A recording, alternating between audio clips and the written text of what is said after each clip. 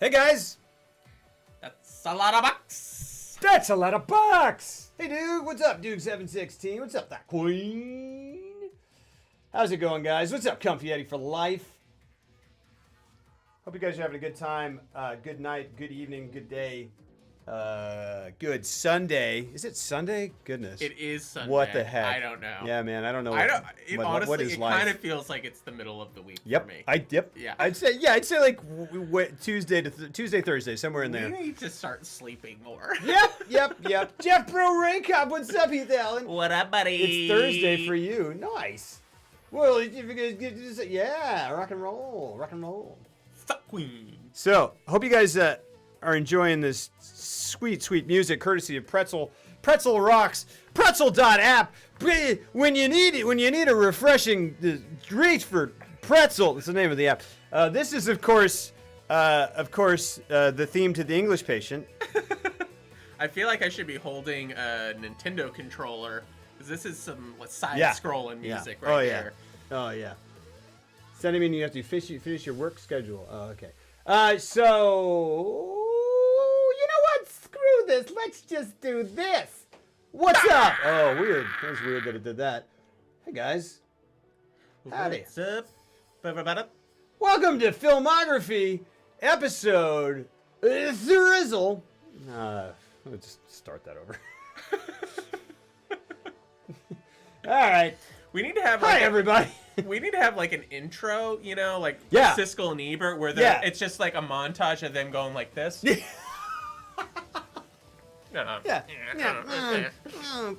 then like putting. And then they're like, there's always one of like Roger Ebert like scooting up in his chair, like he's really about to give it Getting to ready. Siskel. And he's like pouring sugar in each other's gas tanks. He's like, no. What's up, it's Madeline. What's up, that queen? What's up, D squared? What up, everybody? Hey guys. On my right. To you guys, it looks like my left. No, it looks like my right. Whatever. Here, this guy, who's the person who's not me, is Jeffrey. Good to see everyone. I'm excited to be back. Yeah. Hey, I've gotten no sleep. You've gotten? No sleep? Running close to E. Yeah. Yeah. So this is gonna be interesting. So last time on Filmography, we discussed, who knows, Easy Rider, Easy Rider, The Graduate, and a little bit of Bonnie and Clyde. Like technically, like not really, but we kind of did previously on Here's What You Missed. So first of all, can you guys hear Jeff all right? Hello. Is this music too loud? This music is too not what should be playing right now. We're just gonna go. Beep. There we go. No sleep, so that means we'll be fighting Gwen for the rest of the night at Filmography. Hi. There they are. What's up, dude? So we talked about Easy Rider, which was the sort of the opening salvo of BBS. Yes. Which was the sort of upstart. BBS was the company that kind of started the whole new Hollywood movement. They came out with Easy Rider. Graduate wasn't a part of that, but they came out with Easy Rider. Came out with 5 easy pieces, which we're going to talk about tonight. Slam! And then we're also going to talk about Last Detail was not a BBS I don't think it was. But it also stars a BBS regular, a little unknown actor named Jack Nicholson. So that's basically what we're gonna do.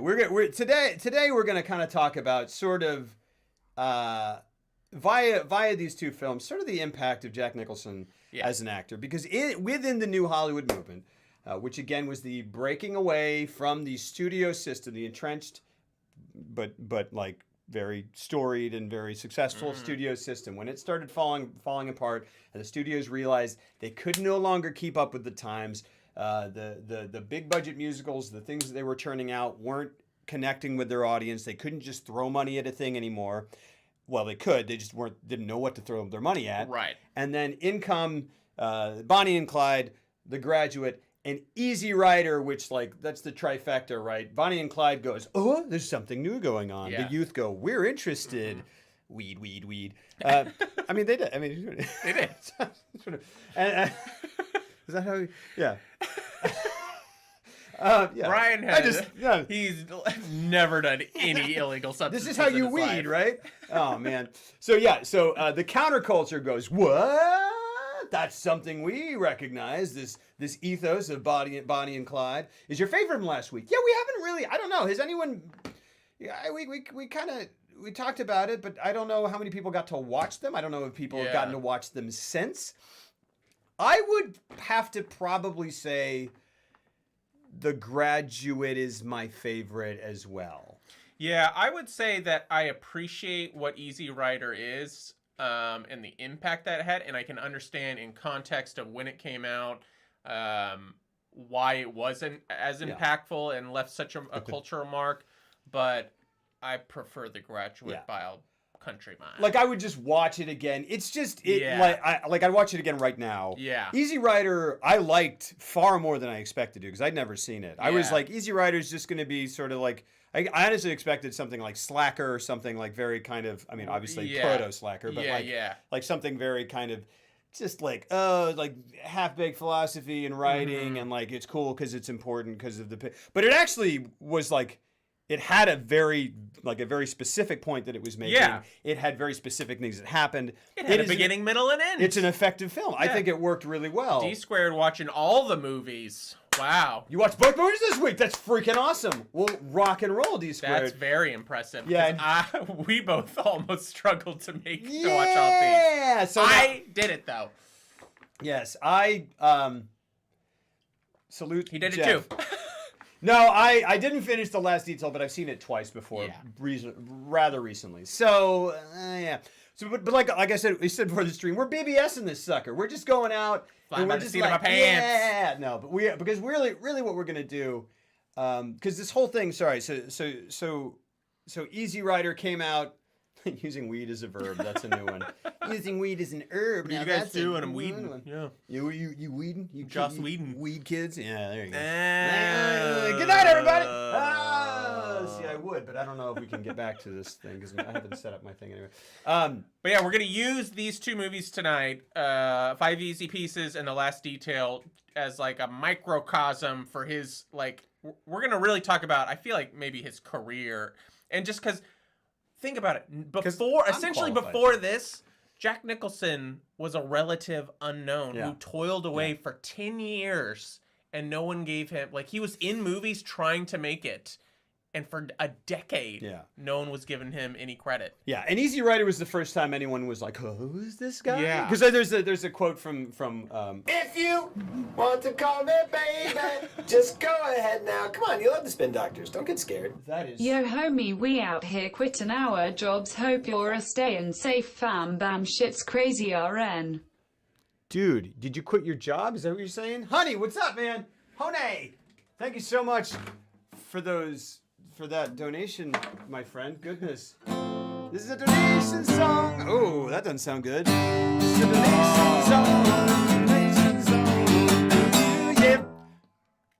Wow. This is a donation song.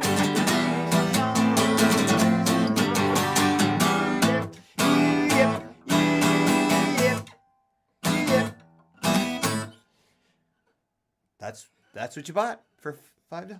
No, thank you, Hone. Thank you so much, my friend. Did you quit your job? Is that what you're talking about? Is that what you're talking about? What's already short enough? What are you talking about? We out here thugging 24/7. You seriously quit your job? Dang, man. Dang. Alerts off for this stream. What? What are you talking about? You didn't hear it? I heard the alert. He's saying he doesn't want to hear you playing guitar. Oh. He kind of just said, "Don't." Yeah, he kind of was like, "Don't do what you're doing." Oh, okay. All right. But I hadn't seen it before today. Yeah, it is great. So here's the deal. Hey, sister.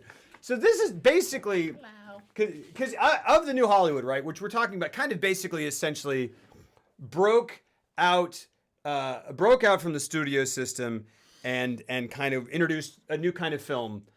We talked last time about how it sort of introduced the idea of a movie without a happy ending. Yes. Which I don't know if that's entirely true, but I feel like it's true, so I'm going to say it. Well, it did. I mean, kind of, right? I mean, well, up till this point, it was like a given that you had to wrap it up. Yeah. You had to wrap it up in a bow. Yeah, and everything's fine. And Everything even goes if it home. was- The bad guy dies. The good guy gets even to- if in a film noir, there's still like some sort of justice that happened, Yeah. and in these new movies, that wasn't necessarily the case. And Five Easy Pieces is going to be a prime example of that. Yeah. And the last, what am I saying? And the last detail. Yeah. Think of the bits. Think of the bits that you did to me. Yo! All right, thank you so much, my friend. Thank you, Duke. Yeah, and so out of this whole thing, right? So the new Hollywood broke out of what old movies are, and I think, we talked about it, created essentially the new film, and in the modern film, what we think of is like, oh, like that's like a serious, dramatic, artistic, good, deep, whatever film, because it's complex, so Complex. so yes. so complex. And like out of the ashes came an actor. Yeah. That like I just felt like I really do feel like he was just Jack Nicholson was an actor that was like, oh, I'm this new kind of talent, and I'm so like feverishly talented, but I can't work in this old type of system of acting. Yeah. And he became like this poster boy for this new type of like naturalism and stuff. And this is before, you know, Nicholson became like Nicholson, Right. you know? I mean, this Like, is how he became Nicholson. yeah, So, yeah. but it's also like this was far before, you know, parody versions of him or Sure, anything like sure, that. sure, Like you sure, look at a sure. movie like Five Easy Pieces Sure. or The Last Detail, and those are just Yeah. lived-in performances. Jack is the hero we deserve. So yeah, because like if you look at the history of acting, which it sounds like I have a very solid understanding of, but no, like you've got like right. I mean, you watch movies from the 30s, 40s, 50s, and you know you have like, well, darling, I don't think it's just like, Right. and it's just very representational where it's like no, huh, I mean that's And it's not bad acting. That's entirely dismissive of several decades of wonderful film, but you know what I'm saying. Yeah, and it's not bad acting. It's just a different style. It's a different style, Along yeah. come Marlon Brando, Montgomery Clift, James Dean, right? These method actors, right? And that was a freaking, cannonball against the broadside of the pirate ship of the acting establishment. Yeah, that's a good. Yeah, I think metaphor. that's good is the word for what that is. Pirate ship? That's a metaphor. That's a kind of analogy. But so yeah, because then Brando comes in and he's like rubbing his face and kind of just talking like, sorry, I'm going to stand another time. We go, I can't understand what he's saying, but does he know there's a camera on him? Yeah. Whoa, that's real, right? And It's like he picked up a glove off the ground because someone dropped it. Oh my god! But it's amazing, right? And like Brando, obviously, and James Dean, Montgomery Clift, these guys are giants. But they birthed an entire generation, literally, probably because they slept around a lot. No, I'm sorry. This is the libel stream, is what this is. This is a slander stream. No, I mean they birthed a generation of actors, and just a legacy of actors that kind of looked up to them, came after them, and there are these tentpole actors. This sounds like a boner. Yeah, Tentpole. Jack Nicholson. These actors who give you a. He's a raging boner, yeah. but the circulation in my left hand because I hit it a lot. Worry not until it's using a word. I don't know. Who knows? That's how much I care. That's how much I care. But there are these actors who are like, and Nicholson is absolutely one of them. He's one of the most influential actors. To ever come along, and I did not understand why for decades, for a long time. I didn't understand for why. 15 years, Yeah. or I think it was something like 15 years, to the point where right before he broke out, he had essentially reserved. He had come to the notion that he was like, okay, maybe I'm just going to be a director. Like that's what he wanted to do. And when he started doing movies for this BBS production company, he even got a deal where he was like, okay, well, if you act in some of these, maybe we'll set something up because we know you have ambitions to direct. And they gave him a movie called Drive, he said. Oh, yeah, which is... which I haven't seen. Which Robert Towne wrote part Oh, of, really? I think. Thank you, thank you, thank you, thank you. Some. Goodness gracious! It's Madeline. Thank you for that freaking sub. Goodness gracious. Gracious. The subscription. Subscription. Thank you. Your girl got mad tips tonight. Sweet. Madeline, thank you so much for that freaking fresh sub. Thank you so much. Lots and lots of love. Thank you for the support. Oh, now I have to, because I haven't set that up, so I don't know how to. There we go. Blambo. Yeah, dude, that's a nice little wipe. Nice little wipe there. Thank you so much. It's Madeline. Much love. Enjoy the emotes, which are just basically small pixelated pictures of my face. Thank you for the support. That's it. Thank you so much for the support. Much appreciated. Yeah. So I just talked too long and I forgot what we were talking about. Nicholson. Yeah, and so Drive. anyways, He said he was, and so he was at a point where he was looking to almost just become a director and a behind the scenes guy in this BBS group. But then he did Easy Rider and he had his supporting role and he got nominated for an Oscar because of it. Absolutely. And so, Bob Rafelson, he knew that Easy Rider was going to be the first thing that they do. Thank you, vocalist, for that fall. And then he knew that 5 Easy Pieces was going to be like his personal project that he was going to put a lot of effort into. And like specifically was like, I think we can do something with Nicholson. And he was waiting because he viewed Nicholson as like this untapped gem. And he was actually very protective of him, where he was like, nobody telling after Easy Rider, people were starting to get there's a little bit of heat on him, and he was like, no. This is my guy. Yeah. And so he was kind of always in the corner being like, no, you don't want to do that. He was always whispering in Jack's ears like, you don't want to do that. He's like, you want to do 5 Easy Pieces. Well, that's sweet. And Jack Nicholson was fiercely loyal to him. Yeah. And to most people who he liked and who he worked like with Hal Ashby in The Last Detail. He was feared because like they tried to get him, like Columbia tried to get Hal Ashby fired off that movie several times. And he wouldn't do it without him. And that's the only reason he got to direct it and why the movie is as good as it is. Yeah, absolutely. So, yeah, it's just... It's just interesting how long it took him, but it's a testament, like it's in hindsight, it's really inspiring that it took him someone as talented as him, it took him 15 years, and he was, he didn't break until he was like 35, 36, maybe 30, like something like that. Or, so like a couple years before me. Yeah, right. Yeah, so I'm done. Yeah. No, there's still time. Yeah. No, but and he came through the Corman system, who like like Roger Corman. We could do like an entire separate like stream podcast, like entire thing about Roger Corman, because Roger Corman is just like we need to do something about Roger Corman, because that dude. I want to read up more about it. I want to watch some of his films because I honestly haven't seen any. Yeah, and it's just he's a dude who just like kind of like, just did stuff. He would just like, let's do it. Let's make a movie. I think he would like he like introduced all these actors like who like Francis Ford Coppola, like James Cameron, Scorsese. Cameron did started. He gave everybody like their first shot, but he would literally give them like a script, and he'd be like, okay, you have 7 days. You have 7 days to make a whole movie. The Little Shop of Horrors, the original, which had Jack Nicholson in it, came about because.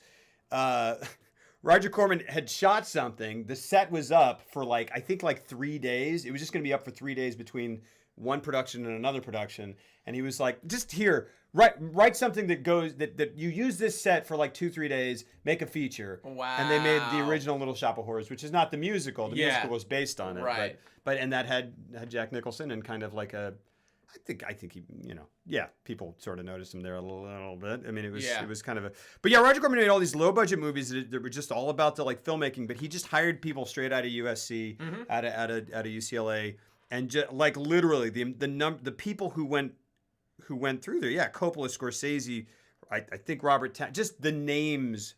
I would say insane. Like 85% of the people that who are just absolute who went on to become legends. Legends. Yeah, right. And Corman is still alive, still doing it. I know, that's what's so crazy. Yeah. I mean, there's got to be some great Corman documentaries about Roger Corman. Anyway, so Jack Nicholson was one of those who came through there, and I honestly, the thing is that I with Nicholson what was your first introduction to Nicholson? Nicholson? So I want to say it had to be Batman. I think mine was I mean, Batman. it had to be Batman. Yeah, mine was Batman. And I think shortly thereafter, like I kind of started just picking up the sense that he was this legendary, Me too. Sort of 'Cause iconic actor who like is one of the heavies, and I kind Yeah. of was like, okay, And I kind of understood his persona. Batman was before. mine. It has to be. It was Batman, and then like his persona, Right, Because he like- was parodied a lot in like I just felt like on Yeah. TV in various absolutely ways. like Tiny Toon Adventures. Yeah, yes, yeah, that's like, exactly. I mean, it's remember like- animated versions, puppet versions Yeah. of him, and He's stuff. one of those dudes who like, I mean, and obviously he was much later, but he's one of those dudes who like because you see, not Bugs Bunny, but like you see Bugs Bunny do impressions of like Herb Villechaize and like Yeah. like Yeah. I don't like doing it. Yeah. That guy and well that's from Aladdin, but and like Bing Crosby, just all and like Humphrey Bogart, Yeah. who you don't even like, you see that and you go, I guess no, that's an actor, so I'll laugh because I can appreciate that it's a reference to something that I Yeah. don't know because I'm Because six. they open a box and Jack Nicholson pops out Yeah. in a tuxedo and He's like, sunglasses. what are you and gonna he's like, do, "Yeah." man, buddy? Yeah. Yeah, exactly. One Flew Over the Cuckoo's Nest is fantastic. It's Yeah. absolutely great. But I didn't. When I was younger, all I had seen was Batman. I think at some point I saw Terms of Endearment. I saw the trailers for Wolf. Oh, I don't even know what Wolf is. Wolf And I haven't is- seen Terms of Endearment So Wolf is, you don't know what Wolf is at all? at all. Wolf is a movie where Jack Nicholson, I believe it's Jack Nicholson and Michelle Pfeiffer, and Jack Nicholson is a werewolf. He is a publisher who becomes a werewolf, and it is directed by Mike Nichols. What? Gotta Is it see good? it. I have no idea. Oh, I really that wanna see sounds that. delightful. I want it. Yeah, of course. We should do that. Of course. And you guys probably, yeah, you didn't see it till high school.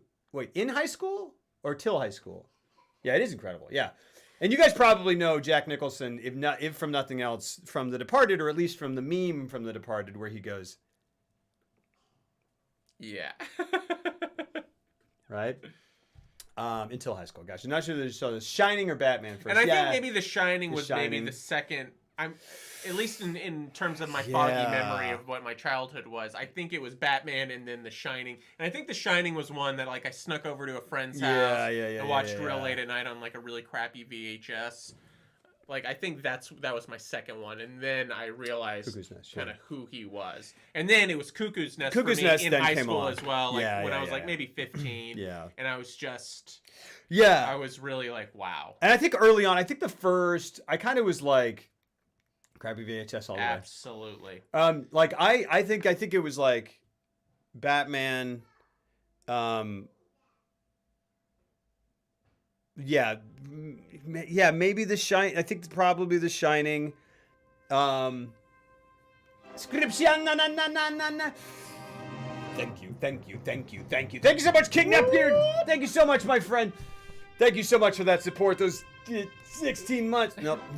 There we go. 16 months of unbelievable support. Thank you so much. Oh, sorry. Have you been off the camera No, I this haven't. entire time? Okay. Wait, has Jeff been off the camera this whole time? Because apparently No. Or maybe. Oh, no, because we've been doing a different... That's what's going on. We've been doing a different thing. Sorry. Of course not. Because you've been here. There we go. Yeah. Thank you so much, King Neckbeard, my friend. Lots of love. It's a wonderful name. Yeah, and then I think I saw things like As Good as It Gets Right. and About Schmidt after I'd already seen Yeah. Cuckoo's Nest. The thing is, like, this is crazy. Like, I saw Cuckoo's Nest and was like, I get it. Like, I was like, all right, I get it. Like, it's not like I was like, I'm still over here. This is gonna sound like maybe whatever, but I was like, I'm still over here with Pacino, man. I'm still over here with young Pacino. Oh, okay. Cuckoo's Nest. All right, like I'm like, good. Well, that's just a matter of Yeah. just apples and oranges. Like, But- because for me, Cuckoo's Nest was one of those movies that it just struck a chord with me, like really early on, where it became a movie that I started watching almost for a while there nightly, just because I Sure, it's liked great. the atmosphere. Sure. It's very Great. calming, medication time, Yeah. like it just has a weird thing about it where it kind of lulls you. Like I would just have it in the background and fall asleep to it a lot. And it's weird because Cuckoo's Nest is, I feel like, the one that gets brought up, and I think that makes perfect sense. I mean, it won him the Oscar. And it's a truly great performance. But boy, having rewatched The Last Detail and Five Easy Pieces. Woo! That's it. Is I feel like Cuckoo's Nest is a movie that it sets up. It's called here's Cuckoo's Nest, and it revolves around this role. Yeah. And look how and it just sets it up, and it goes, but this guy, but this guy, but this guy. And Cuckoo's Nest is a movie where I go, the ensemble is incredible. Ugh. It's amazing, and I'm kind of like, and you're giving me Nicholson, and I'm digging it. Like he's doing it. Yeah. But I'm like, it's almost more of an ensemble piece to me. Oh, it is. Which is. I want my cigarettes. Yeah. Freaking Cheswick. Yeah. What where is he? Where is that dude? He was in Cool as Ice with Vanilla Ice. Have you as seen the same character? As just a so. random neighbor in a wacky, I've living not in a seen wacky. Cool as Ice. Oh, if we ever do a bad movie, We are. which we We will, that was a prime candidate. And it was filmed by Janusz Kaminski the year before he did Schindler's List. It's a beautiful, terrible movie. Fantastic. Anyways, Nurse Ratched is still one of the best movie villains. Absolutely. Yeah. I think she tops lists all the time, or she's right up there, right? and you know why she's so good in that? And this isn't going to be we'll do Cuckoo's Nest at some Sure, point, yeah, but absolutely. boy, it's because she's a real. I mean, she's a human being. nasty, Yeah, but like she's just she real, seems man. really normal. She is. I mean, talk about the definition, or like the defining key to playing a villain being that the villain believes that they're that they're right. I And mean, that's like a to a prime T. example. Yeah, absolutely. Such a good time to what did Cuckoo's Nest? Nurse Ratched. Got her. Yeah, suck it, Louise Fletcher. No, yeah, right. Do they call her Nurse Ratched? Do they call her that in the book and or movie? I can't remember. I assume they must have. What old movie of Jack do you guys recommend? Well, hold on. We'll be right there. But yeah, Cuckoo's Nest definitely. Because The Shining, like if The Shining is your introduction to Jack Nicholson, I can understand being like, huh? Yeah. Because it's it's kind of yeah. It's great, but it's him at 11 almost the entire Yeah. time. Yeah. And there are things look like So anyway, I watched About Schmidt, and I was like, really, really good. And I watched As Good as It Gets, and it's like, and like I like James L. Brooks films. I think that sometimes people are like, nah, they're just too tight. They're too like almost like too sentimental. And I'm like, yeah, it's fine, whatever. I dig As Good as It Gets. I get that he goes for like these nice little turns of phrase that remind you that you're in a movie. Yeah. And I'm like, but there's a place for that. Absolutely. Like I'm on board Look, with that. I love Nora Ephron movies almost more than anyone. Like I will put. That was such a non-reaction. Do you not like Nora Ephron? No, I do. I just get out of here. I just decided. No, it's such a real reaction though, because you went like this. You're like, no, I decided as a joke to be like horribly judgmental for no reason. No, Nora Ephron. I mean, it's great. Sleepless in Seattle. Sleepless in Seattle. Great. Harry Met Sally, yeah. Wrote it. Rob Reiner directed. Rob Reiner directed. Harry Met Sally, one of the best written films of all time. Yeah. I mean, Harry Met Sally. She is responsible for 2 of the best rom-coms of all time. Yeah. Nora Ephron's great. Nora Ephron's gets fantastic. it. Yeah. See? Yeah. Yes. So do I. I'm not. I saw Sleepless in Seattle much later. Yeah. So I'm Harry Met Sally is one of the greatest movies ever. But those and like You've Got Mail and stuff like those all take place in like Nora Ephron, specific worlds. So first of all, that's what I was trying to say. First of all, my brain is exhausted. Second of all, no, like and I was kind of like, and then I was like, because you said Nora Ephron, I think my brain thought Nancy Myers. So I get those two confused too, because who did What Women Want with Mel Gibson? That has to be Nancy Myers. Oh no, that probably is Nora Ephron. I don't know. That's probably Nora Ephron. But they're both Nancy very Myers similar. is like the holiday. Okay. Just the newer ones. I get them that very are confused because not they both are very similar and they both use music in a very specific way. Yeah, they do. It's Madeline is underrated, undeservedly dismissed as trash. Oh, do people say Sleepless in Seattle is awesome. You should watch it, Madeline. Yeah, Sleepless in Seattle is I like my wife just absolutely loves it. I don't know if I've ever. I think I've seen it in pieces. It's very good. It's just a wonderfully. It has It's a very nice. It has that it's a atmosphere ni- about does. it. It's very nice. It's very charming. I do think I've not seen You Got Mail. I do agree that many people kind of dismiss it. Yeah. So here's the thing. I rewatched You've Got Mail recently because my girlfriend really likes those movies, and that movie does get trashed on because it's a good movie. Okay. It's not as good as When Harry Met Sally or Sleepless in Seattle, but it's all right. Because I think like Harry Met Sally is like if you just start naming. Like Harry, like that's just the here we are talking about When Harry Met Sally. But it's far and away like leaps and bounds. It is. I mean, it's the Godfather of romantic comedy. I mean, it is. Yeah. It is just. Yeah. The Shining. It's just so. It almost invented. It's the Shining It almost of re- romantic Oh, comedy. sorry, a shining example. It is the Shining of romantic comedies. Harry Met Sally is amazing. Yeah, it's amazing. And like if you just talk about the greatest films of all time, eventually you just have to pop Harry Met Sally up there just because it's so tremendous. It is the it's Beautiful just the best. to look at. It's just It's great. It's the best version of that. Anyway, But that's a whole other thing. We'll totally get is. to that later on. I have no idea how we started talking. Oh, just because you said Nora Ephron. Yeah. Nora Ephron is. I mean, just one of the greatest screenwriters of all time. I mean, she's great. She's fantastic. Yes. I mean, yeah, just absolutely. But in terms of Nicholson, you were talking about movies that you knew him from. Yeah, and I watched. That's what, because that's what it was. We went from James L. Brooks to Nora Ephron. Right, yeah. To me going Nora Ephron, and then my going that was a joke, and also what am I talking about? Like, don't even. Nora Ephron's amazing.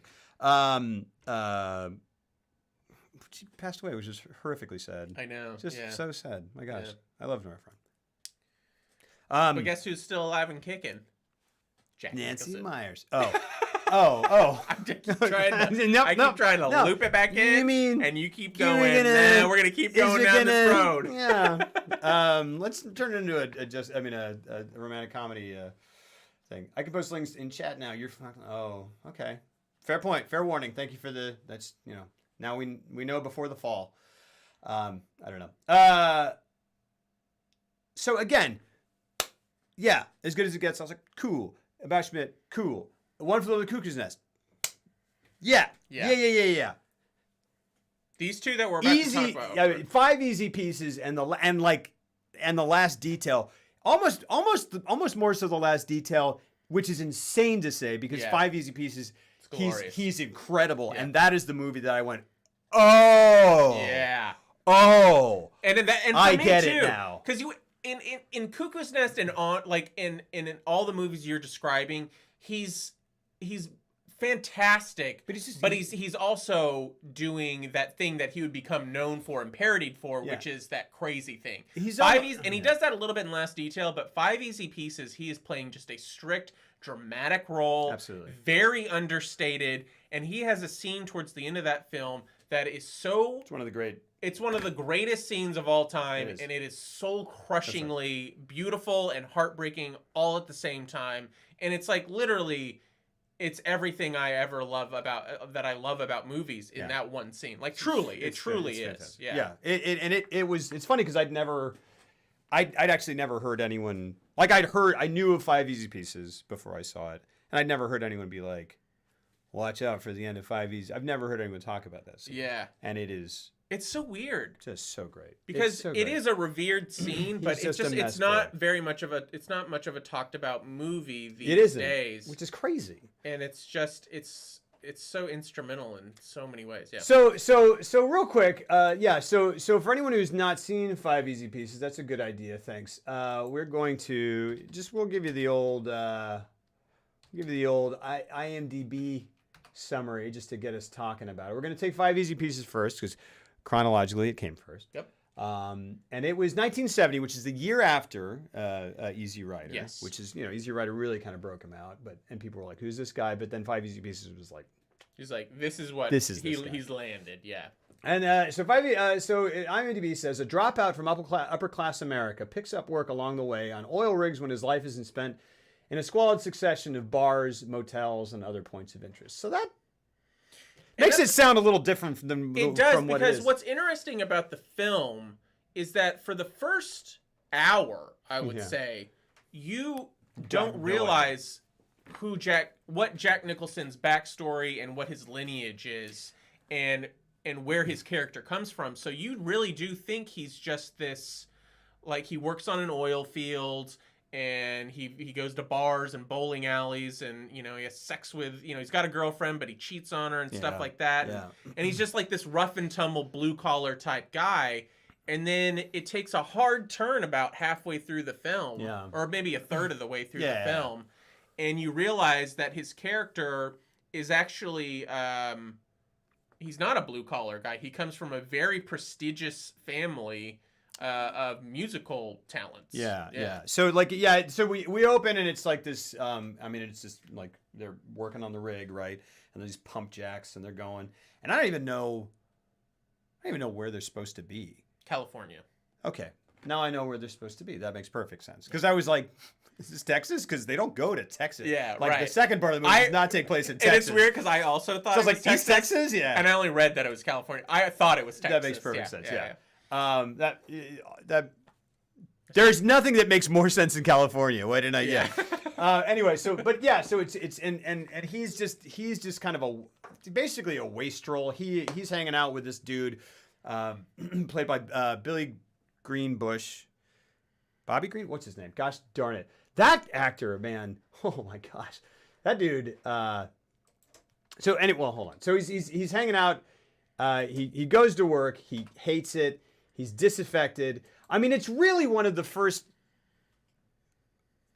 Well, I don't know, but it's one of the earliest examples of a movie that gets made a lot these days, which I still like. Someone described it as I was reading up on it, they described it almost as like the first Sundance film. Because it tackles it's very much a character. It's not, this movie isn't so much about plot as it is about just examining the character of Jack Nicholson. Yes, and his character. And the person hold on, I'm going to bring the thing up. It's this. You've seen a movie like this, right? But boy, does this movie do it! And it's so amazing. It set a precedent, and my friend. rarely have people done it better, because he's just this aimless wander, and like you don't know why. for a long time why because he'll go into these rages, and he's in a relationship with a woman that's clearly maybe his intellectual inferior, or at least and he's frustrated by that, but he also is affectionate towards her. Scription, thank you so much. Go ahead, sorry. And he just feels kind of he's kind of wandering around, and he's trying to figure out what his purpose is in life. Absolutely. Doog, thank you so much. Thank you so much for that sub, my friend. That fresh freaking sub. Doog716, thank you for showing up here tonight, and thank you for that sub. Absolutely. And D-Squared saying it's the earliest example of a self-loathing character that I can think of, and that's true. That's it. Like, you see it. He has this inner rage, and you don't know why for a long time. And you see, honestly, in a weird way, you never find out all that specifically why. I would say. I mean, you do, but there's a lot that goes unsaid. There's a lot that they just leave you to kind of sort of pick up the pieces. They let you fill in the gaps, but I think that's a lot of the beauty of it. Because absolutely. What I think makes what makes the movie so devastating towards the end is how I certainly could apply myself into some of these situations. Absolutely. As I've certainly felt the way he has felt. Yes. Particularly as like a creative person, where you're trying to make your own path and try to do your own things, but you're questioning yourself and blah blah blah blah blah. And that's why it kind of hit home for me. So that makes a lot of sense that they almost intentionally left it vague in a lot of instances as to why he's so frustrated with his life. Yeah, and it's interesting because it is, so whereas Easy Rider, right, and kind of The Graduate and Bonnie and Clyde were dealing with, excuse me, this idea of like disaffected youth. Right, people who felt like no connection to anything, and in Easy Rider, they're almost more like symbolic characters. Yes. Like they're disconnected from the world around them. They sort of symbolize the counterculture. This Bobby Dupuy in Five Easy Pieces is disaffected and disconnected, but in an intensely personal way. Like he's not necessarily a symbol of the counterculture. He's not necessarily even symbolizing necessarily to me what's going on in the nation at the time. This is literally just a story about this person and what is going on in his life. Yeah. And he doesn't love anything. Exactly. He rejects literally everything. I mean, just about everything. I think it's almost so. Let's get through kind of the synopsis. Sure. So he's living on this oil field, and he's got this girlfriend who he doesn't really respect and he doesn't love. And he's got a friend who he pals around with, and they go bowling and they joke around and talk, and he talks shit about his girlfriend to his friend. Yeah. But ultimately doesn't respect him at all. Yeah. Like there's a very pointed scene about that. And so, but like about a third of the way through, he gets fired from his oil rig job, and then it does like a hard turn where he goes and visits his sister in Los Angeles, and she's she's a pianist, like a professional pianist. Yeah, I love. And she reveals that their father is sick, and then he goes to visit the father up in Puget Sound is where it was. Okay. And it's revealed that he is part of a very respected intellectual family. Yeah. Of like prodigious musical talents. Musical I mean, it's almost like have you ever seen? And he was one of them, but he like almost intentionally rejected. And almost I almost they don't say this, but I almost get the feeling that he may have been like the most naturally talented of them because there's this. I mean, or at least up there because there's this whole thing where his brother later. When he comes in, he's like, "We haven't seen you in years. Father and I were at this thing, or whatever. I was here, and they were asking after you and trying to track you down. Yeah. Even though he's been on an oil rig for years and who knows how long. I mean, he's a concert pianist. Exactly. Yeah. I mean, he's just a tremendously talented pianist. And I think, which you don't get. Which you don't get, but what I took away from they tell you that, because later when he's talking to his father, he says, "I think we Steve both can admit that I wasn't that good anyway," and that could just be self-deprecation. But what I gathered from it was that he probably was the most naturally gifted because, and this plays to what his character is that he is such an emotional being that when he plays, he does play, and he doesn't even want to admit it because he plays for the girl and says that, and she's so moved by it, and he thinks nothing of it. But because he doesn't want to think about it, but he does play with his emotion, and it's raw and it's real, and people feel it. So maybe he's not the most technically proficient like his brother Carl is, but he's still the more gifted musician of the family. So that's interesting. Yes, and that's kind of how I took it. And there's that line that like I was never that good at it anyway. I took my heart. Well, I took something completely different from it. Okay. So I'll hold on to that. Okay. And that's interesting. Okay. But yes, and there's this someone my brother-in-law, we were talking about stuff one day. As we were wont to do. And no, yeah, and we just somehow he kind of talked about how my brother-in-law is a filmmaker, but was like an actor in high school and was good at it, but just was just kind of like I was never interested in it or whatever. But he got like a lot of accolades in high school and stuff. And we sort of talked about that a little bit more, and I became kind of fascinated by this idea of someone who is naturally gifted at something in which they have no interest. Right.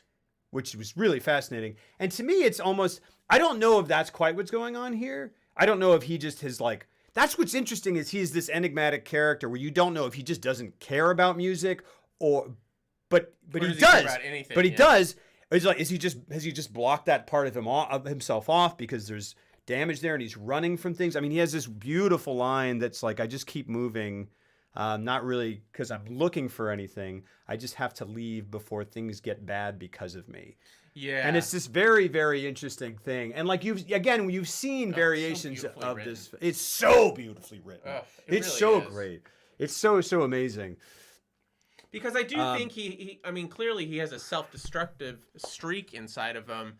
Yeah. And I wouldn't argue with anything you just said. I think that probably is all true. Yeah. And I think he maybe immediately resented the notion of, even if he is good at it, why I don't think he liked the why idea. Do I have to do it this why way? is my life planned out from the word go? Sure. When and why do I even if I am this good, like I think it's just him going to do a blue collar job is the most extreme thing he can do to get away from that, you know? Yeah, and it's to me, that's what his family may have pushed him into music, but he didn't want to do, is maybe why he's estranged from his dad. That's the thing, is like, we find out at the end that he has been estranged from his dad, but we don't know what the fight was about. We don't know anything. That's what I'm saying, is I don't know. Yeah, rock and roll, Heath. That'd be awesome. I can let you borrow 2 of them. I can let you borrow all of them if you want. Yeah, so that again, so like we know that there was some sort of falling out with his dad, and to me, I watched this movie, and some of the, you know how early on we were talking about like some of these movies are gonna be slow, some of these movies are gonna be like, you're gonna like, oh, they don't make movies like this anymore, whatever. 5 Easy Pieces and The Last Detail, I feel like you pop them in and they are as immediate now as they were then. Like the way that they're made is so incredibly mature and restrained and artistic, and they go, we don't give you more, and like it's so confident. I was marveling last night as I was watching 5 Easy Pieces because it's so confident and so artfully made in terms of writing and composition.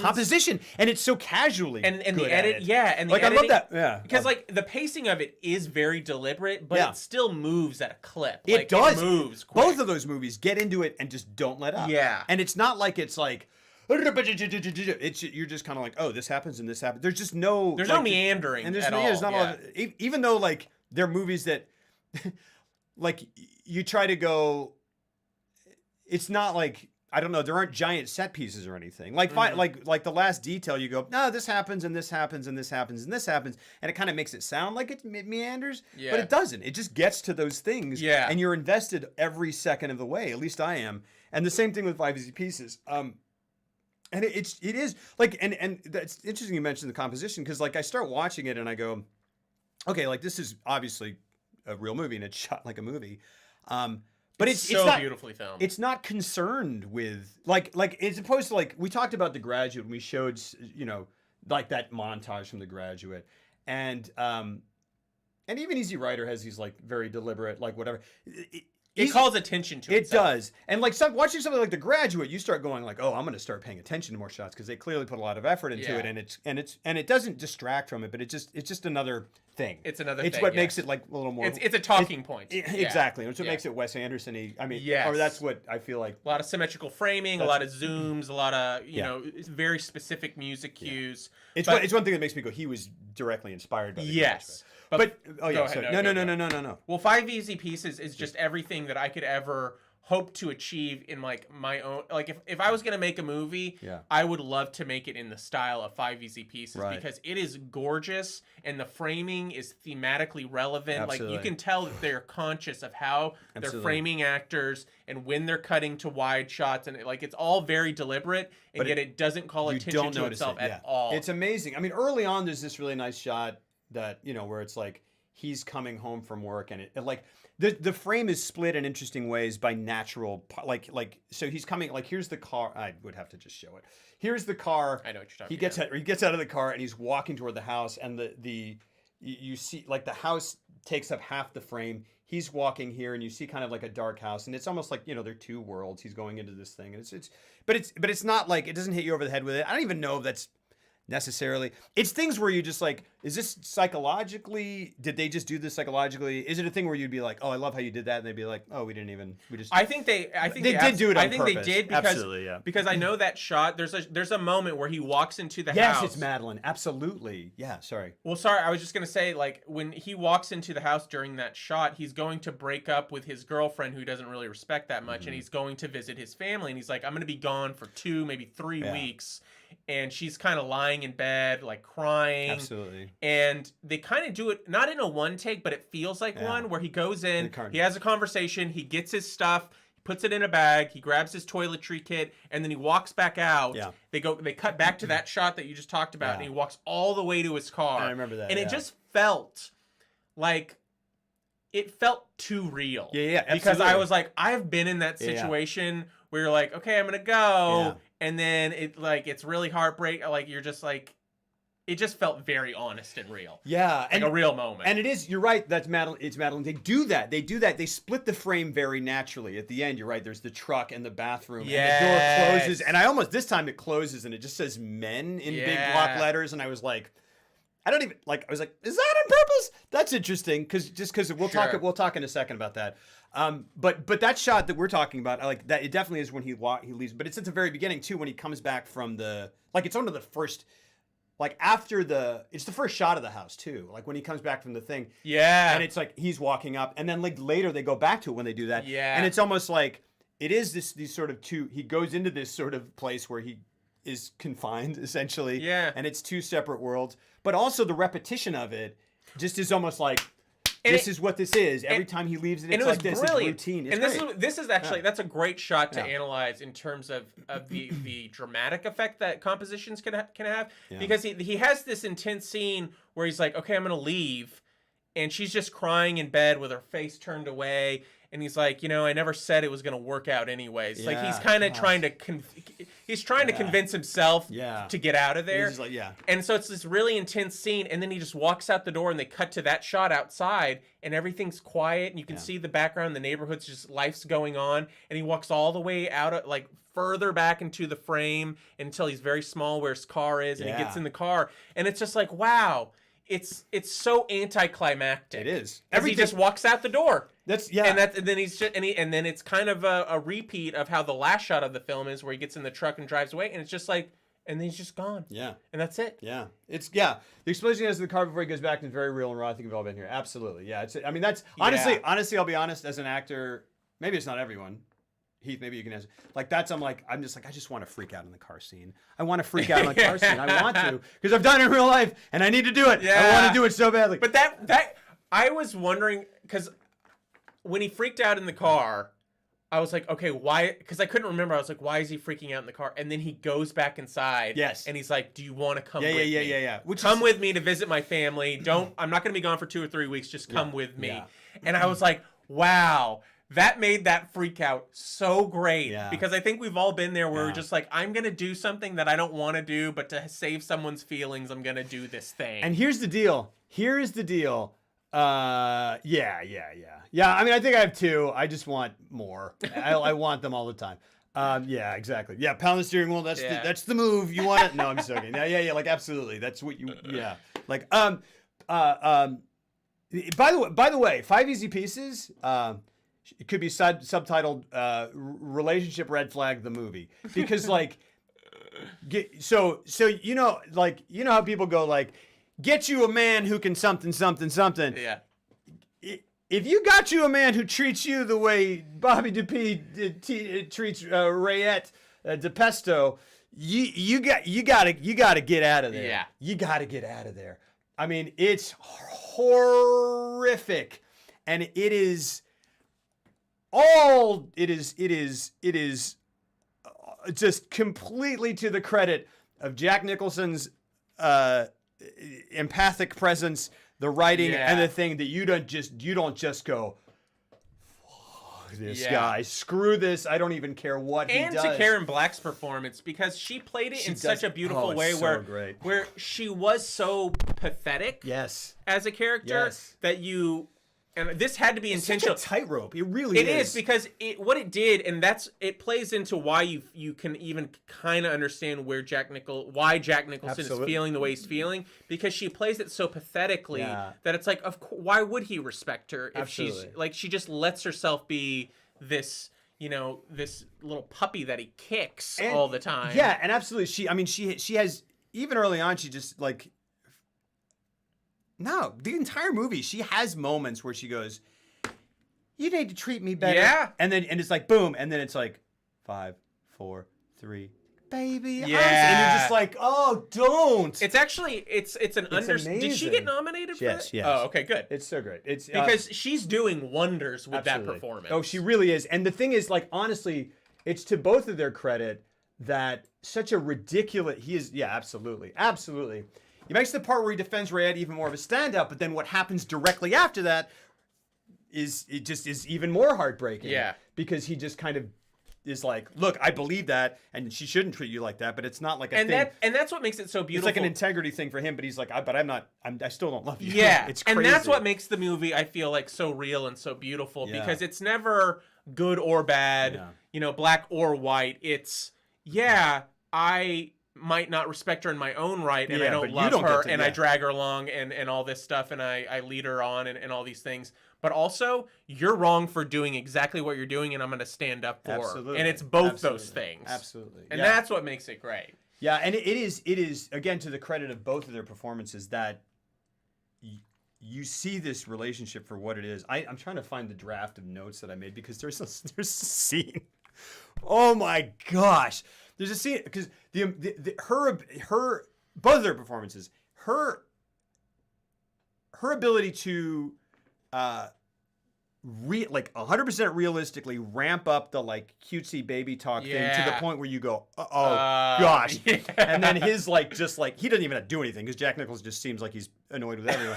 Yeah. She doesn't say she's pregnant. Well, so that is what actually drives him to leave. Like that's where he's like, So I had to go back yeah. because I missed it. I didn't hasn't- realize that she said that. She doesn't. Who says it? The friend. That's what because he has the That's following what it with was. because he's Yeah, like yeah, he's yeah, like yeah. man he's like because early they're bouncing their little baby yeah, and he's right. like you got to get you one of these. That dude, by the way, I had to look that guy up and I need to watch him in other stuff because I was like, this performance is insane. Like I loved it. I love it too. Yeah. But he's like like and Yeah. it's just like Yeah. but like to the point where you go,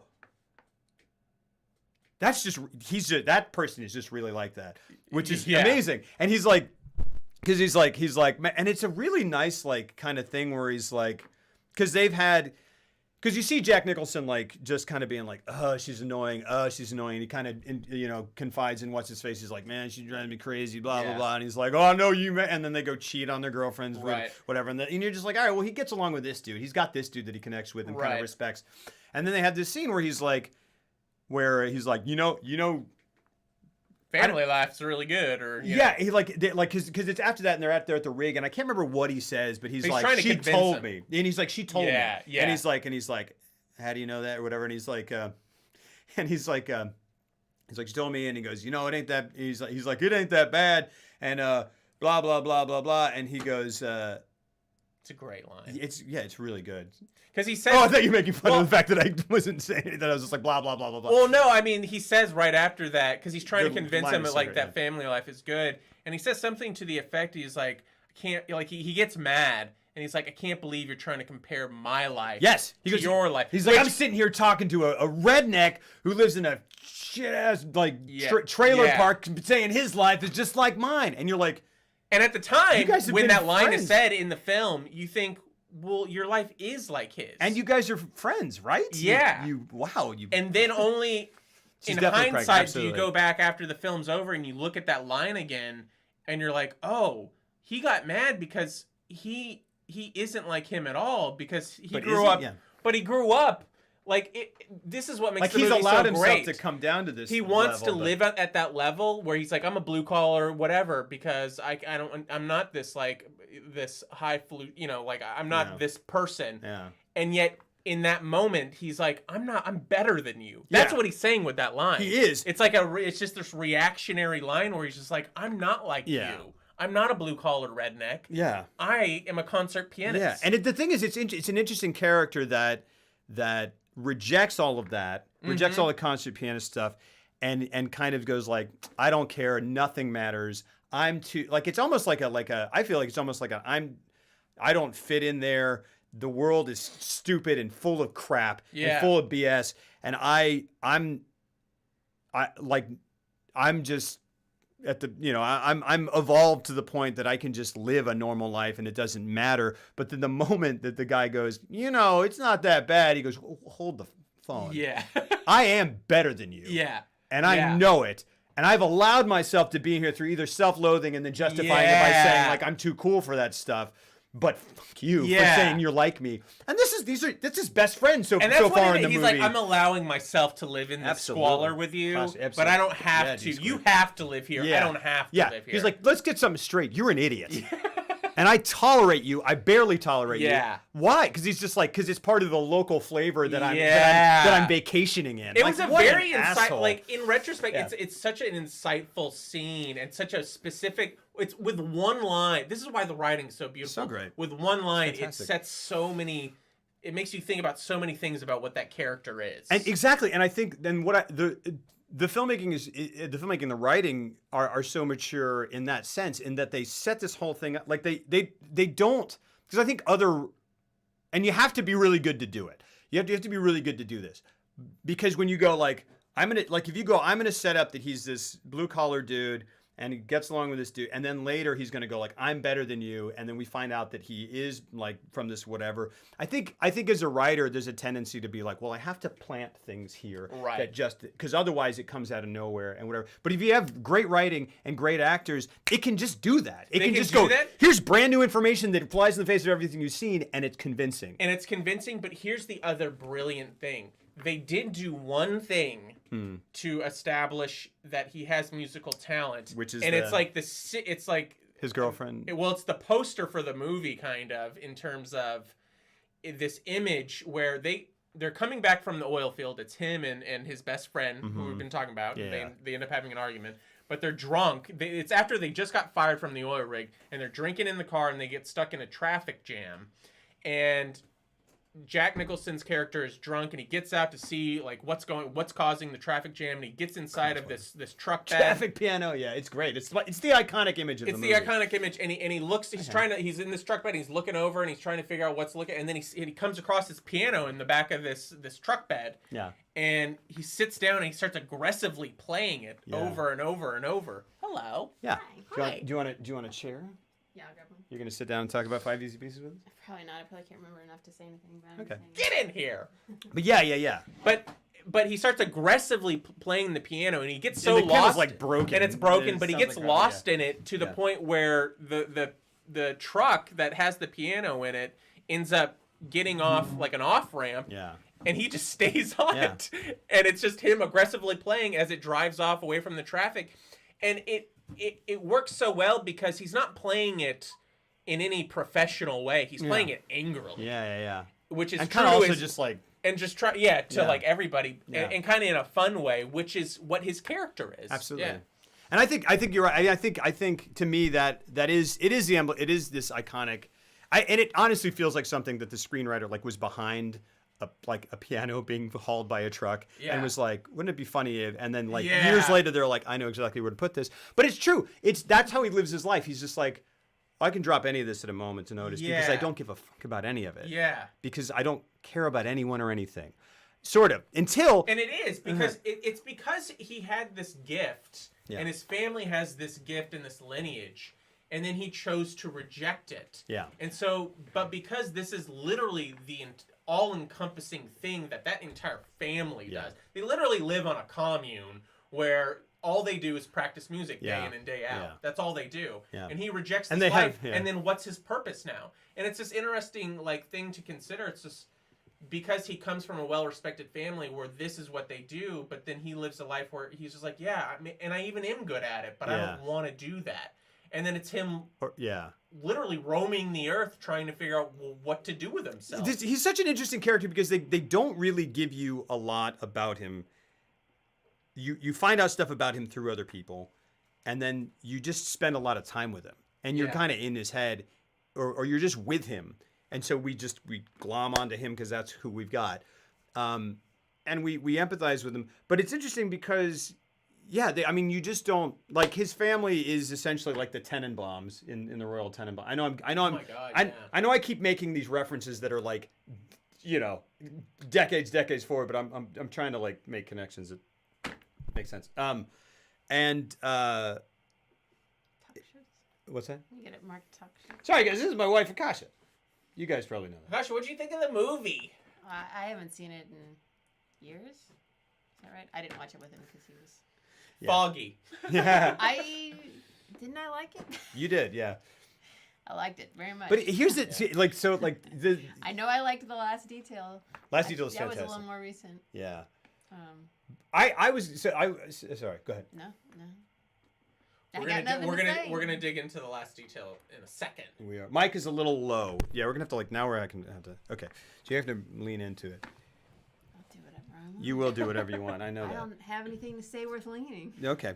But again, so the relationship, right? Like the relationship between Jack Nicholson and Karen Black. There are just these moments that are so great. Like there's a part where it might actually be after he. I'm not sure. I feel like it might be after he comes back from that. Like he goes into the city and like when he goes off with that piano, and then he comes back and she's like, oh, whatever. And Is she driving? who? Karen Black when he No. gets out and No, he's driving with his friend. okay, that's right. But anyway, he comes back When and he he's had the altercation. Yeah. or it might no. I think it's actually. Oh, it's actually after they go and they're staying in the motel, and he's gonna go be with his family the next day. He's laying down, and she snuggles up with him, and she's like, and he's just kind of like laying there, and it's one of these things because there's so many things like this. Oh, that's it. Oh, yeah. There's so many wonderful like. Sort of like one-er composition sort of things where it's in a wide shot, but the composition is like you just kind of go, oh, they're just standing there, but you're like, no, he's here because we're here, and then she's walking in the background, kind of like floating around his head, kind of thing. Like that's not this shot, but then there's this one is one where like he's laying on his like whatever, the camera's here, we're looking at him, she's over here, kind of over his shoulder again, like kind of pesky or whatever, and she's just like pesky, and like and she's just like,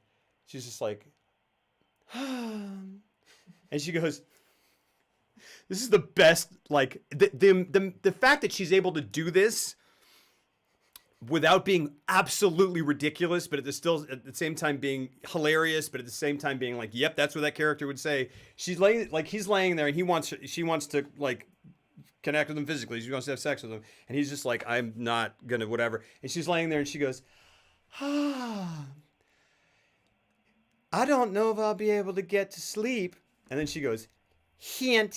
And I just go, go! Like, it's just ridiculous. But here's the thing. But then she keeps going with it. Hint, I was like, so great. That seems like a real thing that Absolutely. someone would say. Absolutely. To like offset the notion of like, I want to ask. Absolutely. So I'm going to go overboard But with she just it. goes, Like, hint. And then and you're just like, oh my gosh. And like, he's just been so awful to her. Like, but this is another thing about how she plays it so brilliantly. So well, yeah. Because he has communicated to her at this point that he's dealing, and he's trying to be nice about it, at least right before. Yeah. Well, he is. But Yeah. he's like, he's like, I don't want to do this. He tells her that. He's like, I don't want to go visit my family. Right, like, he does. And like, he's very earnest about it. But he's like, that. you should know me well enough to know that I wouldn't do that. Right. And he's just like, yeah. But she just won't, and it's like a read the room type moment where it's like, okay, the night before he's got to go visit his family, which he clearly has issues with his family. And she's like, yeah. But then the brilliance of it, because that whole scene is she says that, and like that like makes me fall out of my chair laughing, and also going like, I can't. How could you possibly? But then she keeps going with it. And comes over and does this, and does it far enough that it actually becomes cute, and he reacts to it, and I believe all of it, and I go, there it is. Yeah. That's how this keeps happening, because he's just bored, he doesn't care about anything, and she eventually wins him over. She wears him down. Yeah, it's crazy. It's and Natasha did appear. And she's incredible. She's incredible. What was the? But that relationship. Seriously, watch this movie. And if you get things where you go, if it reflects your relationship in any way, get out. I'm not saying that he's a terrible, irredeemable person, but that's not a healthy relationship, and it's not good. It's one of those things where he's literally he's going around from job to job, and he's compartmentalizing. He's creating little mini lives all over the U.S. None of which matter to him. None of which matter, but when they start to, when he brings her, he's like, do you want to come visit my family? Because he can't deal with the idea of leaving her there because she's threatened to kill herself and stuff like this. Oh gosh, there's so many. And so he brings her, and then he leaves her in a hotel room for 2.5 weeks. And just leaves her there. Yeah. So he doesn't want people from this life interfering with this other life that he's left behind, and I feel like that's how he just operates through the world. He's just like he's dealing with something, he's damaged by something, he's lost, he's something, but he is intensely selfish. Like just as intensely selfish as a person could be. And we can all be intensely selfish, and I think we all kind of relate to those parts of him, but he's just kind of like his deal with Rayette is like, look, I'm not nice to you. I don't act like I'm direct with you all the time. Literally, when he goes Depesta, like he comes into that room and she's sitting there, and he's like, "What are you, sick?" And like that whole silent thing is basically her going, "I'm pregnant," and he's like, and he just kind of what? This is not picking up Jeff well. Oh, okay. And he's Back like, of the mic. Maybe we need to. You mind turning it so that you guys? yeah, that's fine. Absolutely. Yeah. But so like and he just makes it clear that he's leaving when she's like hasn't even told him she's pregnant, but she's has told him he's pregnant, and he just goes he just looks at her and he goes, "All right, well I'll send you." He goes, "Come on, DePesto. I never told you. I told you it was never. I never told you it was going to go anywhere, did I? I'll send you some money. That's all I can do. See you later." Is Karen Black. Okay. And it's which is a term he uses when he's trying to lighten the mood. Yeah.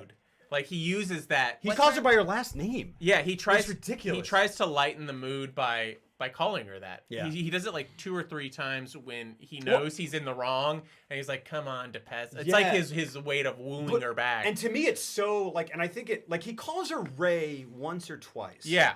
Or he calls her Ray at once or twice, and I feel like that's when he's like he's really messed up or something. He's like, I can't remember. There's a part where he's like trying to get her back. He just is like kissing her, and he's like, "Come on, Ray, at something." DePesto to me is so like he just never.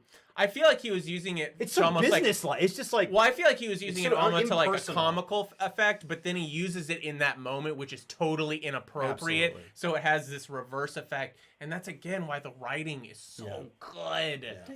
Isn't saying that sound more like you're addressing a dude? Absolutely. Yeah, for absolutely. sure. Yeah, absolutely. And he's trying to be. It's a buddy thing Yeah, to do. he's And like, "Come on." That's why he's Yeah. using it to lighten the mood. But in that moment, it's the worst thing he could have But done. it's all, and also in general. Also, like if a I called little you, bit, it's a little bit saying man up about this. Yeah. As like don't be a weak woman about this. Yeah, I he's think like, or like it's not that big of a deal. I think he's like, I didn't promise anything. Yeah, I feel like it's like what he's he would. also dropping all romance. Exactly. Yeah. He's treating her like she's a coworker on the rig or something. Like to me, that is his default name for her. If I called you by your last name, I mean, like some people have like a cute whatever thing like that, but in this movie, it's DePesto. He's like.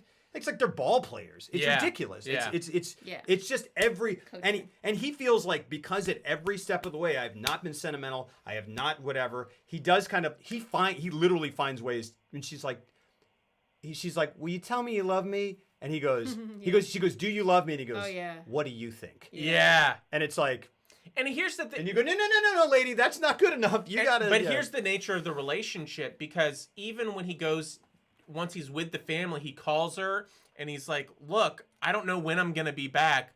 And she's like, "Well, what should I do?" And he says to her very pointedly, he's like, "If I were you, I would go home. Yeah. Well, but I would take the money and go home." And like he gives her so many clear, Absolutely. direct ways, and this is what makes the relationship so toxic. Yeah. Is that she knows that all she has to do is just get in his proximity and just kind of be around eventually, and he'll just and do her thing, and he'll be mean about it and abusive, but she has this warped thinking where she'll take the abuse as long as she can get a little bit of his attention. Absolutely. And that's the nature of that, and why they're kind of both. I mean, he's awful to her. Like, let's be very clear here. Yeah. But she also just puts up with it. Yeah. It's a two-way street. She needs to get out of there. Yeah. But she doesn't want to. She has no desire to. As the protagonist of her own movie, she needs to get out of there. As the protagonist of his own movie, he has a lot of work to do on himself. Like that's the thing. Right.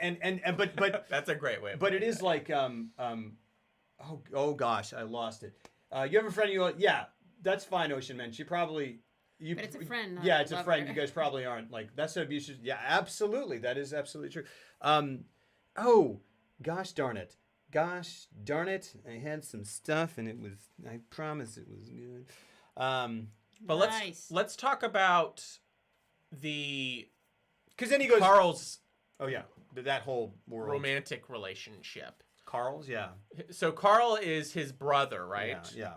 And when he arrives, Carl is dating or engaged to I think engaged by then, yeah. to a woman named I can't remember Catherine von Unst. Oh, that's what I was going to say. Come on. And, Yeah. Catherine which is Von... the most If pretentious. you're writing a story, picking Yeah. names. Yeah. They're Sounds like, a what is Swedish chocolate company? Yeah. I was like, oh, that can't be that character. I thought it was the dude who was fixing the car or something, because I was like, there's no way that they're gonna name the girl Catherine von Oost. Yeah. It was so ridiculous. And their names are like Carl's middle name is Fidelio. yeah, and And his name is Eroica, which I'm assuming is another it's another opera. like some classical music term or something. and Lois Smith, do you the know sister's name. I How do read know it. their names? I know that How do you- Fidelio is Mozart's only opera And No, I read about How do you know their middle names? because of IMDb. Okay. and I read about it on in there. And it's in the book. I can't remember what her name is, but I'm assuming I should have looked it up, but I'm assuming it's a classical. But that's how far up this family. That's how far up their own asses they are about how much they just treat music as the end all Beethoven's be only all of opera. life. Yeah. Beethoven's only opera. My fault. Sorry. I also know it as the password from Eyes Wide Shut. Yeah. Fidelio. It's just I think one of the first movie references, like you said, you were like I think earlier on you were like Fidelio, and I was like, this guy. Beethoven's only opera. Yeah. So, but before this, sorry, just to go in pieces, and we don't have to talk a lot about this, but between driving from the oil rig area to this, highbrow, super. Oh, the oil whatever. rigs to Puget Sound. Yeah. Yeah, right. To this hallowed ground of classical virtuosity. They pick up some hitchhikers. Oh God, yeah. And it's fantastic. It's great. And it lasts like 45 minutes. And I think it's like the way they start editing that scene where she's just spurting these like you're just like, wow, like she's just it's just like whatever, man, like whatever. And the guy, this, and there's just filth everywhere. There's filth. And the way it's edited is so modern. It's like it's something, great. and then it goes like, and then she's like something, and then down there's like a little music cue. The way I'm saying it doesn't sound cool, but the way it's just filth. She's amazing. She's That- amazing, that and like whole- I felt like I knew Absolutely. that I have met that person. Yeah. Where they're just like they think they're like this hipster cool type person who thinks. And that's the who counterculture doesn't- part of the movie. And I felt like he could almost identify with it because like she didn't seem to enjoy anything because everything was filth. Yeah. Like nothing was cool. She's Everything like, was filth. She's like, it's the corporations, man, and the filth. Yeah. And like Jack Nicholson is getting a kick out of it. Yeah. And Rayette is such a beautiful foil because she turns Yeah. around and she's like, and she's like something and blah blah blah, and she's like, and she's like, follow that truck. Truckers know all the best places in Ray. She's like, well, actually, I don't know if you know this, but this and that, but and then just the interaction, just. Which she would know because she was like, well, like, I'm a waitress in a coffee shop, Yeah. so we have a lot of truckers in. And she's like a waitress. You're just another tool. A of cog in the wheel, And yeah. she's like, excuse me. And she's like, I think you're being rude. And she's like, fuck off. Yeah. And then blah blah blah. And she's like, are you gonna? He's just like, both of you shut up. Yeah. And he just starts to just amazing. become the dad of it, Yeah, where yeah. he's just like, shut up. And so they go to this diner. Filth. Yeah, absolutely, Madeline. All four, like Oh, the the two diner. of them, and then the two hitchhikers. They go to a diner to order food, and I guess this became, That's kind of like the most famous. I guess, sequence in which the is movie. weird to me because I didn't take that way. Yeah, but like, absolutely. it's called It's the just- chicken salad scene. It's just classic Jack Yeah. Nicholson being Nicholson. I guess. Yeah. So here's the interesting thing about. Okay, so the scene. Set up the scene, if you would like. So they go to a diner. And they order chicken No, salad. He wants toast, and the waitress. I don't know how much you want me to. Yeah, because the waitress comes over and she's this like kind of probably like she's like 50s, 60s, Yeah. and she's like kind of like what can I and she kind of. I feel like this filth woman who Yeah. talks about filth is sort of the like. We are in the kind of the midst of this counterculture thing. Like this, Right. here it is. This is the sort of the heart. I mean, there are like you can drive 10 feet in Austin and meet someone who would talk to you like that. Yeah. But they're like this. This is it's the 70s. It's literally 1970, but it's like She's that This is super great. enthusiastic counterculture. Like, and like they're yeah. like that's what connects it to this whole sort of place. This place and time. So anyway, they get to this diner. I feel like this waitress is like, here come these hippies or whatever. Yeah. And she's like, Even though Rayette is absolutely not a hippie, and Jack Nicholson isn't either. I just think that like it was just she just made a judgment call right out of the gate, and then sorry, I think there's a perfect description. Yeah, right I here, think so. That's true. Jack Nicholson wants an omelet with tomatoes. They don't do that. They say they can't make amends to the menu items. And he wants wheat toast. He wants toast, and so he's like, okay, well, how about you get me a chicken salad sandwich? Yeah. And he's like, okay, take the tomatoes off, take this off, and then take the mayo off, 'Cause she's like, and we then don't take do the a side chicken. of- Yeah, and we don't do anything on the side. He's like, okay, well, take all this off, take the chicken off, and then he has a great line where it's She's like, "So you and want me to hold the chicken?" He's like, yeah, I don't want you to hold it between your legs. Yeah, and she's just like, oh man. Yeah. And then that's why when he says that, she's like, okay, you're out of here. Yeah. And he's like, you want us to get out? And then he like swipes all the waters off the table, and he Yeah, gets all like it's angry. like an insane person. Yeah. Because you're with him up until the point where he literally doesn't wait for it. He just slides all this glassware onto the waitress. And you think that's an overreaction. Here's the thing. They put that scene in because Bob Rafelson was in a diner with Jack Nicholson, and he did that exact thing. Jack Nicholson Yes, did that thing? He did. That scene was written into the movie because You make sandwiches, don't you? So you yeah. have bread. Yeah, she's like, we can't do a side of toast. And he goes, what do you mean you don't do toast? You've got sandwiches, right? Well, I want Yeah. you to take. And he says, give me a chicken salad sandwich, hold everything, and then I'll make it super easy for you. I want you to hold the chicken. You want me to hold the chicken? I want you to hold it between your knees. Which he doesn't say it like that, really. He just says it very straight, but it turns into this. Yeah. Anyway, sorry. But yeah, that's insane. I thought you were going to say they were sitting in it and witnessed it. No, so he actually did that. And then the other interesting thing that I learned crazy. is that in About Schmidt, they do the same. This is a deleted scene. They didn't put it in the final movie. Because it would be insane to do that. Yeah. Here's what they did though. They put that exact. He orders chicken salad, and I think he wants to. Like they set up the same scene, and she's like, "Well, we don't really do that." And then because he's older, he's like, "That's fine." Yeah, that's And I was like, "Oh!" That's so funny. And I thought that would have been really cool, but then it would have been Yeah, you just kind too of like, much. "Meh." Yeah, but Yeah. that's really great. When you were talking about the two women in the car, it made me think of Bonnie and Clyde. How Yeah. the two Yeah. women. Yeah. Which That's when a I saw great- it in yeah, Bonnie yeah, and yeah. Clyde, I was like, that's interesting. I don't always consider when I saw Bonnie and Clyde with you.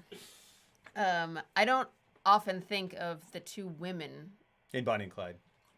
just in any situation being the most in conflict. Oh, yeah. Maybe that's just the type of girls I hang around. I don't really listen. Not many people in conflict in my life at all, I guess. But anyway, that's two instances where women are being openly angry at each other. I don't know. That's interesting to me. Yeah, and in both of those paired relationships, those women, Bonnie and Clyde and Five Easy Pieces, one of them was nominated for an Oscar. Estelle Parsons and Was Karen Black nominated? Karen Black was nominated for an Oscar, which she should have been. I'm interested though. We saw her in Easy Rider. What is her real personality? How much is she she's acting? an Easy Rider? Yeah, she's one of the prostitutes, At the and end. so is and Which, she's wow. one of the prostitutes, and the other one. The person who's in the car being the filth woman Is at the commune. Is also at the commune, uncredited standing in there. one fucking shot. Yeah, What? She just turns her head. And I think. What? Wow. And I don't think I almost said that the other prostitute is in Five Easy Pieces too, but I don't think she is. She's not. Yeah. Why would anyway. they cut that? Yeah, because it's like too much. I'm gonna look up what Yeah. But That's crazy. Yeah. yeah, so I'm just like thinking like what? I don't know. I guess she's still a good actress. I just feel like she is. Karen Black is. Oh, she's not that. She's not. not? She's not Rayette. Oh, I No. watched a little documentary on Five Easy Pieces Then where they she's very interviewed her, good. She's amazing. and she's very intelligent. Absolutely, yeah. Yeah. But what's interesting is her eye makeup, which I couldn't stop staring at in Is Five real. Easy Pieces. Like 30 years later, Totally the same same. eye makeup. Absolutely. Just this Absolutely. raccoon-looking Yeah. thing That's funny. poorly drawn on. yeah. Yeah. Because my problem with Three Billboards, with another nominated. Frances McDormand. No, with Sam Sam Rockwell. Rockwell.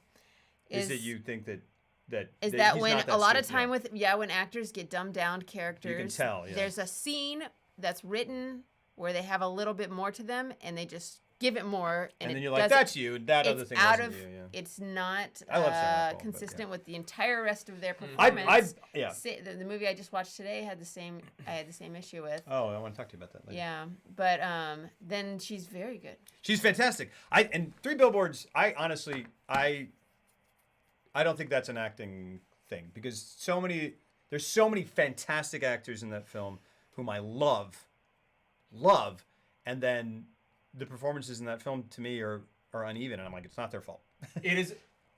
I hated that movie, and I thought everyone gave fantastic performances that were completely undercut Yeah. by the directing, editing, and script. Like Frances, I wasn't even mad that she won, but I was so upset at how during her big scene at the end when the billboards, spoiler alert, are on fire, this is supposed to be the apex of her, like the emotional climax of her character, and she went for it and she delivered, and it didn't work at all for me, like at all. I was so shocked at how the reception of that movie, because like I saw it with three people and all of us walked out being like, that was not good. I failed to connect with that film. Very interesting. I Yeah. have yet to meet someone who like out and out loved There, this. oh, absolutely. People talk about it like And 2 Oscars. You know what drove me Two insane? Yeah. You know what drove me insane? And this is not a knock against the. I'm trying not to knock anyone personally. The CG deer drove me insane. Oh, Drove me insane. And I Not can't only that, have- but the whole scene was dumb. you can't Her have a moment interacting- where you're talking about a real moment of beauty and then cut to something that's not real. Like the whole, there was a moment in The Revenant that was just like that, where where DiCaprio comes across this herd of buffalo, and it's supposed to be this amazing, honest moment, and they pan the camera, because they want to do it all in one take to make it sell the realism, and it's all these digital buffalo, and I'm like, why would I think this is like a wondrous moment? Like, it's not real, so I know you manufactured this entire thing. why And bother it's doing a oneer if you're gonna? Yeah. It's just such a specific type of feeling you're going after in those type of moments where you're like, wow, the beauty of nature. And especially with a deer that you easily could have gotten and wrangled to do that, and they just didn't, and it was terrible, and I hate that movie. I don't like it. I raged about that in an Applebee's. You just slammed it off and went like, I want you to hold that CGI deer between your knees. That is excellent. That's excellent writing, Miss Madeline. That's an excellent amount of detail, and I see it perfectly. Dude, I was just going to Applebee's is the say, place. that is, anytime I want to go let off some steam, I head to the Applebee's. Yeah, the only other place is, like the only thing that could make it more perfect is if you could order a bloomin' onion and then just toss it off. toss it off, yeah. Endless apps. It's a perfect place to rage. Endless apps. They can't do anything about it. No, I didn't Keep them coming. Yeah. I have shit to say. Oh, man. Give me a rum and coke and a kids menu. We're gonna. And some crayons. We're gonna go off. Oh, That's man. awesome. It's I didn't great. mean for this to turn into a. Yeah. No. Sorry, my bad. No. great. This $1 mark. They get you. Yeah. Woo! So anyway, yeah. So they go to this. To his childhood home, Yes. where like the rest of his family has basically stayed. I don't know where the mother is. Maybe that's a whole other thing. I mean that. It was interesting, but I just thought it was. I loved. Didn't occur to me at all. I liked how that's how you should handle it in writing. You know, I don't know like if you care. Later, Sunny Bits. Take it easy, my friend. Yeah, dude. Thank you so much. Thank you so much. Thank you for being here. Lots of love. Yeah. What's up, Trilobite? This is my wife. This is my friend. She's also my friend. Yeah, not also. Also my wife. am I what? No. Yeah. Somewhere in this area. He's got a real interesting dynamic going on over here. What's up, Chilo? Yeah, so he goes up to his home and I guess so Carl is the older brother Yeah. who has remained there, his kind of he fits in that world, he's fully embraced it. He is, I think, a clarinetist, Yeah. but he's teaching piano. Yeah. No, he's a violinist and he's teaching piano. Oh yeah, because he's That's in what it is. yeah. And yeah. And And there's something weird about him. Is he like? and He has a neck twisted his brace. neck. I thought Just he interesting He was things. another fascinating character Yeah. to me because like I was like, oh, this is a pretentious dweeb who in any other movie would have, ulterior motives or like be jealous or something like that. And yet he played it in a way where it's just like, oh, he's just a nice kind of doofusy guy who's really like a very good musician, maybe on a technical level. It kind of felt like he was more that dude. He's like a hard worker, whereas like Jack Nicholson is more of like just the God-given type talent, or maybe not even that. They didn't really even explore it, but I just loved how they handled it because they kept bucking convention, where it wasn't he was just the jealous brother of the natural talent, which would be the normal obvious way to go. Yeah, and I feel like I don't know. Yeah, because I mean, again, I feel like I sort of interpolated that he's the great talent. I don't know, but the only thing we have, I don't know that either. Yeah, but we do have that thing where he's like, they introduce it because he's kind of like, I told them they wanted to look for you. We were at that conference. They wanted to go find you, but I told them I discouraged them because I figured you were probably doing something important, regardless of how cockamamie it might seem, what you're doing out there in that crazy world that doesn't make sense. You're a pianist. Like, so he just very kind of, so he has that little bit of, so we go, okay, that's who you are. And then he's they set it up, but then he does everything in his power to like kind of go against that for the rest, which is a great way to play it. Almost. Absolutely. They teed it up so you get an idea of who he is, but then they buck all the conventions. That they don't lean into it anymore. I mean, I feel the rest of the movie, right? Which is a great way of doing. Well, it's interesting because he's polite. He's a polite character. I mean, he's kind of addicted to his sister. Is he? Yeah, at the very beginning, right. I love Madeline said scroll up. Yeah, she said something. He's not good at ping pong though. It's like he's not good at ping pong. Yeah, yeah. And there's this whole thing where Jack Nicholson's making fun of him. I feel like there's just a disconnect between him and Jack Nicholson. I think he's like given up on him. He's just like, I don't get you. They don't get each other mentality. Yeah. Like if you want to be this crazy dude, fine.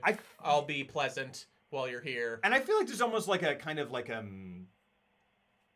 I don't know, almost like with Carl, he like just doesn't really know how to deal with people necessarily. He's just very kind of, he's followed in his father's footsteps. I think he probably thinks he's the favorite because he's doing everything right.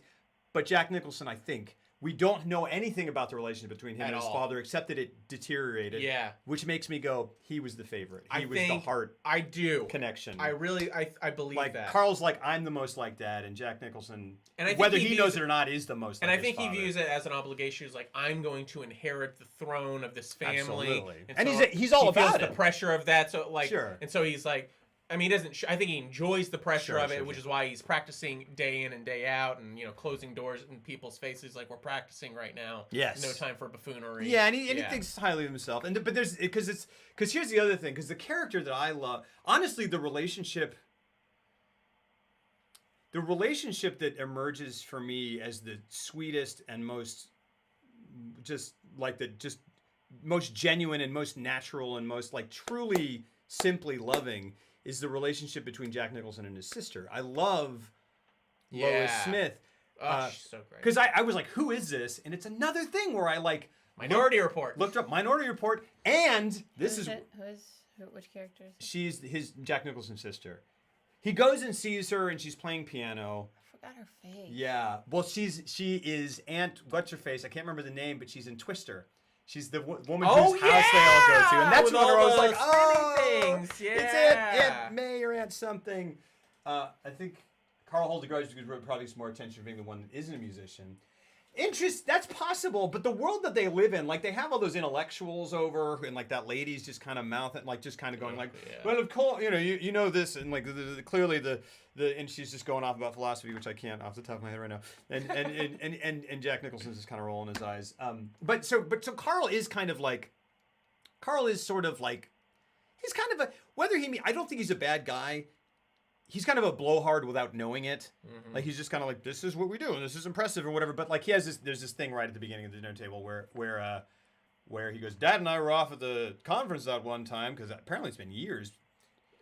Because I think three. Because he only had the strokes somewhat recently. Yeah. And Lois Smith and he's like, Dad and I, whatever, and they were talking like everyone was talking about you, and Lois Smith says something like, not me, or I didn't, where was I, or something, and she goes, oh, I don't know, doing something, whatever, and she says, well, I would have liked to go. And he goes, okay, penis envy. Like, and she just go, what?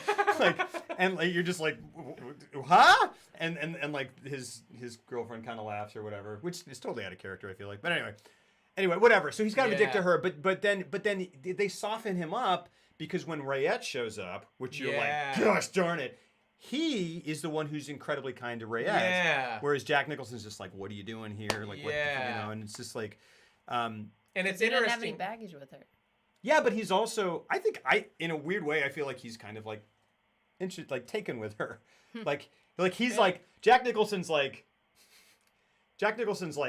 he feels like he's above her, but is just irritated with her because he's whatever. I think this guy thinks he's so far above her that he almost like, it's like almost like opposites attract. Like she disarms him a little bit. And he's also, first he's like, well, she's like, what a cute little, I never expected. Yeah. Like, I think he was a little. I think he would not respect her if she didn't disarm something about him. There's some sort of octopus. Because I thought that they were. There know. was a mutual attraction there that was interesting because of how Jack Nicholson ends up sleeping with his girlfriend. Yes, exactly. Another super selfish move. Absolutely. Yeah. I mean, I think that, and also it's like this thing where it's like, because then there's that sort of, and I'm telling you, it's this movie has been, if it wasn't done before, which it was in certain ways, but like this is like the movie. It's been done a million times. There's a movie called The Vicious Kind, which is fantastic, which I really love. It's got Adam Scott in it. If you haven't seen it, you should see it. His performance is fantastic. It made me go, oh, Adam Scott is an actor. Yeah. And it was compared a lot to Five Easy Pieces. There are a lot of movies where it's just like, here's this troubled dude who's in.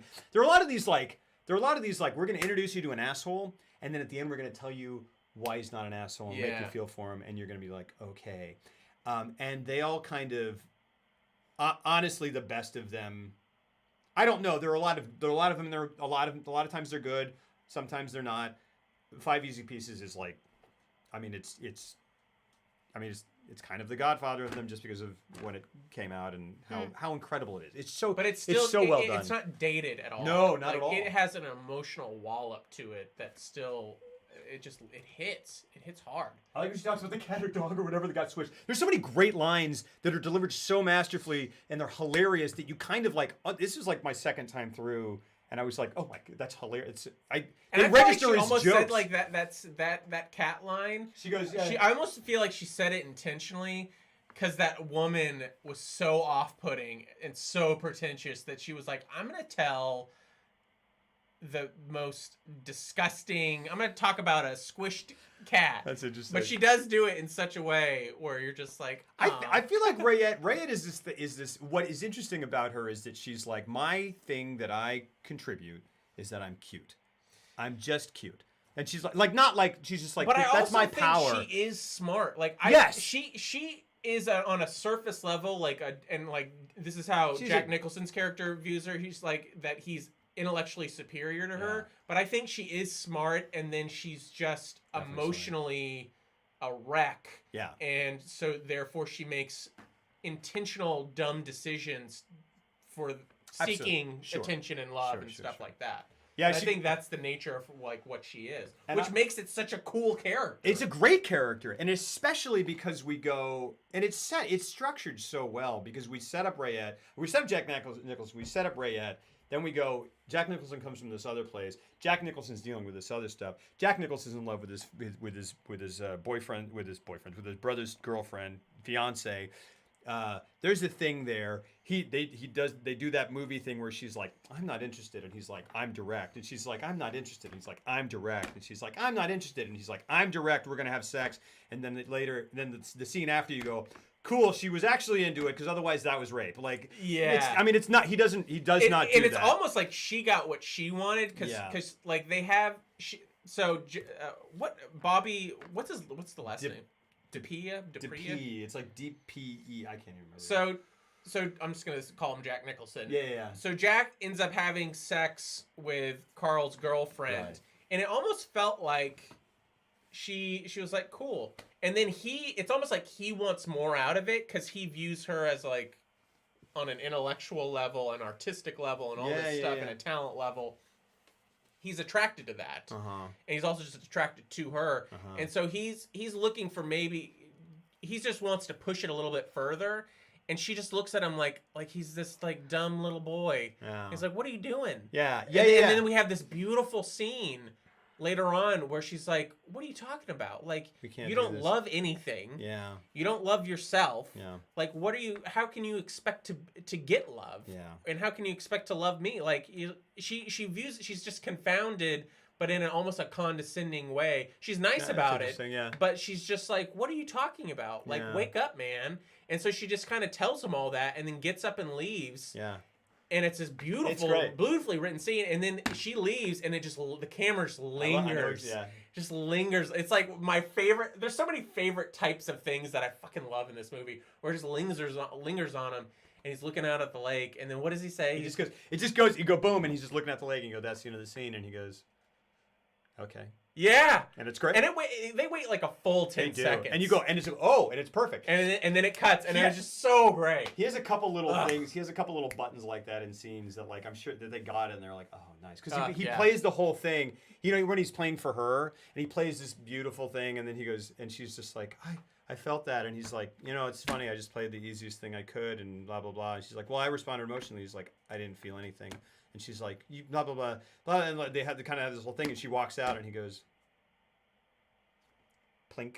Yeah, Great. So great. and It's there's amazing. another great line in there where he says, Oh, that's funny. Score. What did she? He or she said it was like, no, you faked an emotion. It was a great. It's a great line. Yeah. Beautifully written. Something along the. You faked you faked emotion. Oh no! Oh, he says it to her. Yeah. He goes, "I faked emotion. You faked a response. You faked a Yes. response." Oh, Yeah, what yeah, a yeah. fucking great Yeah. line. So many Ah. great lines. And one of which is that cat line where she goes, she's Yeah. talking about, so keep out my little kitty cat. Because, that's what I was going to say, is that he comes into this world and there's all this stuff. You forget about Rayette because there's so much Yeah. stuff going on. Right. And you're like, oh man, he's sleeping with her. But here's someone who is actually, he feels this is equal. He's drawn to her. He's passionate about her. It's blah, blah, blah. This is the woman he's meant to be with, blah, blah, blah, blah, blah, blah, blah, blah, blah, blah, blah, blah. And then, like, they have sex and it's like, boom. And then, like, what's going to happen? She's like, I got enough. He's like, well, maybe you can see each other tomorrow, Carl, blah, blah, blah, blah, blah, blah, blah. Rayette's at the dinner table, and you're like, what? Yeah. And it's just this perfect time bomb. Yeah, and it does. It feels like a time bomb, And you go, yeah. oh, she's here? 'Cause you this do. is not going to And work. she plays This it is- so good that But you go, this is wonderful. Yeah.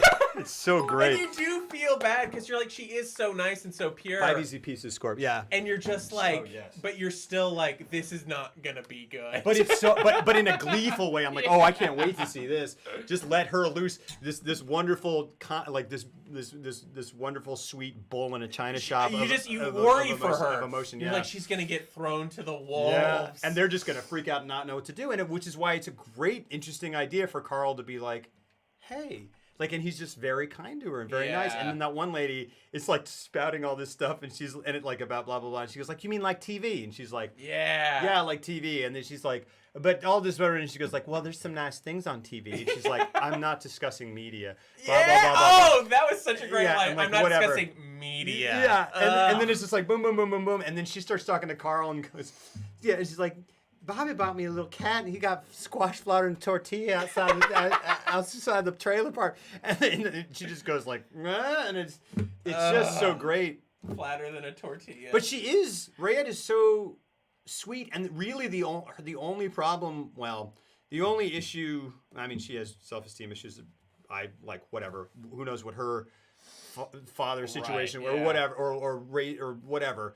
There are a couple. There are a couple like sort of, and they never say anything about her parentage or whatever, about her upbringing. But you kind of go like, something happened. She's had whatever. She may have had a string of abusive whatever. But like her only issue is Bobby. Her only problem, if she got away from Bobby and was strong enough to be like, she's fine. Yeah. She actually kind of. Nah. She's in that relationship because she's not. Right. I mean, I know, but what I'm saying is like. She's not gonna find a. She's No, gonna I find know. another Bobby. I know, but if she found the strength to go, I'm out, blah blah blah, and started kind of building that, like, because all she lacks is self-confidence. because there are things where You don't know it all. She's getting. I mean, she has low self-esteem. she or else does, she but wouldn't she be in has that these things. She like relationship. and she sings and she has like she's like. Yeah, I don't know. She has ideas and she sticks to them and she thinks she's cute. You can tell like there are these things and she is damaged, But I if she didn't can, even think about how she wanted to be a singer and how that applies to how Jack Nicholson. yeah, because she's like, there's a line. Because he has so much musical talent. There's You don't and realize yeah. that until later on. There's a line But, early on. he's yeah. like, it's just like he's like, yeah. yeah, it's great. No, it's good. Because she says that she's like, you have so much musical talent. She's like, you can play piano like it's nothing. You can't even sit here and tell me this song is good. And it's just really early. Yeah. And you oh my don't God, feel it. yeah. It's great. And it's this movie's so really beautifully written. But there are such interesting things about this because obviously there's some obviously the father. That was an interesting household Jack Nicholson grew up in. yeah. Lois Smith, that performance is so great. She seems like there's something off with her, right? Like Who's Lois Smith? Lois, the sister. Yeah. There's something a little off. Also, the nurse dude is insane. Yeah. Like he's a serial killer. That's Yeah. a great That's a Yeah. great quiet performance, and I love that he gets in a fight because the sister he pulls her up and he's fighting. And he's like I just wanted you to get off my sister, nurse. It's just a great line. But there are these nice little like he's got things to work out with his dad, which is kind of the thing, and that sort of brings us to the crux of the whatever of the movie. I don't know, Rayette's got it, whatever. But there's even Sally Struthers, who's one of the girls that they sleep with at the bowling alley, right. Who's like Save the Children and who's on All in the Family. But there's in that cheating scene. Mm-hmm. Where like he and his friend are off with those two girls and they're cheating. Like Sally Struthers has this monologue. Oh, it's great. It's amazing. And Yeah. you go and it's heartbreaking. She's like I have this dimple in my chin and I asked my mom why I had a dimple in my chin and she told me that because when God creates you, if he likes you, he pinches your cheeks and you get dimples here, but if he doesn't like you, and she does it to herself and she does that and it's almost like you see the impact of this and she goes, he pushes you there and says, go away. Yeah. And then she's like, and then my mom found me and I was praying and I had one like praying like this and she's like, what are you doing? Why are you covering your chin? And she goes, well, I thought that maybe if God didn't see my chin, he would listen to me. And then that's the end. That character's gone. I know, but then that's And you the just end of go, that. are there any Nicholson- good families in this area? But it's just great because that's just how it just ends. Yeah. And then they're all just sitting there, and then they're like, because they're singing a song. It's insane. It's great. But it's such a great little man. It's so fantastic. The movie's fantastic. It's great. And so, he's at the house and everything, and he's going through all these things, and he sleeps with Carl's girlfriend, and she tells him, like, you don't love anything, and it's like, it just keeps getting more and more real for him in terms of, and then he finds out that his sister's sleeping with the gardener, or whoever that guy was. I can't remember what his character's role was. Yeah, he's the nurse who takes care of her dad. who takes and care they at least of the have dad. one rendezvous. I don't know, because it happens during the thing. Like, she's like, do you think he's Yeah, attractive? yeah. And you go, what the heck was that? And then later he walks in on him. And then so Jack Nicholson walks in and like they get in a big fight and stuff, and it just keeps kind of getting worse and worse. And then eventually he goes and has this moment with his dad. Yeah. Where he wheels him out at sunset in towards the cliffs, I guess, that's kind of overlooking Puget Sound. And the dad has had a stroke, so he can't speak. Yeah. And he just kind of kneels down in front of him, and Jack Nicholson delivers one of the most devastatingly beautiful monologues. It's not even a monologue, it's just him kind of musing. Yeah. And it's not overwritten, which and is it's not beautiful. overwritten. It's just not allowed wordy. to be what it would be. He's just kind of stumbling over his words because he doesn't really know what to say to his father. Yeah. And then he nails you.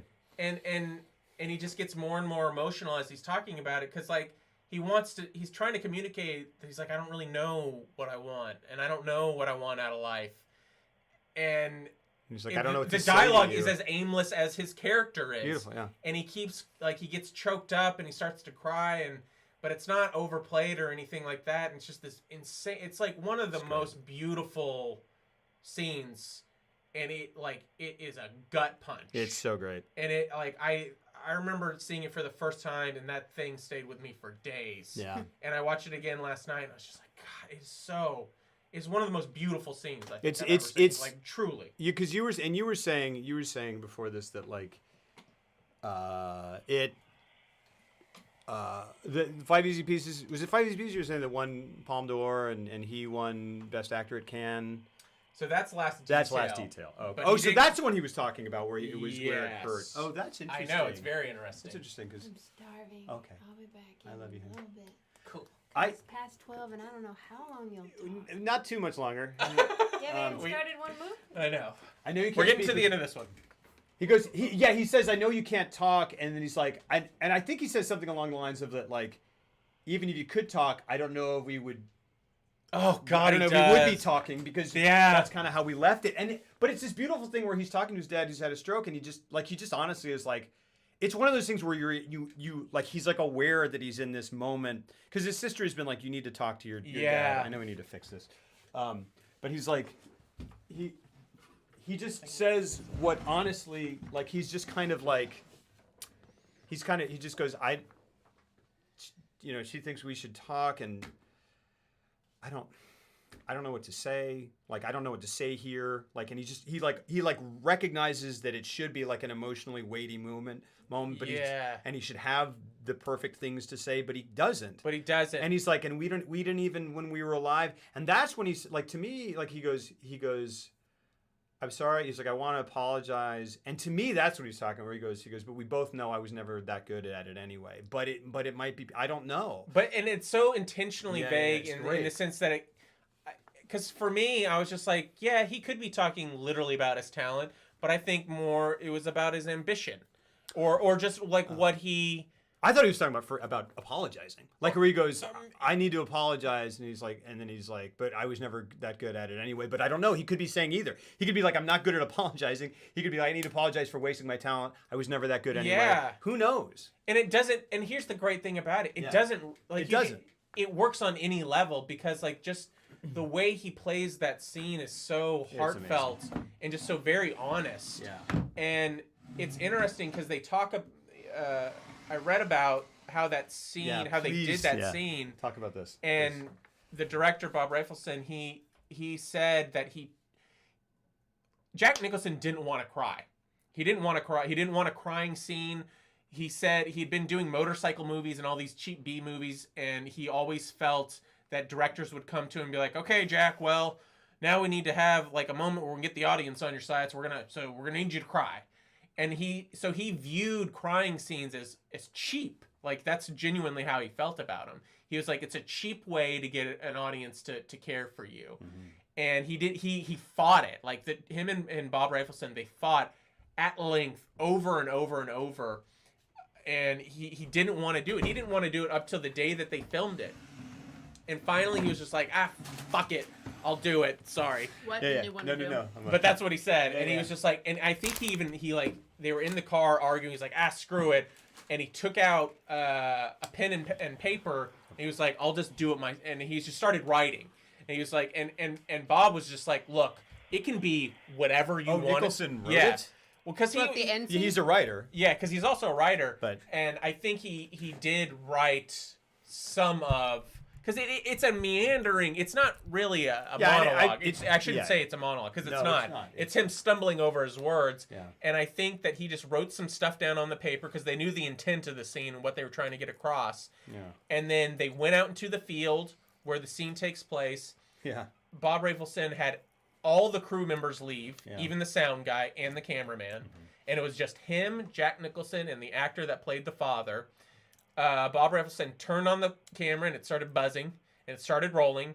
He took the boom mic and put it like he even did, I saw it in an interview. He was like, I went like this so I could hold the boom mic like this and then look away. And then I yelled action. So no one was looking at Jack Nicholson while he delivered this except the actor playing his father. And he just said action and Jack did his entire scene. And then when it got real quiet, and after 30 seconds of Jack not saying anything, Bob said, "Are you done?" And Jack got real mad because he was still in it, because he wasn't breaking character, and he was like, "What do you mean, am I done?" He's like, "Are you not fucking watching this?" You're the director. It's like, you're the director. How do you know if you're getting what you need? He looked away for no reason because Jack Nicholson wasn't aware of who was looking at him because he was acting. Yeah. You don't have to do this. And so they yelled cut, and Jack Nicholson got so mad that he didn't watch it that he was like, "That's it. This is the only take we're doing." Because he was like, "That's it. That's what you're using." But Bob was like, "Well, I know that's that's what it's supposed to be. Yeah. Because he knew that he was so against doing it in the first place. Yeah. But he heard it.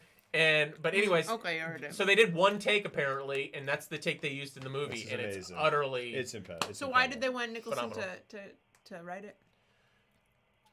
Why did they want him to? Well, I write think it? he just was like. I think he was just in the moment because they were arguing about what the scene it should should be be, and yeah. why he needs to be crying and all this stuff because he just didn't want to cry. Yeah. And he's Okay. like, screw it. If I'm gonna do it, then we'll just do it the way, and I'll get dialogue that I can find an accent and make it work to where he could justify doing it and feel good about it. That is. It homemade is. How can you salsa, tell? Madeline, Oh, 'cause it's an amazing It's an amazing jar. Jinx movie. I was like, Uh, you can't hear this scene.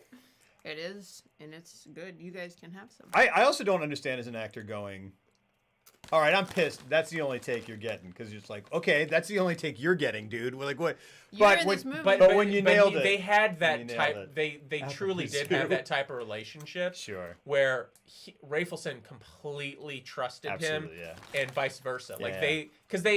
you have to remember that like Jack Nicholson, in terms of where he stood with BVS, like he was Oh, very yeah. much in the behind the scenes. Like What's in BVS? and he was involved in the writing and producing of Easy Rider and like Yeah. making like he was Absolutely. like Oh, they yeah, had yeah. a very intense and very Absolutely, trustworthy absolutely. relationship. BBS is the company that produced. It's Bob Rafelson, Bert Schneider, and Bert Schneider's friend. Yeah. I can't remember. Stewart something. don't know. I don't know. But basically, it's kind of there were this small kind of upstart company that was like, we're gonna make movies where we give full creative control to the directors, and kind of ascribe to this sort of subscribe to the auteur theory and kind Is of that And they made Easy Rider. Easy Rider and is that the? They did made this- Last Picture Show. that's Okay. Did this start that movement? The Yes. auteur thing? No, well, in the Or- United, Well, in in the the- United, it was a French thing. It was a thing. It was a French thing, it was but a- they very much in the American sense took hold of that and Yeah. and got it to a they kind They of championed it. They championed it to Yeah. to national recognition. Yeah. Okay. yeah, people were like, oh, because Easy Rider's like, bam, and they're like, who are these BBS people and why Yeah. are they doing? So it's like, But so yeah. so that scene happens. It's like it's the culmination of the entire movie. It's a beautiful, emotional, powerful scene, and then after that, let's talk about one last thing because we probably should move on to the last detail. Yeah, absolutely. Well, I don't know. well, No. What do you want to say about it? Because I think we need to address the final scene. sure. So, because everything after that, it's just like that's kind of the culmination, and then ultimately it's like, okay, well, I had it out. I told Dad, blah blah blah, and then they're like, okay, we're gonna leave. And He gets back in the car with they Ray. he gets back in the car with Ray and Rayette. Rayette, yeah. Yeah. And they go to a gas station. She's like, I'm gonna go get some coffee. Yeah. And do you want anything? And he's like, no. And he's being real quiet. And while an attendant is putting gas in the car, he goes into the men's bathroom around the corner. And there's- that's that scene we were talking about. Is Madeline where it's kind of like sort of naturally split, where it's like Yeah. there's the car, it's just a really nice whatever, and he walks in, and again, like I this is one thing where I literally don't know if it was purposeful, because we know with what we were talking about, Bert Schneider and Bob Rafelson, like the way they lived, kind of off screen. Did we talk about that? How they're just like these party boy dudes who Yeah. Really? just like did tons of drugs and slept around, but then made these intensely, like I was like real and yeah, personal and yeah. humane. Like I go, yeah. these guys made 5 Easy. I'm like, you have this emotion in you. And I go, oh, maybe they're just romanticizing. And he's like, because Maybe they're in Hollywood and addicted to drugs. yeah, true. But they're also just like sleeping around and stuff. And it like there's that scene. He gets out. He goes into and you just kind of he's terrible. He goes, and I guess it's more knowing what's coming that makes this sort of. But he goes in the restroom, Right. closes it. You okay? Salt in my throat. Sure. And then Rayette goes into she goes to the bathroom, or I don't know what she does. She goes to because she's like, do you want anything? He's like, no. He's like, do you have any change? And she's like, Oh, no. yeah, right. And she goes in to buy herself something. Someone's putting gas in the car. He goes in the bathroom and the door closes, and it's like the car, and then it just says closes and it says men. Probably not like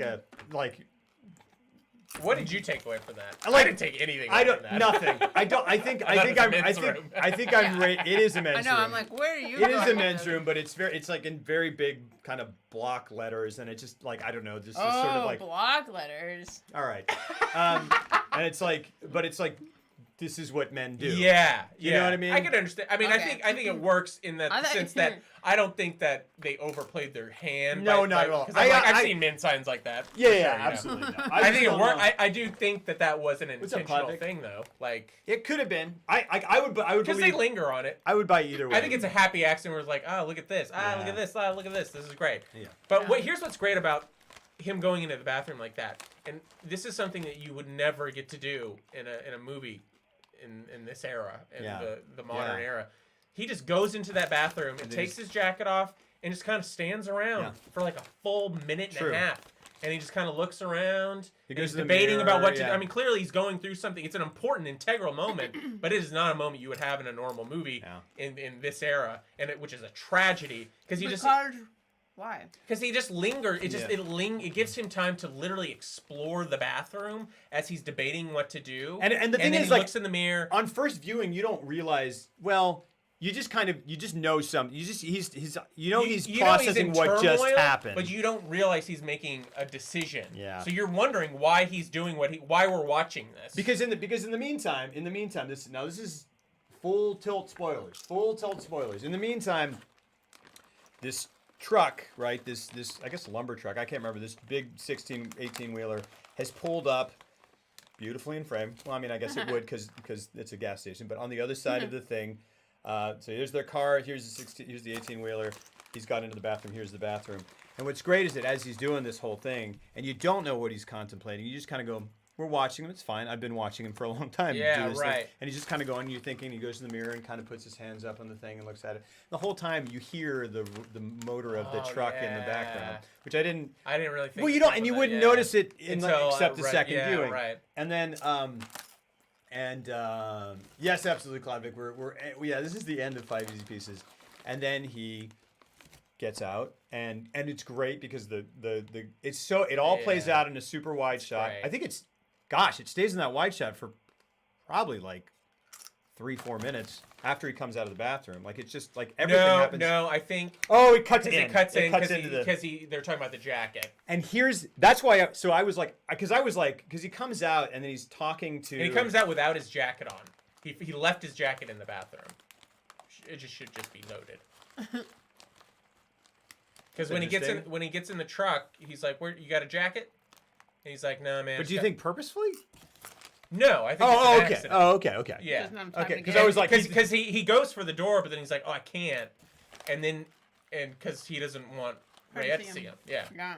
Wait, what do you mean he goes to the door? Well, I go mean, back he's to like, get it? because the truck driver's like, you got your jacket, and he's, Oh, and, I didn't and even he's pick like, up on that. he's like, oh no, and then he just for, I mean, it's real subtle. He just goes, oh no. Oh, I And then didn't he pick up on immediately- that. He's just like, no, I didn't even notice. That's great. Yeah, That's really great. He's like, I just got the clothes on my back, and you're just like, yeah, shit. because he comes out and then oh sure, Cloudvic, and also watch the movie 5 Easy Pieces because it's fantastic and it holds up just as well now as it ever did. And he walks out and has this great conversation in this like semi-extreme wide right in front of this truck with this truck driver who's and you don't hear what's going on. The truck is and you go, oh my gosh, he's gonna, and you might. Gosh, I want to talk about that time that they spend in the bathroom in just a second. But he talks to him, goes, blah, blah, blah. They get in the car, right? And they start pulling away, and then it pulls in. So that's interesting. That's interesting because he goes, because I was like, oh, it'd be so great if this whole thing plays out in this wide. And they cut in so they can have that conversation about like, well, do you have a jacket? And he's like, oh, no, I left it. And I didn't even register that he didn't want to get out so Ray didn't see him. And he's like, it was cold when we were going. And I was like, They don't have any money either, does he? he doesn't. And I don't No, know. because he gave her his wallet. Oh. It's very intentional. And he just doesn't, yeah. And he's like, all I've got is this, and I'm just going to go off. And he's going somewhere where it's cold and he needs a jacket. I think they're going to Alaska. He says, he's like, well, you better take the jacket, because he's like, well, I got a jacket behind you, so you better take that. Yeah. Because it's cold. Because cold, we're cold going. as something up in Alaska. Yeah. He says Alaska. He says Alaska. It's very specific because they reference Alaska earlier. Exactly. About how clean it is and how. Exactly. Yeah. Well, that. Are you sure they say Positive. Alaska? Positive. That's why, because I made note, because I was like, oh. See, because I did that, but I was like, oh, they didn't say Alaska, but it's Alaska. He Dang said, it! Yeah, he said it. He does say Alaska? Well, Yeah. darn it. Well, good. I still feel smart, like I picked up on it, but I wish they hadn't said it. Isn't because that then it's interesting just that they changed the title in Finland? What's the It title says- in Finland? 6 easy pieces. Is that okay? Is that okay what I did? I didn't even realize that the 5 easy pieces. I don't know what that. So it's, I don't know. This is Piano in- pieces? Oh, I did think that. I did think that it's like it's like apparently movements. it's apparently a book that I don't know if they show it in the film, but Bob Rafelson said it's a book that's in the house that is a songbook Oh, and is that it he the? learned how to play piano.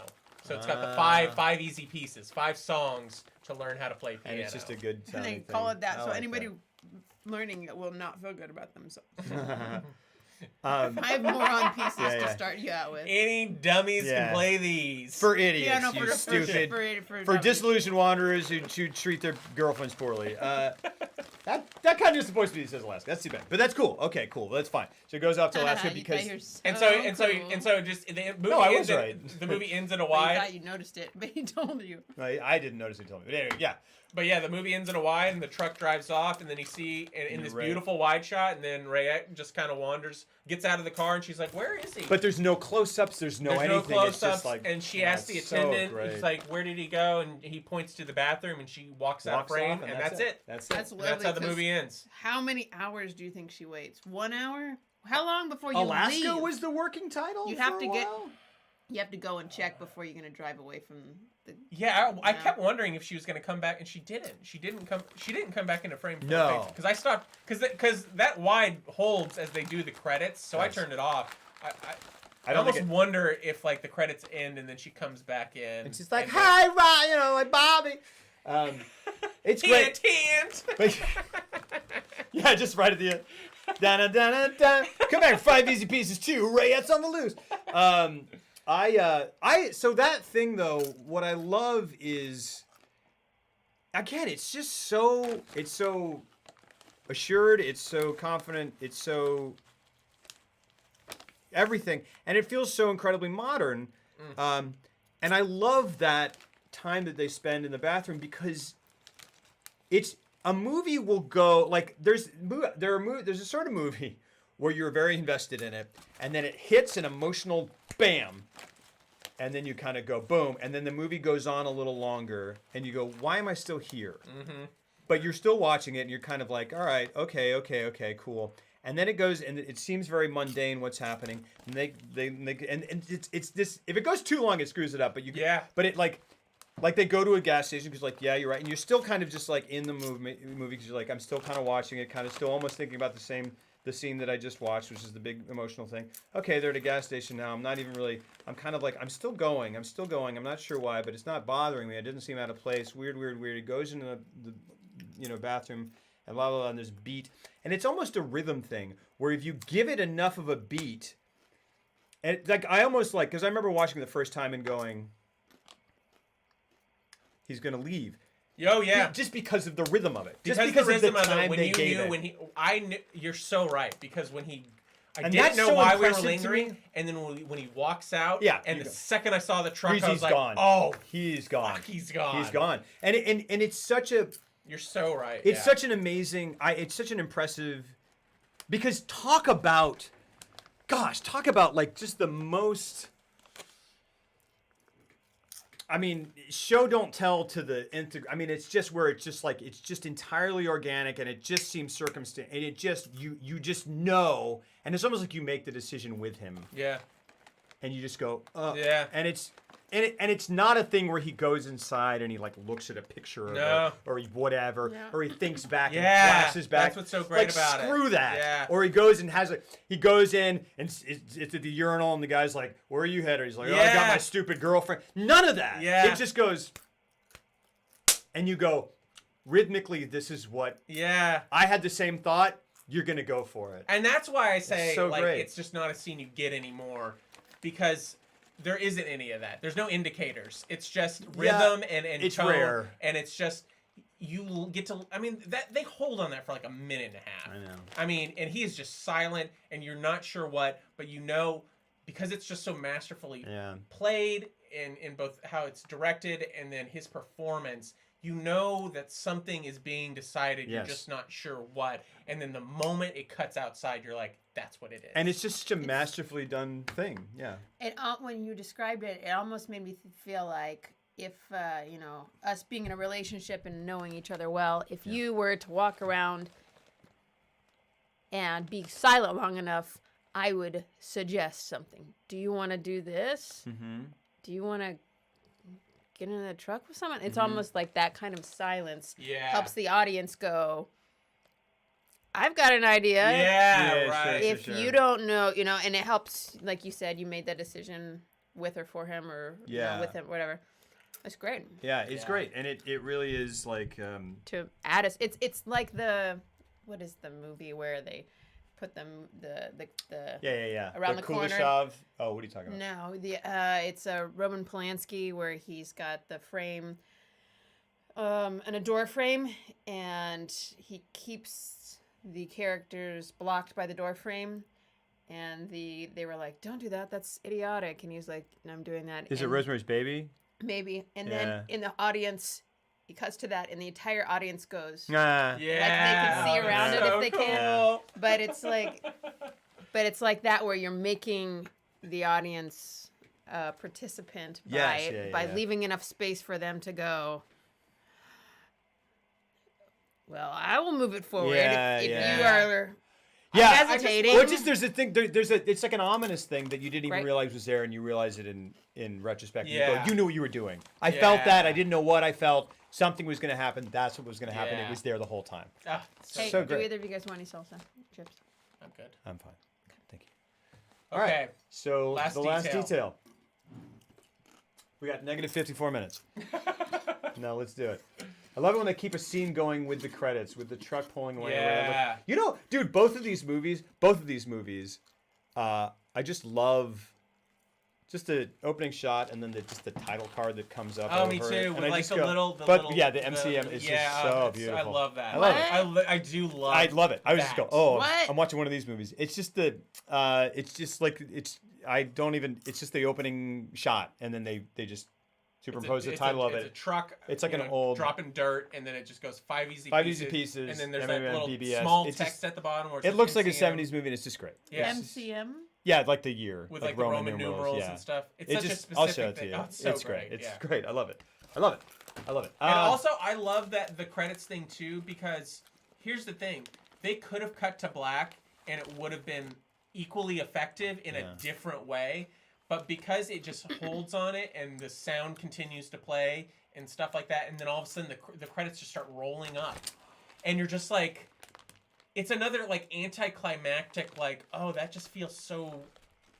It's just like, oh, that just happened. Here's and an- that's how stuff in life happens, where it's not like a big dramatic thing. Yeah. It just goes, and then now, and then the credits are rolling, and life is continuing on. Yes. And yeah, it was a big moment, but it's also nothing in the span of like Yeah. the world. And you that's know? what that's another thing is that, oh gosh, I have 3 things to say. Darn it. Will you remind me, Rayette and score?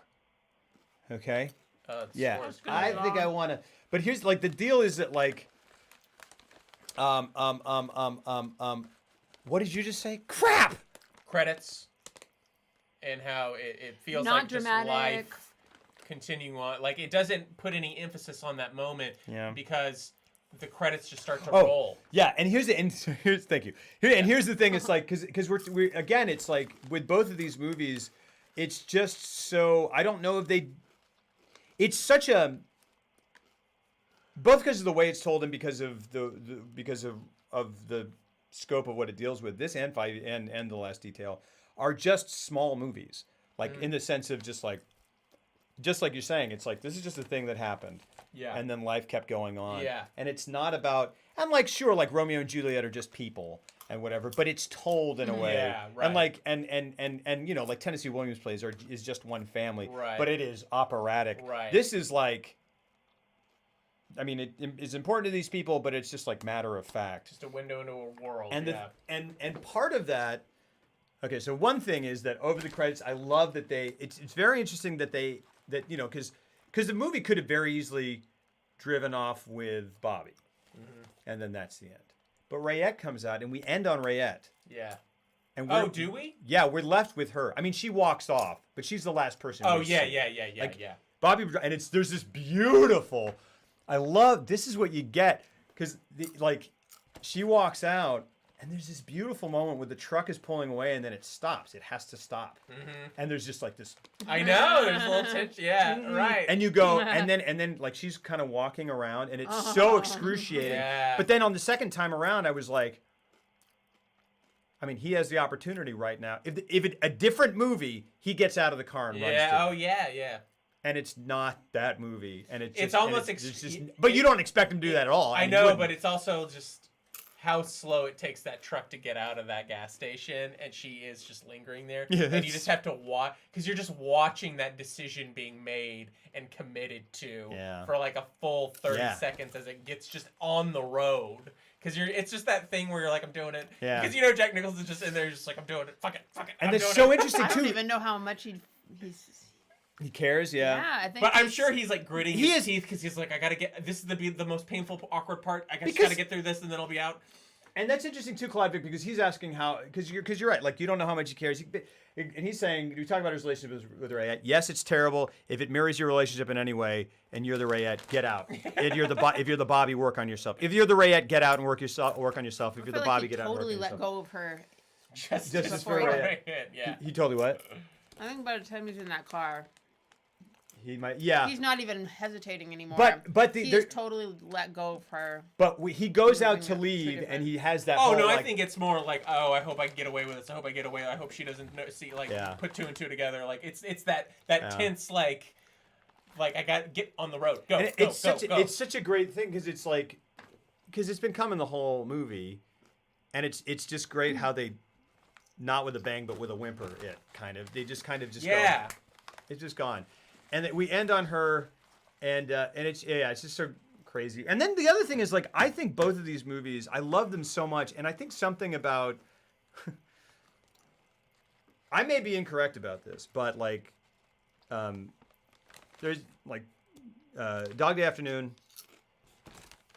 and then these movies, 5 Easy Pieces, like the movies from the 70s that I just go, gosh, I love that, and it feels so realistic, and it just feels so just there, and it's so masterfully done.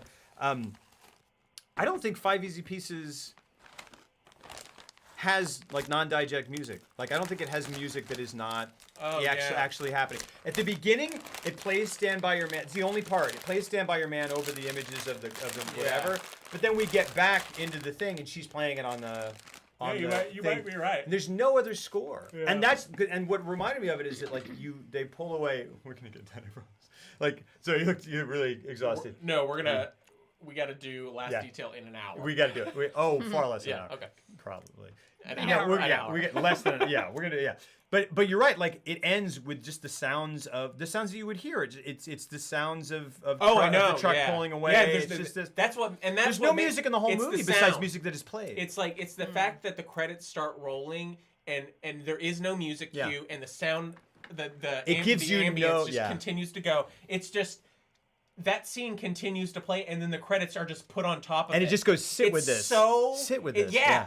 That's what we're not going to give you music to relieve you, even to tell you that it's sad is a relief. Even to tell you how to feel. Yeah. Putting music in there to tell you how to feel relieves you. Yeah. It just goes sit with this and feel the way you feel about it. It's like when you make those big dramatic decisions and or even wrong decisions in your life, and then you do them and you're like, oh, it was weird because it was so easy to do that. I should have done that and I did it. I'm gonna go do it again because it's so easy. And I want to say the last thing. Did Lumet consciously not use? Lumet kind of doesn't, except music in rarely. Movies, right? Rarely. Dog Day Afternoon, except for Dog Day Afternoon has specifically very non-diegetic music in the beginning. It just has an Elton John song, just a pop song right at the beginning, and then no more music at all. He did not have to pay for that. They got away with that. And I don't think it ends up being played on a radio or anything. I think it's just whatever. That's so interesting. Did Serpico doesn't. Did Serpico he look down on? Did Lumet look down on music as like a manipulator? I know some people view it that way. I think he just. I don't know because I'm trying to think. Like Serpico, I don't think has any non-diegetic music. Yeah. Like any any non that the characters wouldn't hear.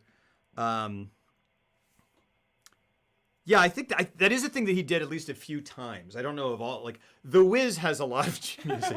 That's what's so weird is like his great movies. Like 12 Angry Men. 12 Angry Men has a little bit of score, but it was made in the 50s. Yeah. Kind of had to. Some of them are idiots using music. Yeah, but anyway, Anyway, I love that. But the other thing is that like I don't think The Last Detail has it either. I don't think The Last Detail has tons of music. You're right. It absolutely does. You're absolutely It right. was one of the main things I want to talk about absolutely true. because Yeah. that score It's definitely great. is great, and Yeah. I also I remember it immediately. It's so not. Yeah, it's what not you the would expect. normal. It's not what you would expect. Yeah. Okay, let's talk So, about Last Last Detail. Detail. Hey, Chronos 52, No we're talking. score. It's a huge, big, It loud. is. It's like- boom, bam. It's basically yeah, like it's. bum. Dun, dun, dun, dun, dun, dun, dun, dun, dun, dun, dun. It's not, but it is that. It's a you're great right. score, and It it is works great. for that movie. It's great. Almost in spite of itself. Like it is not what I would have thought. And Which the first time I heard it, I was just like, "What are we doing Yeah. here?" And then it just kept going, and it works. But that movie with that score, it's great. It works, but it is in complete contrast with each other. Yeah. Intentionally so. Yeah, it kind of But goes. it's weird. Well, and it's interesting because it kind of goes. It's so sprightly and so whatever that it goes like, isn't this a comedy of life? Isn't this a comedy of errors? Isn't this a foolish, crazy? Yeah, thing? it's not. It's a movie score that is not playing to the scenes. No. It's almost like a musical narration in between scenes, like an outside narrator just being like dun, dun, like just observing this story in the ridiculous. It's like an omniscient type score. You're talking now about The Last Detail? Because I also remember there's that. So maybe I'm completely wrong, but because Five Easy Pieces, like we said when What's His Face is ranting in the car, has like little like little flourishes between cuts of her monologue about filth. Anyway. Oh yeah. So it has some, okay, it has at least okay, some. yeah. Yeah, the song plays in the bath. You're talking about when they fight the Marines? Gosh, I love that movie. I love The Last Detail. So Last Detail. Yeah, let's get in it. Last Detail is a movie Did you get to about. watch it? I didn't finish it, but I've I seen it did. twice, and You saw it twice when we saw it? no, I saw it once and then I watched it with you. You watched it before we watched Yes.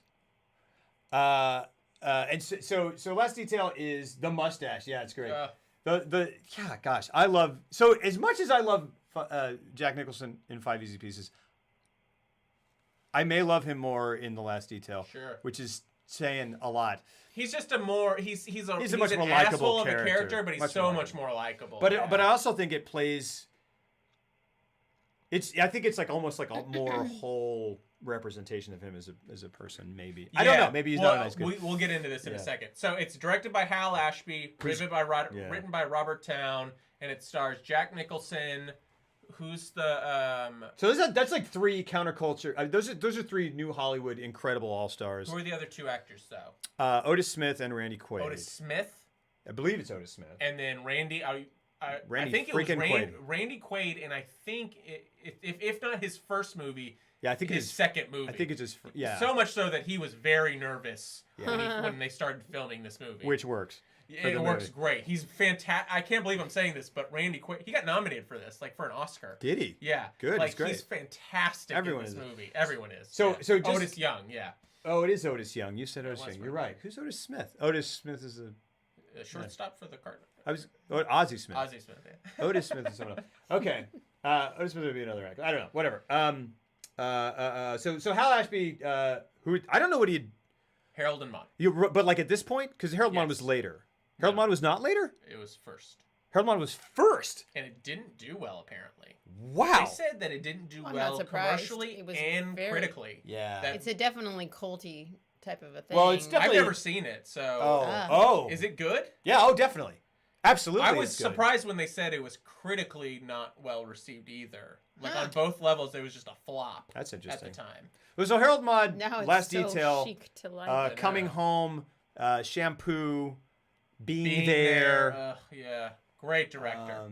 Yeah, great. And so then Robert Towne, Chinatown, Shampoo, The Last Detail. Wait, The Last Detail. is that the writer? Robert Towner is a writer, yeah.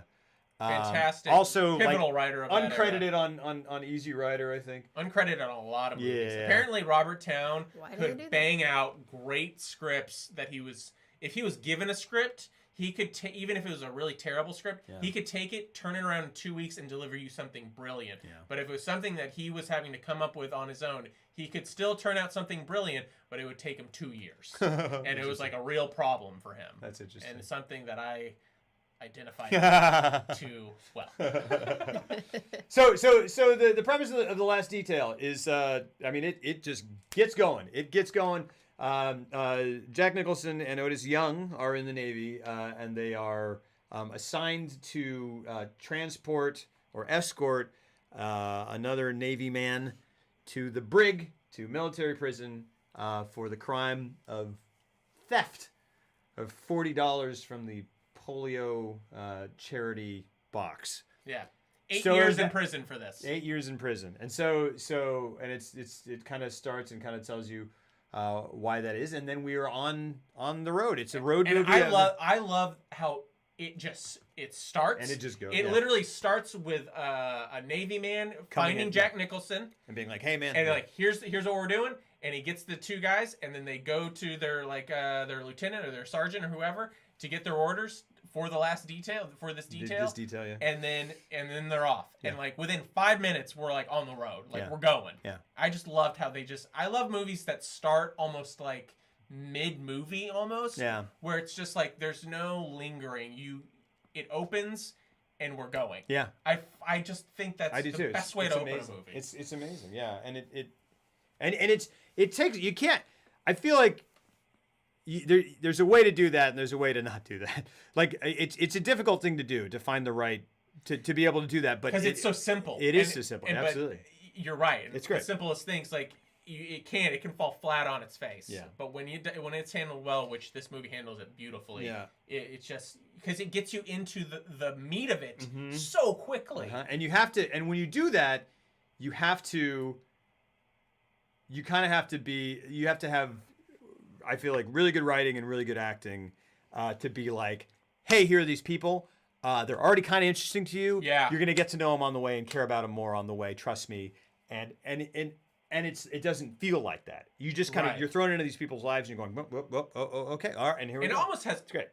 writing, yes, writing, but almost Yeah. in terms of relatability and Absolutely. getting the audience on your side within 5 minutes, it has almost everything to do with the actors. The Like, Shining, almost everything. yeah, The Shining kind of, yeah, they just kind of drive up to the Overlook, right? Like, and they're just like, here we are at the Overlook. Yeah, it's kind of, yeah, I would say so, sure. Yeah. Right? Yeah. Yeah.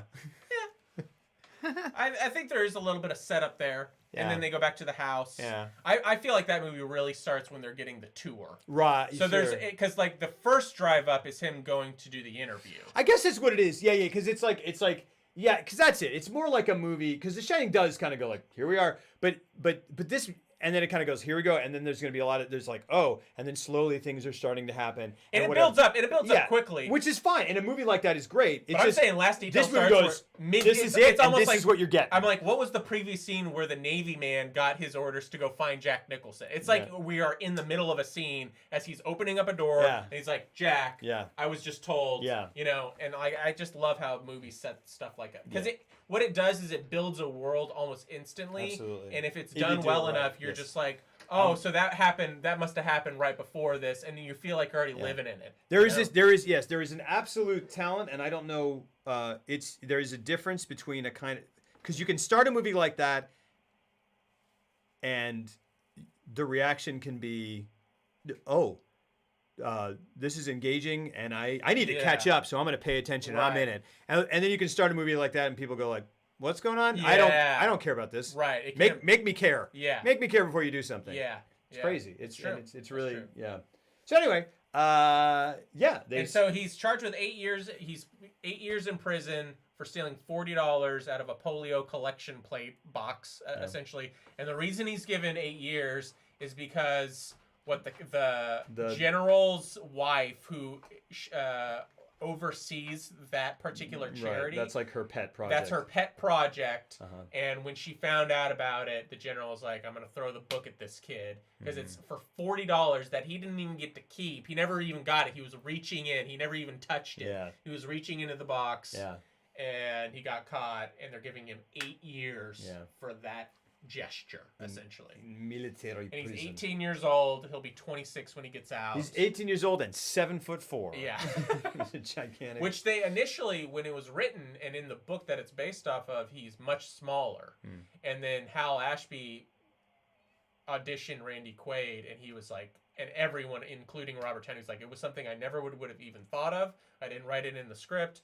But when we saw how big he was, Yeah. and yet how tender he was, Yeah. it just worked. Ab- It gave it it a does. whole other layer. And you it know? works so well that he's like constantly very much in every way looking up to these two dudes. And like Jack Nicholson is like, come on, you gotta don't you ever get mad at anything? Do you want to fight? And he's just like he's like fighting He looks Hakeem like Olajuwon. Popeye, he looks like Popeye so much because he's so when you put them small and, like, and wiry, yeah.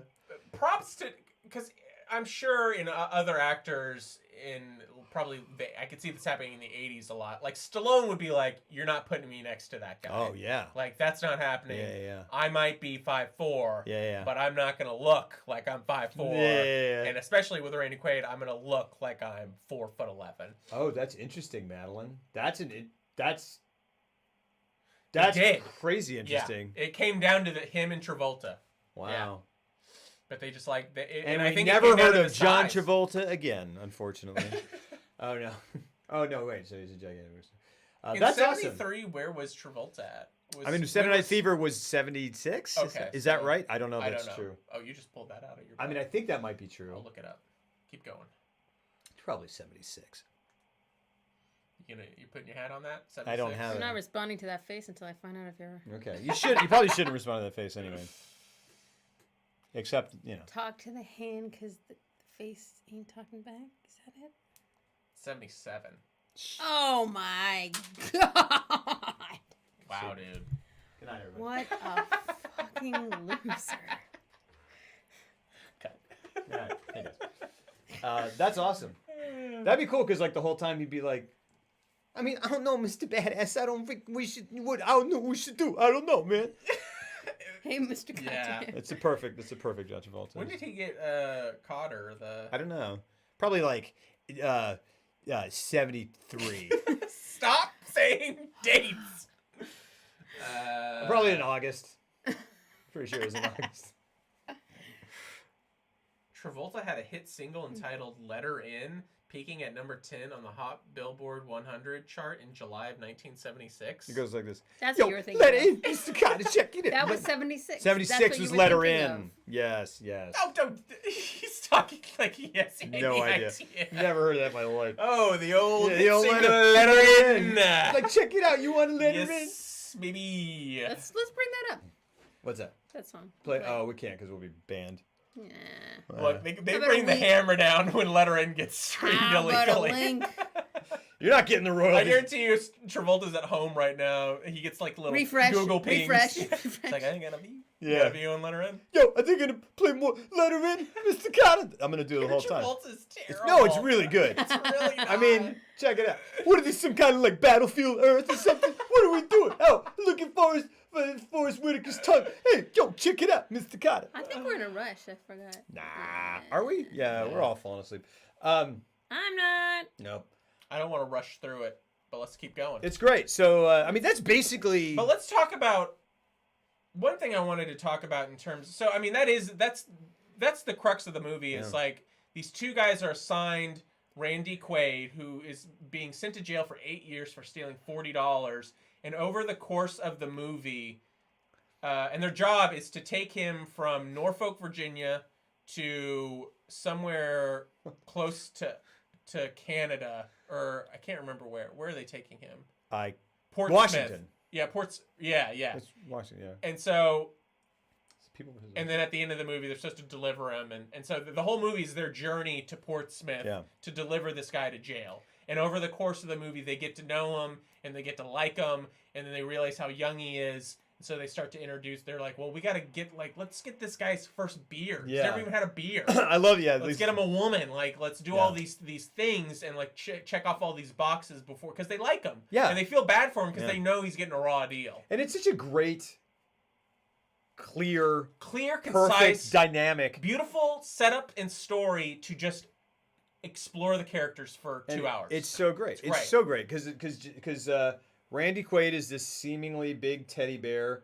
You don't think Thor has that amount? Wait, what? Of what? Battlefield Earth is. Oh yes, yeah, good call. Yeah, definitely the Dutch angles in Battlefield Earth. Yes, Yeah. yes. That has come up before. Yes, yes. Does Thor have a lot of Dutch angles? Yeah, it does. Sweet. But not nearly as many as Battlefield Earth. They didn't have a tripod on Yo, the check movie. it out first. I think we should probably. Yo, I think we should. That whole movie was filmed Was where it- it was just like. was it directed by It was just like Travolta or Forrest Whitaker? Who directed that? I know. I want to say that Travolta. He did. Yeah. But it's a very much a Scientology movie, like through and through.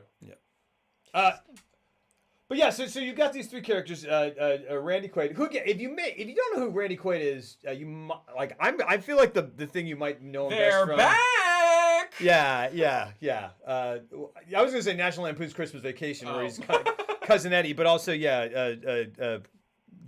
Independence Day, Yes. and Not another teen movie. not another teen movie, Brokeback Mountain. Oh yeah. Anyway, so he's this big, sweet brother of Dennis Quaid. Big, sweet, kind of teddy bear of a dude who's done this thing that, and he's gotten the book thrown at him, and you just feel really bad for him. And then you kind of find out that there's a little more to him, a little bit. I mean, he's kind of like he's got something else. He's not entirely. He did it for. He's an interesting character. He has a compulsion. Yeah, there you go. Like he's a klepto. He's a bit of a kleptomaniac. In Yeah, the sense exactly. that D squared. he steals things and he doesn't really have and he gets upset with himself for it because they catch him stealing stuff. Like he steals carrots from an old lady that they're helping bring her basket up, and he steals candies and you know chocolate what's bars. crazy? And they're like, "Where are you getting that?" And he's like, "Ah." And it's really funny how they play it because it's like he keeps coming up with things and eating them. And like, "Where'd you get He's that?" like, "I And had it." He's like, "I had it." And he's like, because I don't steal things. You're like, all right, man, I He's didn't like, say I anything. had it. All right, I brought it. Yeah. I brought it from home. But what's funny is that this was the third time I saw this much. You are coming with me. Thank you so much, Tom Long, for the follow. This is my third viewing, incomplete, but I've seen it 2 other times in incompletion, and I didn't catch him till this time lifting the stuff. What? I didn't. I just kind of was That's like, how good he was. I know, and I was like, cool, and I just was whatever, and then when they find he falls asleep and the stuff So kind you of falls just, out. but you still made that connect, Yeah, well, I mean, okay. the stuff falls out of his pocket, Yeah. and they go, where'd you get that? And he runs. Yeah, right. And I was like, oh, he's been stealing stuff. Unless I'm completely mistaken, I don't remember my experience. I was like, oh my gosh, There's didn't that see wide it shot where through twice. Like Yeah. he goes through and he's just kind of like, oh, it's the one scene. Yeah, he goes because he's like stealing candies, and they walk out. Yeah. And I almost thought that's where you Otis Young see it. saw him. Well, that's where you see it. So did I, but he doesn't mention it, so I don't think he did. But that's where you see him, and then they do show him taking the Snickers bar or whatever the candy bar was, but his back's to the camera. But they do an intentional pass, right by the register. Oh, like even and before you the- see him kind of go like this.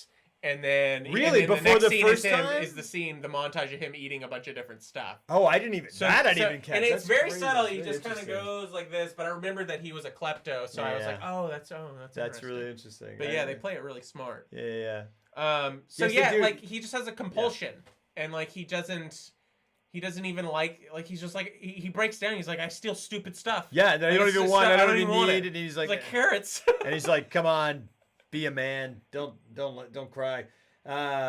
And so you've got Randy Quaid, who's essentially they grant young Randy Quaid a few wishes, like his picnic toward the end. Yeah, it Yeah. becomes this thing because so Jack Nicholson is kind of like the sort of kind of strategic, kind of he's like, nah, we can get what we want, sort of dude of kind of the, He's like the he's trying to motor make a of the- vacation out of this almost. Yeah. Yeah, because right, the other guy and Otis Young is just kind of like he's like, look, man, I mean, literally, is like the Navy is the best thing that ever happened to me. We're just gonna do this detail. We're gonna get out of here. And I love how they both the reactions. It's just it immediately goes. It makes me Robert Towne must have been the Navy or who knows? Yeah. Because that when he comes in and he's like hey, Badinsky or whatever. Badinsky? Yeah, and he's like, whatever, and he's just like, the MA wants you. He's like, tell the MA to fuck himself. Yeah. And then he goes like, he's like, come on, man, it's your ass, it's your ass, it's your ass. And then he goes to the other guy, and he's like, hey, man, they want you. And he's just like, for what? And he's like, I ain't doing no detail. And he's like, come on, man, it's my ass and it's your ass. And he goes, tell the guy to go fuck himself. And it's just like, it's so, you're just like, I know, I get this immediately. And so Nicholson, yeah, they're walking out, about to go do this thing that they didn't want to do. And he's like, hey, man, they got to pay us. We just take the whole time, take the per diem, we split it on the way back and just have a grand old time. Run the guy up there, take the money, and just blow it all on fun on the way on the way back. And he's like, all right, the guy's like, okay. And it ends up just being Randy Quaid, this kleptomaniac who is actually very, very much a sweetheart, but kind of like hasn't had necessarily a great life or whatever, because his mom's anyway. They kind of go into that a little bit. They sort of hint at it. Nicholson is kind of like they're both these Nicholson and Otis Young are both kind of these jaded Navy dudes, and Nicholson's like he just takes a shine to the kid for some reason. He does, and I think he takes a shine to him in that moment when he realizes that he's a bit of a klepto. That's when I think it all hits home, where he's like, this kid didn't even. Yeah. It's not that he even really wanted to do it. Like he feels terrible about it. It's just like he's got this compulsion thing. And this whole thing sucks. He's being screwed by the system. Yeah. It's a system that we're in and we're on the right side of, but we're kind of tired of it. And it sucks. And it's like his it's like their act of rebellion. And he's like, we're gonna show this kid a good time. He's not had a beer. He's not had sex. It just becomes this like your last hurrah, man. Really, we're gonna that's give you the all your perfect way last to put it. wishes. They take a real shine to him. Yeah. And he's so pure. And Otis Young kind of reluctantly, and it's just beautiful kind of because he's like, we're gonna do this, and Otis Young's like, come on, man, let's just do what we gotta do. And he's like, come on. And then like Randy Quaid does something kind of like cute, and then Otis Young is like, all right, and then it just becomes this. They're just great friends. They become great friends, and then it's just really awesome what happens in the end. It's just great. I love it. Yeah, I love it. And like what? Well, let's just keep going. So, well, one of the interesting moments you mentioned that they go to visit his mom. Yeah. And gosh, it's played so and they go to Randy Quaid's house and it's like, and the other amazing thing, they filmed all of this in like winter in like Canada and New York, but it's all supposed to be America. But like you can tell that movie was a nightmare to make because that cold. That's some real. That movie they're was shivering because bitter cold. Yeah, absolutely. And like all the scenes that are taking place, like they're wearing their like real authentic Navy stuff. Yeah. And like those peacoats are warm, but boy, like, that's about all you have. And it's just like they looked miserable. Yeah. Anyways, they're just like waiting outside, and like the mom's not coming to the door at Randy Quaid's old house. And they're like, well, and there's like so cold that Jack's trying to be nice almost. He's like, well, maybe we should go wait inside. Yeah. Like maybe she'll come back, but like maybe we should go wait inside. Yeah. And he just ultimately. Randy Quaid's very hesitant. He's like, I don't know. He keeps making excuses. He won't open the door. Yeah. And then Jack Nicholson finally just opens it for him, and he looks inside, and the room's pretty much in disarray, and there's like bottles everywhere, and like cigarette butts, and like maybe even some drugs. I couldn't really tell, but that moment you just kind of was so like it really got me. Just because, and it wasn't even so much how Randy Quaid played it, but it was Jack Nicholson's reaction to that moment. Absolutely. Was so. That was one of those moments I was like, it was like one of those cuckoo nest things where I was like starting to realize, or 5 Easy Pieces, where I was just like, oh, that's why people refer to him as the legendary actor as he is. Because he does so much. What is it? With so little. It's just so.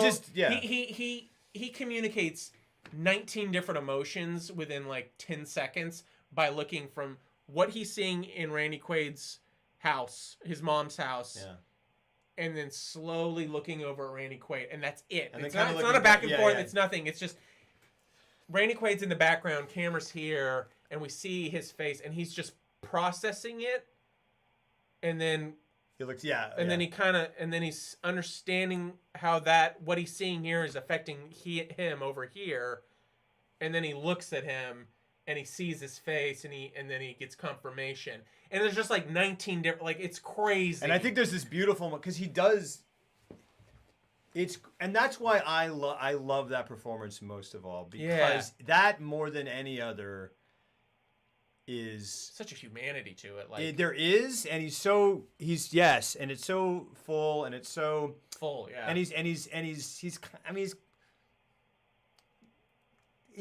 I don't even know if he's a dick. He's like assertive, and he kind of gets in fights. So he's a scrapper. He's a a live wire, but like that's about it. His heart is absolutely in the right place. Yes. He's doing it for the right reasons, and he doesn't like injustice, and he doesn't like pretentious blowhards. He likes people being honest and real with him, and he doesn't stand for all the other bullshit. And that performance, more than any other that I've ever seen of Jack Nicholson, is the one where he most goes, I'm just here. Like, I'm just there. I'm not doing anything. I'm doing hardly anything that's like he has moments where he gets agitated and like is showing some stuff and they're great. But they're for a purpose. Absolutely. You know. And that moment specifically, I love that you said that, because it is his reaction. And to me, he's like, you're an angry guy in the movie, you can't really understand Meadows' issues. Oh, interesting. Oh, that's interesting. I kind of didn't. I mean, he is kind of an angry guy. I feel like he's like kind of jaded and thinks kind of life sucks a little bit more. I feel like he views his I think he understands. He's like he looks at Meadows and he sees a kid. Yeah, and he's just like he doesn't even understand. Like, his logic is kid logic, and that just makes him more mad because he's just like, this kid's gonna go away for 8 years. This system sucks. I think there's a kinship here. System, yeah. I think there's a kinship because he's like, I'm sick of this. Like, the system kind of gets me down. It's doing this thing to you, and it sucks, kid. It sucks, and I'm not about to let you go. And I'm having a direct hand, and like I have to literally hand you over. Yeah. And like I'm a cog directly. I'm the agent of this system. Wheel. Yeah. Absolutely. Yeah. But I love it, and like I love it because to me, and there's a moment in that thing where he just like he opens it, and the room is trash, and you go, his mother is an alcoholic and always has been. Yeah. And you get that, and he's like who knows what he went through, whether it was neglect or abuse or whatever, and he just kind of he just opens the door, and he's chewing gum. And he does that, and then he does that, looks down, and then he just kind of does that, and it's great because it is exactly what would happen. Yeah. That is because because your emotions are internal, and I think an actor often is like, I need to let the audience know, because you're gonna do this, and like he doesn't, he's sitting there and he doesn't go, or like, he just, he doesn't. There's no anything. He's just but by playing it, but it's there. And like that, and that's the testament to his brilliance as an actor, because It's not overplayed in any. Yeah. He plays it almost completely stone faced, but it's crazy because he is such an angry dude in this movie, and he plays a lot of angry characters throughout his filmography, but he has a natural way of, like, he has an empathy about him that is so palpable. Yeah. Where you're just like, I don't know, like that scene, that look really got me. Absolutely. Like, it really did get me. Totally. And it's interesting because it's not a widespread empathy necessarily, but it is direction. And he's like, and that's a really good point, D Squared. That scene where he tries to get Meadows to hit him, which is how Badowski would probably have handled his emotions absolutely in that moment. He just destroys the room. And I think that honestly is part of what disarms him about Randy Quaid, because he was like, oh man, I'm so pissed for you. Yes. You're in this situation, and he's just like, I don't know, people are just doing their jobs. He's like, why don't you get fired up? What's wrong with you? Come on, you stupid. You just want to hit something. You just want to. And like, he has that great where he's like, come on, you just want to. Like, and he's just like, I don't know, not really. And he just goes, gosh. And then he just kind of, but I think he's impressed by it. Yes. Like, not in the sense of like, I mean, in the sense that it makes an impression on him, and he just goes like, wow, that's not me at all. And I can't believe this kid can take it, but it's not like he's like, quit being a pussy, and then, but he kind of there's something there where he realizes like it's not quite that he's he's just a different kid, and he believes the best of people, and part of him is like that's stupid bullshit, but then there's part of it that he goes, I admire that you can, or something, or he just. But there's there's another layer to his anger though, which is what makes it even more interesting is, I think he has like almost like a Napoleon complex type thing going on. Because when he goes to like they go to get him his first beer, that scene is great, and the bartender is like a redneck, racist, asshole, and essentially he won't serve him a drink, and it just sets him off completely, and he ends up pulling out his gun, and like they just it brings the bartender back, and he quiets down, and he gets off his little soapbox.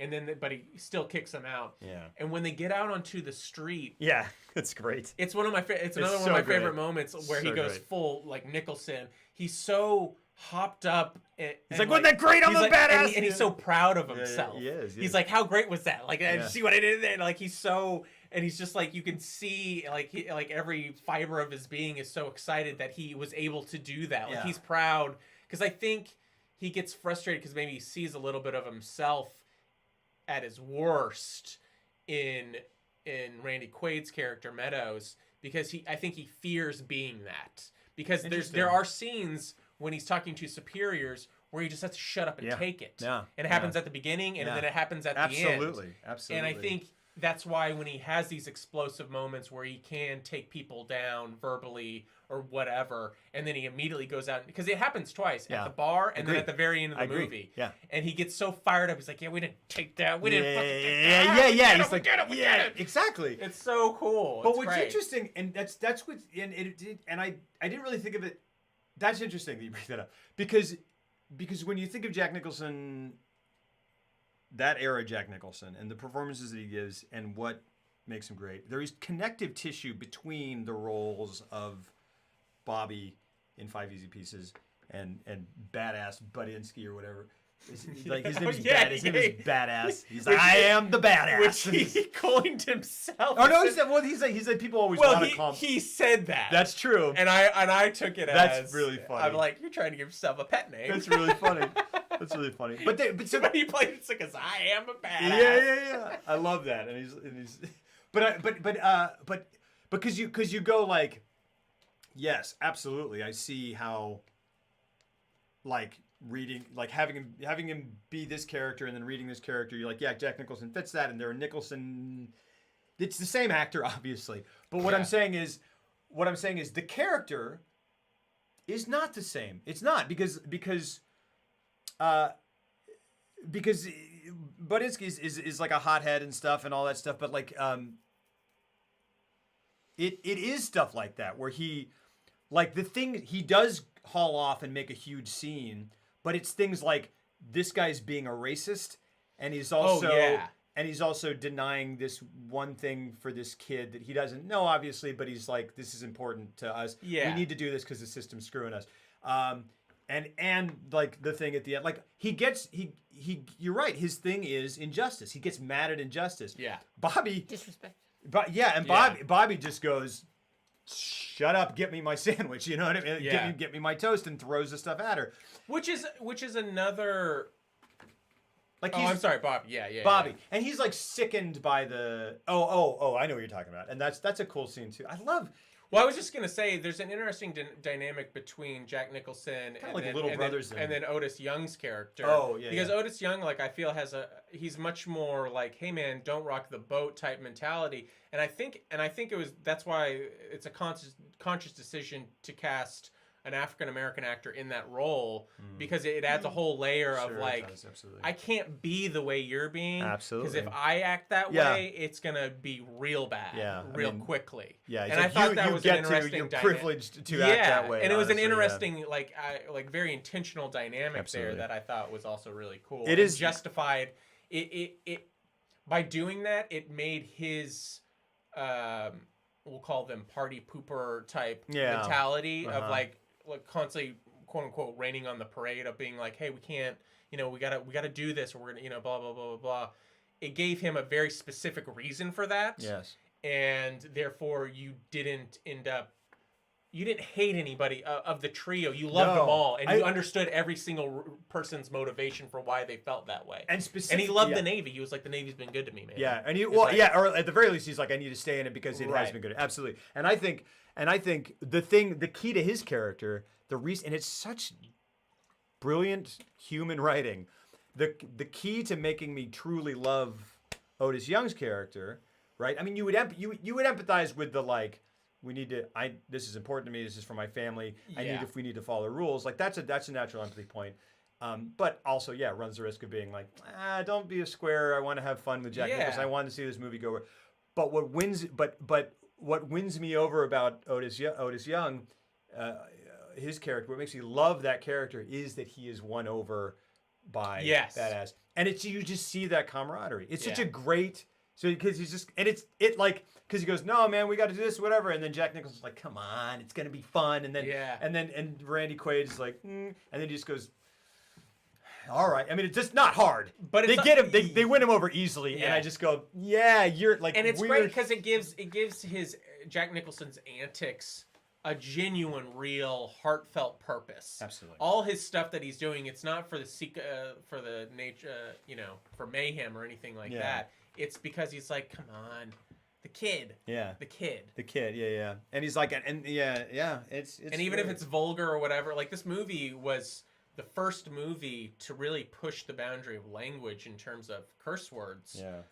And it became a real issue in the edit room because in the first edit they had I think they had over 200 fucks in the first edit of the film, and they managed to get it down to 43 or something like that. But it not only pushed the boundary, it obliterated it. It's this again, the whole movement. It's only 3 years in at this point from or 4 years if we start in 1969. Yeah. So it's still relatively new, and everything before that, swearing was forbidden. Saying hell was a big no-no. Yeah. So yeah. And it's true. It's like and it's funny too. And that's what I'm saying. Like both of these movies, and even maybe The Last Detail more so, feels just like a movie that came out today. Yeah. And even in the way it's and I love. You know what I love? Oh, sorry. I was just gonna say I love the way it's photographed. So do I. And it's a documentary. Oh, I'll 2 points. He couldn't get Hal Ashby could not get the DP he wanted, his normal DP. Interesting. And then he tried to get Gordon Willis, Godfather, and the Prince of Darkness, Days of Heaven, Prince of Darkness, and then the Days of Heaven, Pedro, some Almodovar, I can't remember, but so he bumped up his cameraman to DP. Oh, that's awesome. And which was a big no-no at the time but Hal Ashby was so kind of notorious for he just hated union restrictions and just the nightmare of he thought it was so ludicrous that people would be an assistant director their whole lives even if they wanted to be a director just because once you were in that role. And this is a more old Hollywood type thinking. It's once you had a role and you're really good at it, you don't upgrade. You don't get a promotion. You're just stuck in that role and you do it really well for your entire life. So he gave his cameraman with no other option. He was like, well, I trust this guy. And he was very paranoid about trusting people. So he's like, I trust him. I'm going to bump him up to my DP. And I want this to have a very... They didn't light it a lot. They used a lot of natural light. Oh, yeah. And they went for a very documentary approach, which plays into my second point. Jack Nicholson says this is one of his, if not his favorite performance that he ever did, one of his favorites. Yeah. And he says it's almost all attributed to the fact that Hal Ashby is such a wonderful director by being a non-director, in the sense that he gives us, he is there and he is very good at directing us, but then he also completely vanishes and gives us the room that when it matters most, he is gone. Absolutely. And he gives us the room to play. That's awesome. And he would always walk us through the scene and tell us the parameters on the set into which we could play. And then we would block it kind of, but then he would let us run and we would just go and do it. And you can feel it. You can feel it completely. That movie is just you hanging out with those dudes. I know. It's just so great. I love everything the way he makes movies, it's so disarmingly simple in its presentation, and yet so utterly complex in probably how he goes about doing it. But a lot of that is just trusting. he valued actors more than anything, and he let them play. Yeah. And that's how he got those beautiful performances. Yeah. I love more. Every time I see either of these movies, I love it more and more and more. I know, man. It's so good. And it's so great when a movie does that because you have such a strong reaction to a movie, then you go like, if I go back and watch it, I'm probably not gonna like it as much. But it's just fantastic. Yeah. It's fantastic. I love this. There was an interesting. You don't get that with a lot of modern movies. Yeah. I don't revisit a lot of modern movies. I revisit a ton of old movies Yeah. from the 70s. I don't know why. Like, there's just something about that thing that you're describing that I will revisit a movie from the 70s like a lot. Yeah. I've watched Cuckoo's Nest Yeah. probably Yeah. close to 100 that's times. compulsively watching. Like, oh yeah, like I can't. Did you say 100 times? Yeah. Yeah. I can't, like, seriously, when I was 15 and I was first introduced to it, I fell in love with it so much so quickly, and I bought it like a big fancy DVD. It was like right when DVDs were new, Yeah. and I would just play it on repeat every night for probably an entire summer. Like, I mean, it was obsessive. Like, I I could not get enough of it. Yeah, it's great. It's fantastic. I that's interesting about the cursing and it being like groundbreaking in that sense. Because at some point while watching it this time, I was like, oh, he just like said cocksucker. I was like, or something, and I was like, man, like that, okay, and like something made me go, oh, I think this feels very modern because of the language they're using, and partly, and it's funny because another movie of this time that I already mentioned that I love dearly, Dog Day Afternoon. Like, if you look up the IMDb trivia, I think the first one is like uses the word fuck like 7,000 really? times Yeah. something, and I was like, but in both cases, I'm kind of like, oh, I didn't even notice it. You know? It's Yeah. like, Oh yeah. I go, for sure. Dog Day Afternoon has a ton of F words in it. And I was like, Yeah. I guess it's funny. It's like you're like, I think He like the way Pacino said. yeah, he's like, it. quite fucking tell you, Yeah. like, yeah, he's just kind of like, it's also, yeah, and then there's a thing where it's like, by the 30th time, fast. you're just like, it's Yeah. just the language. But the other thing I was going to say about, when you mentioned the photography, and this is editing. Which is also just Yeah. great. Hal Ashby's, I think films are kind of noted for their editing. Yeah, they But- should be. yeah. But they're not, because boy. But I love, there's something that I don't think I've ever seen done this way, but there's a scene where, the crossfades. Yes. It's so cool. It's so great, and I've never seen it done that way. Yeah, it was so I can't think of interesting. another movie in that the does train, that. you know, Yeah. when he's talking to him. There's, so what we're talking about is Oh, like so cool. generally the way a movie. I mean, like if you talk about like the just sort of the vanilla, like get 3 shots and do it, get 3 angles and do it. Like you just kind of like over the show. You put the camera over my shoulder looking at Jeff. and then or vice concept. versa. Yeah, and then like camera over him looking at me, and you just kind of go bop, bop, bop, bop, bop, bop. You've seen it a million times when people just have a conversation. They're just like pop, pop, pop, and they do that. And there's a sequence in this movie where they're having a conversation that is important, Yes. and it starts with them like I feel like it starts with them in profile facing each other. It kind of fades and shows like the train. Yeah, And moving. then fades into like a kind of like a profile, like a 3/4 shot of just Otis. Yep. Just a Mulhall, talking to him, whatever. And you're like, that's interesting. It fades out again You're and saying crossfade or fade? crossfades. Okay. Yeah, not fade to black. Crossfades into the Nicholson. reverse shot of Nicholson. Listening to him. Crossfades again. It's And so crossfades to a different outside scene. to the Just train outside, again, yeah. then back into the scene. Yes, yeah. It's very It's interesting. amazing. It's really Madeline, it's the part on the train when Where they're they're talking talking about. I think it's right after he makes a run for it on the train, and then he's trying to convey the seriousness. Yeah, he's like yeah. chastising. Otis is chastising Jack Yeah, and Nicholson. he's like, you gotta like. He's not- like, we can't. It's like you're having fun, but this is Yeah. It's great. It's just these It's really wonderful interesting. crossfades. It's And- so And here's It's here's the interesting I part love it. about that. That is in 1973. yeah. An optical fade Yeah, which- cost a lot of money to do. Yeah. It was not a transition you just did in, Yeah. in I had Final no- Cut Pro or Premiere or Adobe Premiere. Yeah. It cost money. It was an intentional thing. You had to send it to a company to do Yeah. it. And like so They had to know the exact they shot. had to know it, every, and the length of everything how long exactly. the fade needed to go. Absolutely. It was like a chemical print. And so And And it's so beautifully it's done. beautifully It's very done. like the way it flows in and out. It's perfectly timed. And so I wonder how long and how expensive Yeah. getting that right took. And it's interesting because I can't think of another. I don't think it happens again in the movie like that. No, I think that's the only time. It is an important conversation, but it's not like the most important No. conversation. I don't even like know really why they did it thematically or what it represents. I Me like neither. it's kind of like a thing where I just kind of go. I mean, and it is sort And of I it is noticed a it- change in perspective. Like it is Yeah. Nicholson kind of listening to him a little bit for the first time about like, hey, this is. But they kind of argue the whole time. They go back and forth. It's not really. It was one of many arguments. Yeah, there's not really a reason, and but it I was, love it. And I made note of it, Hey, but Allie. it also didn't feel. It didn't feel gimmicky in the way that No. Graduate has some gimmicky stuff. Yeah, which that's I all still done. love, yeah, yeah, it's great. yeah. But like it was not like him coming out of the water Right. onto Mrs. Robinson, Which has a type thing. purpose, which but- is great, and it's great. draw, but also draws attention to itself a lot. But it's yeah. fine. And this one.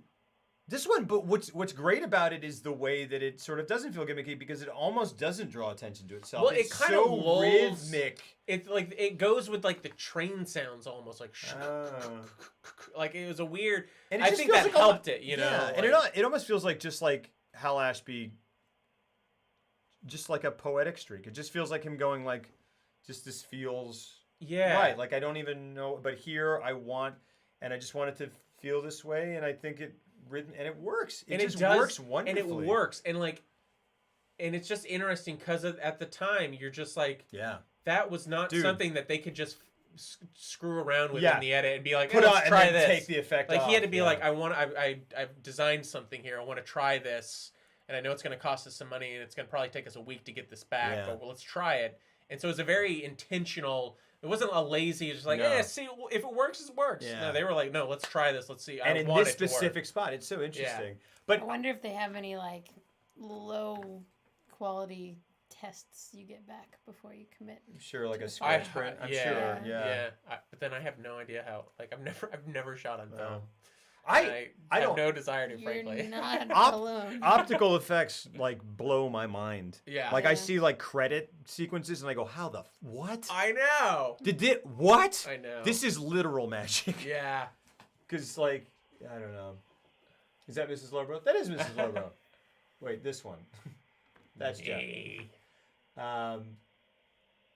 She's checking her baby monitor, not phone. The baby. Taking baby Facebook.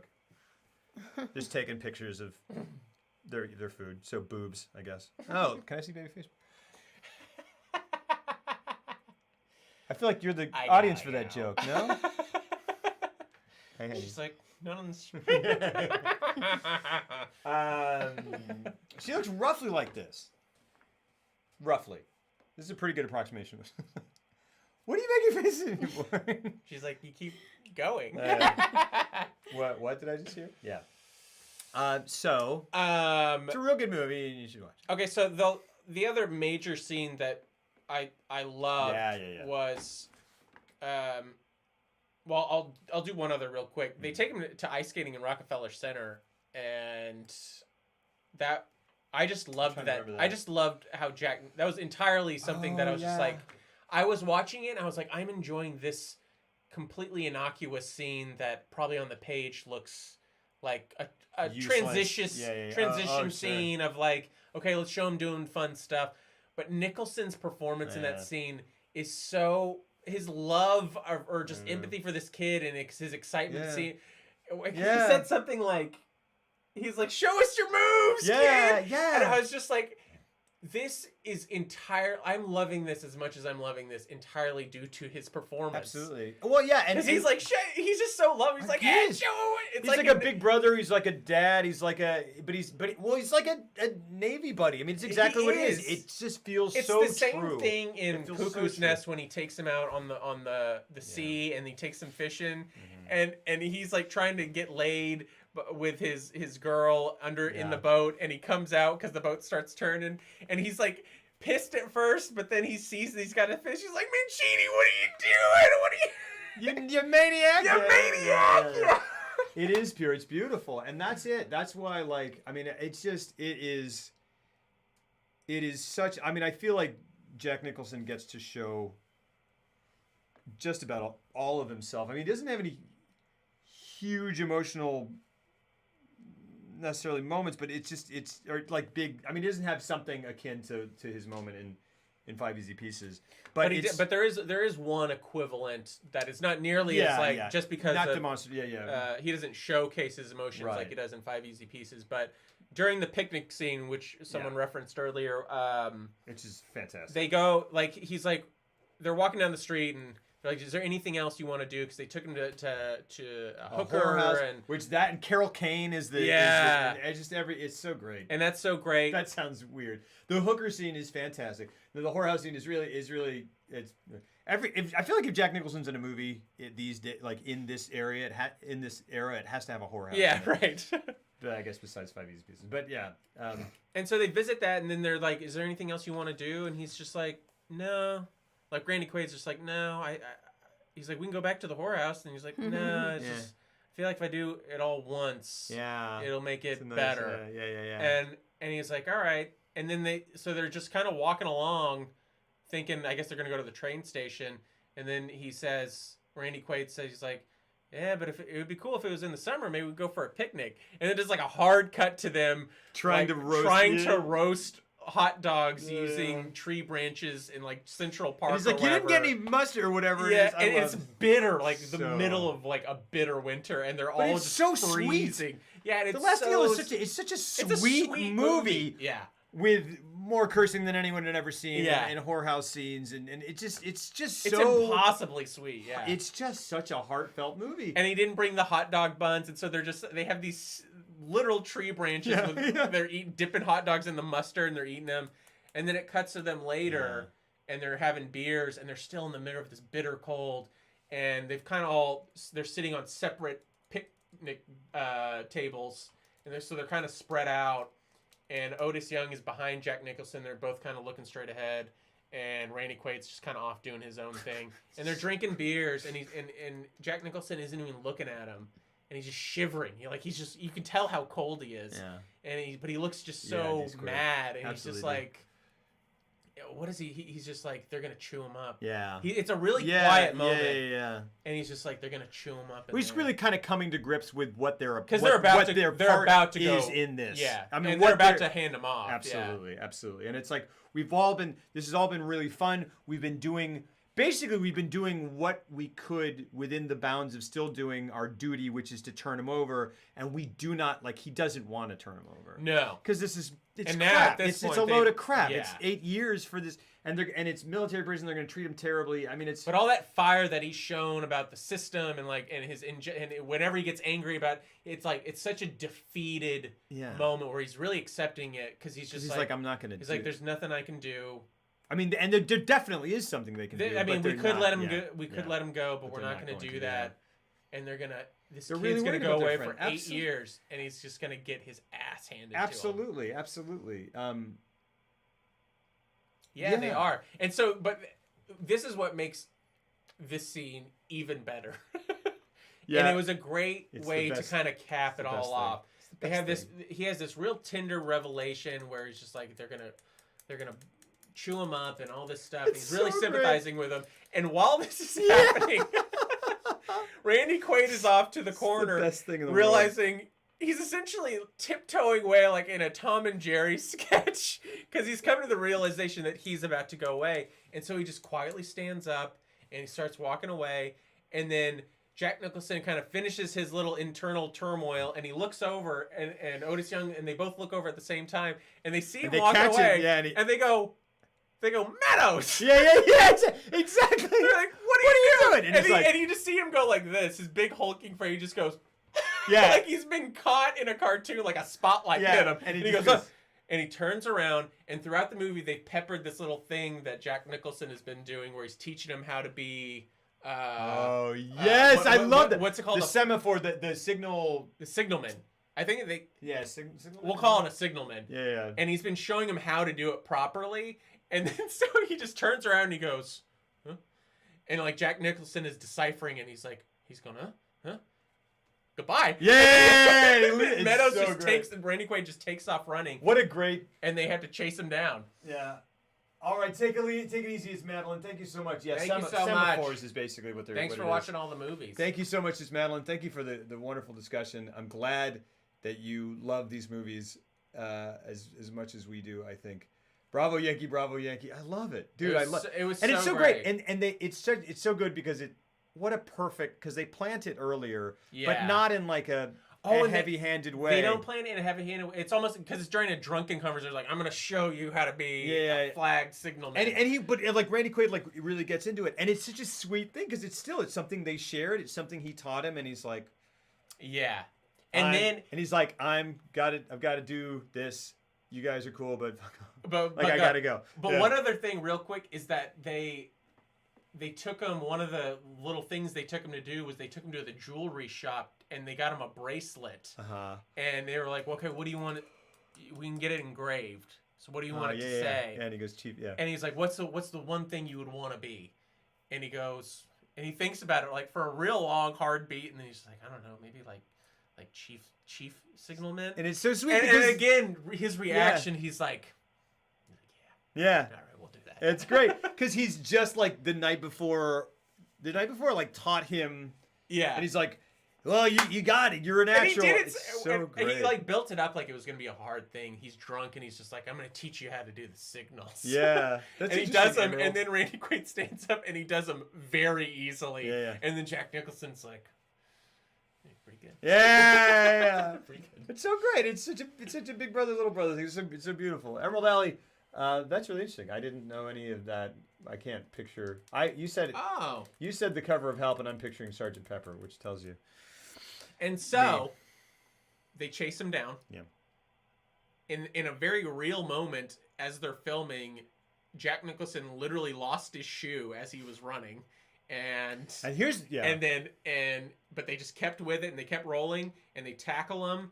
And he ends up hitting him over the head with the gun and stuff. Yeah, because there was a very real moment the first time I watched it. I was like, is this going to go terrible right now? And I was like, oh my gosh, but it doesn't. But he's hitting him over the head, and then like everybody's just exhausted in the snow, and this had to have all been one take because he doesn't have a shoe on and he lost it. And when he lost, he goes, I lost my shoe, and then he tackles him and they beat him, and then they're all laying there getting their breath, and he's like, I lost my fucking shoe. And that was like that was another like improv button for that scene, and then they cut out. And it cuts to them arriving in Portsmouth. And this is the last thing that I'll talk about. And I just loved it so much. And it made me think of Jeff Nichols' Midnight Special. The whole movie, they're building up this relationship with these three characters. Yeah. And they go inside. And they're signing him in to be taken away. Yeah. And they're focusing on the paperwork, and they don't even realize it, but two other guards come in and take him. And before they even have a chance to even look at him, they don't even get to look at him. Yeah. He's already being taken upstairs. Yeah. And by the time they turn, he's at the top of the stairs. They don't let him. There's no look back or anything. And they don't even have a chance to like really process the fact that he ran and they caught him and like it's just nothing. You know, it's just kind of. And so because they walk in silence, I think up to the thing because they're just like kind of pissed at you because we were friends. Yeah. And like I mean. And then he just disappears. It's great. And then they're just left there and they're like, huh. We're almost done, Allie. We're almost done. It was so. Yeah. And then so that reminded me of Midnight Special with how the father-son thing, where it's just like you have this whole relationship over a whole movie, and then at one point they had to split up, and you're just like, yeah. And it was almost an afterthought where it's just like, what? Yeah. And it was just Yeah, and that's great. And then very shortly thereafter, Jack Nicholson and Otis go their separate ways, don't they? Yeah, like they walk out and don't they split up? Talk about how they're gonna be like, well, I'm gonna go to Baltimore. Yeah. And he's like, I guess and you're I'm just gonna like, go back that's to, it. He's like, I guess I'm gonna go back to New York. And he's like, I guess I'll see you in Norfolk. And he's like, I'll see you in Norfolk. And and then they just walk down the street. Which like who knows if they will? And you really just you've witnessed possibly the entire arc of those relationships. Yeah. Like it's just like they met, we saw them meet, and we saw them. Which makes me curious to watch Last Flag Flying. Yeah. I was gonna ask if you'd seen sequel? Yeah. Where and this is I don't even know if I want to. I don't and it's know. Linklater, so it's Linklater, and it's an official like based off the novel. The book. Yeah. So But I'm kind of like, there's part of me that I'm like, because it's like, is it a? Well, it's just so poetic to just leave it as it is. know. And just, It's I don't want so to great need by more. itself. I Yeah. love it as it I know. Go to the is. bathroom. And it's Bryan Cranston is the Nicholson part, Uh-huh. and Lawrence Fishburne. Lawrence is Ernest Young, Fishburne, and then Steve Carell is Randy Quaid. what's that? He's not acting anymore. Yeah, he's but Disney. So that's okay. Well, that's the end of that because I was wondering because I was going to ask you if you'd seen it, and I'm I like, almost thought that I was like, should we hold off on Last Detail and do a two-parter? And I was like, I don't even think I want to see that. I know. And maybe I'm I not will, sure but I mean, Linklater makes me kind of go like, maybe, and I don't know, and I just go like, it's so weird. It's like recasting those parts, and I'm like, I love all of those know, characters, and I yeah. love them as those actors. and I love Bryan Cranston, and he even in terms of like rascally charm, I'm like, Yeah. that's a good fit. But I'm like, it's just like Nicholson made that what Yeah. it was. yeah, Yeah. and it's I don't know. But boy, Last Detail. If you haven't So seen great. it, So great. or Five Easy Pieces, Please watch. please them both. watch them. Please watch. Like them they're both. really, and if and they I'll say hold this, up. They hold up great. I'll say this: if you want to start with one of them as more of like a right out of the gate's going to be more of an easy access. Last Detail is such a charming, Yeah. just like Yeah. It's Oh, just, it's so great. You're gonna It's love so it. fun. It's fun. You're It's gonna just- love it. It's just, You're it's gonna a- love that it's movie. It's a great road movie. It's fantastic. It's and then just Five great. Easy Pieces is equally great. It's more heavy though, Yeah. and But more of a also very but funny. very funny, very rewarding. Yeah. like on an emotional level. Like they're two stone cold classics. Two of the Some of the best greatest movies ever two made, of I the think. best movies ever made. I think. and certainly at the top tier of a very impressive stack of what came out of the 1970s New Hollywood movement. But they are both at the top. I mean, I think that they're both movies that filmmakers today would do well to even to aspire to making something They're that study worthy. that for sure. that integrous like that it's just great. They're great. They're fantastic. and they're just artfully made, and they're just like And from top to bottom. Like it is like Last Detail is a fun movie, and it is also a poignant movie. Yeah, and it's a beautiful. tragic movie. Yeah. and it's all those things, and therefore it feels just. I feel like a lot of movies.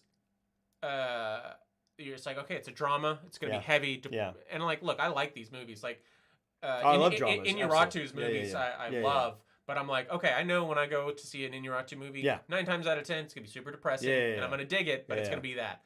Hal Ashby's Last Detail, and Bob Rafelson's Five Easy Pieces, those feel like life. Yes. Like it has happy stuff, it has sad stuff, it has tragic stuff, it has funny stuff. Like it has all these things. yeah. And it's just very well Yeah, balanced. and I will say, you're right. I think, I mean, Five Easy Pieces is just fantastic. Last Detail's probably more fun. yeah. Gotta get from the last blockbuster. Oh yeah, do it. You can find it. It's $2.99 In Alaska. $2.99 on streaming. Yeah, exactly. I don't know what I was gonna say. So, hey, Oli, what's up? Allie, what were you gonna say? What were you gonna ask that was off topic? Before I think we're kind of so yeah. Allie, go ahead and ask your question. Anyone wants to say anything else about those movies, guys? If you've ever asked yourself the question, why is Jack Nicholson such a big deal? Watch these movies. This is why. Yeah. Yes, I've been in 2 Neil Simon plays. I was in Rumors and I was in The Star-Spangled Girl. There's that. Have you ever been in a Neil Simon play? I don't act. You do act. I don't. Do we need to? Should we watch the? No. We're gonna watch We're that. not someday. even gonna We're refer to gonna it. watch that someday. We'll get to that We're gonna watch level Yeah, at some point. yeah. Noise. Yeah, these are the movies that announce Jack Nicholson as an important and influential talent and just a tremendous actor. Sure. Yes. Wife is an actress too. Yes. Yes. Was she in a Neil Simon play? I don't think so. I don't think so. Why do you ask? This is an interesting specific question. I I think we've agreed that for next time we're going to watch Peter Bogdanovich's The Last Picture Show. We're going to keep it to one movie One for the movie. week. But 'Cause it's a big enough one that we'll be Yeah. able to really dig into it. I've never done Chekhov. I've not. What is... Name me a The Chekhov. Seagull. I need to... You know what I need to do? That needs to be a thing I do. I need to dig into more plays. Neil Simon died? Oh, gosh. Oh my god. I did. I read that. Wow. Neil Simon passed away. It got overshadowed because John McCain died. John McCain and died. They both died on the same day. There was a... I mean, I don't want to... There was a mass shooting today. I know. I mean, it's just like... Gosh Yeah. darn it, man. Like... Who won Best Actor when Nicholson? You said George C. Scott did. Yes, Gosh George darn C. it, dude. Scott. I just get so it's the worst. I don't know. It just gets so exhausted. This is my And it was at a gamer convention. yeah.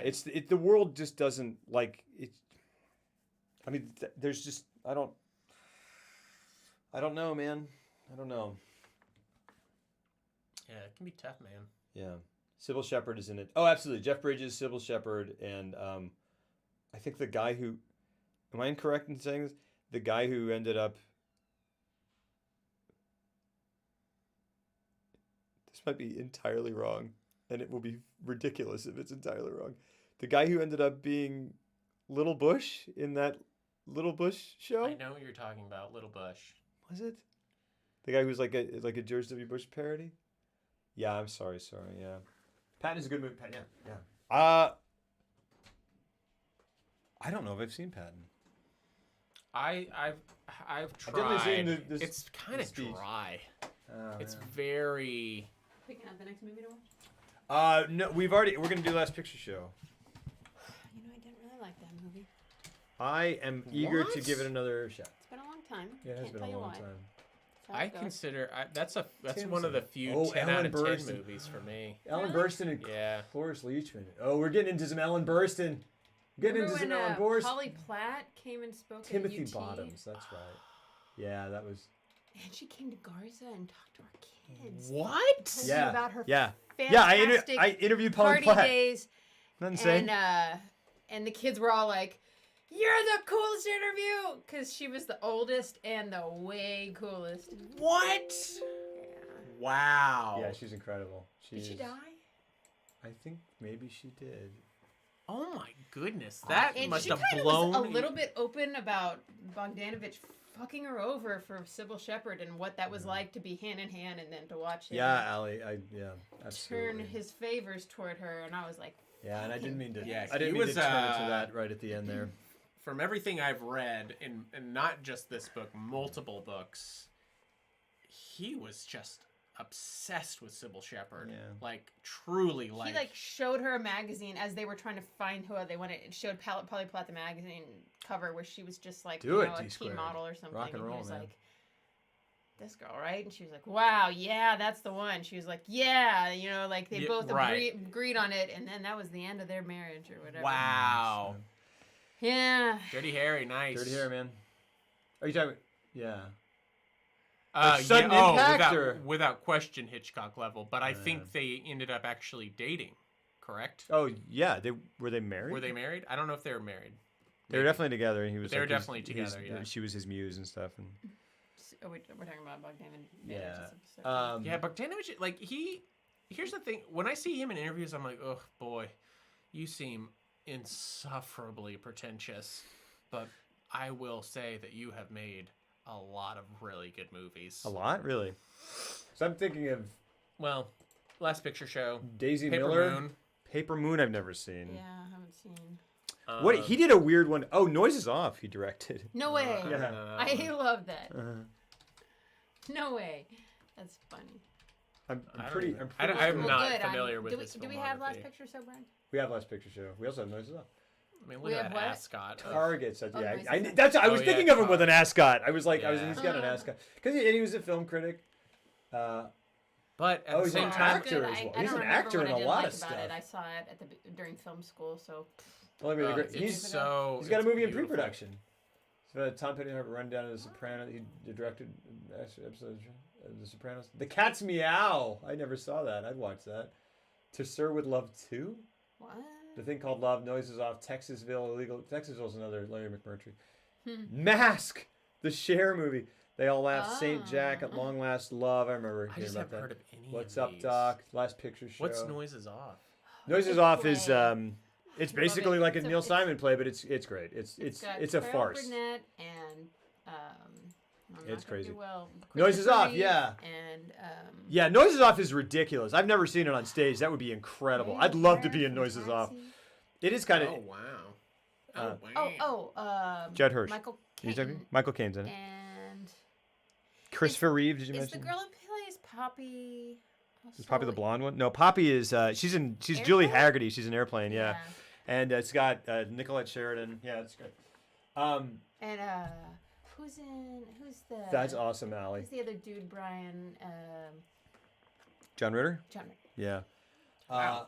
Yeah, it's great. It's great. It's incredibly. It's a really good It's much better as a play, play and than a movie. That makes perfect sense. Actually, that makes perfect sense. Of course, Noises Off would be great as a play. It's fun. Yeah, it's fantastic fun, and it's by Peter really Bogdanovich, who good did the broad last comedy. picture show, which we're about to watch, which is not at all a comedy. Broad comedy. Broad It's just comedy. really good. One. Yeah, it's basically like besides like that and Clue Farce, are the really. most like British farces that Oh, are not really? British Oh, I farces love to me. Clue. Clue's great. Clue's amazing.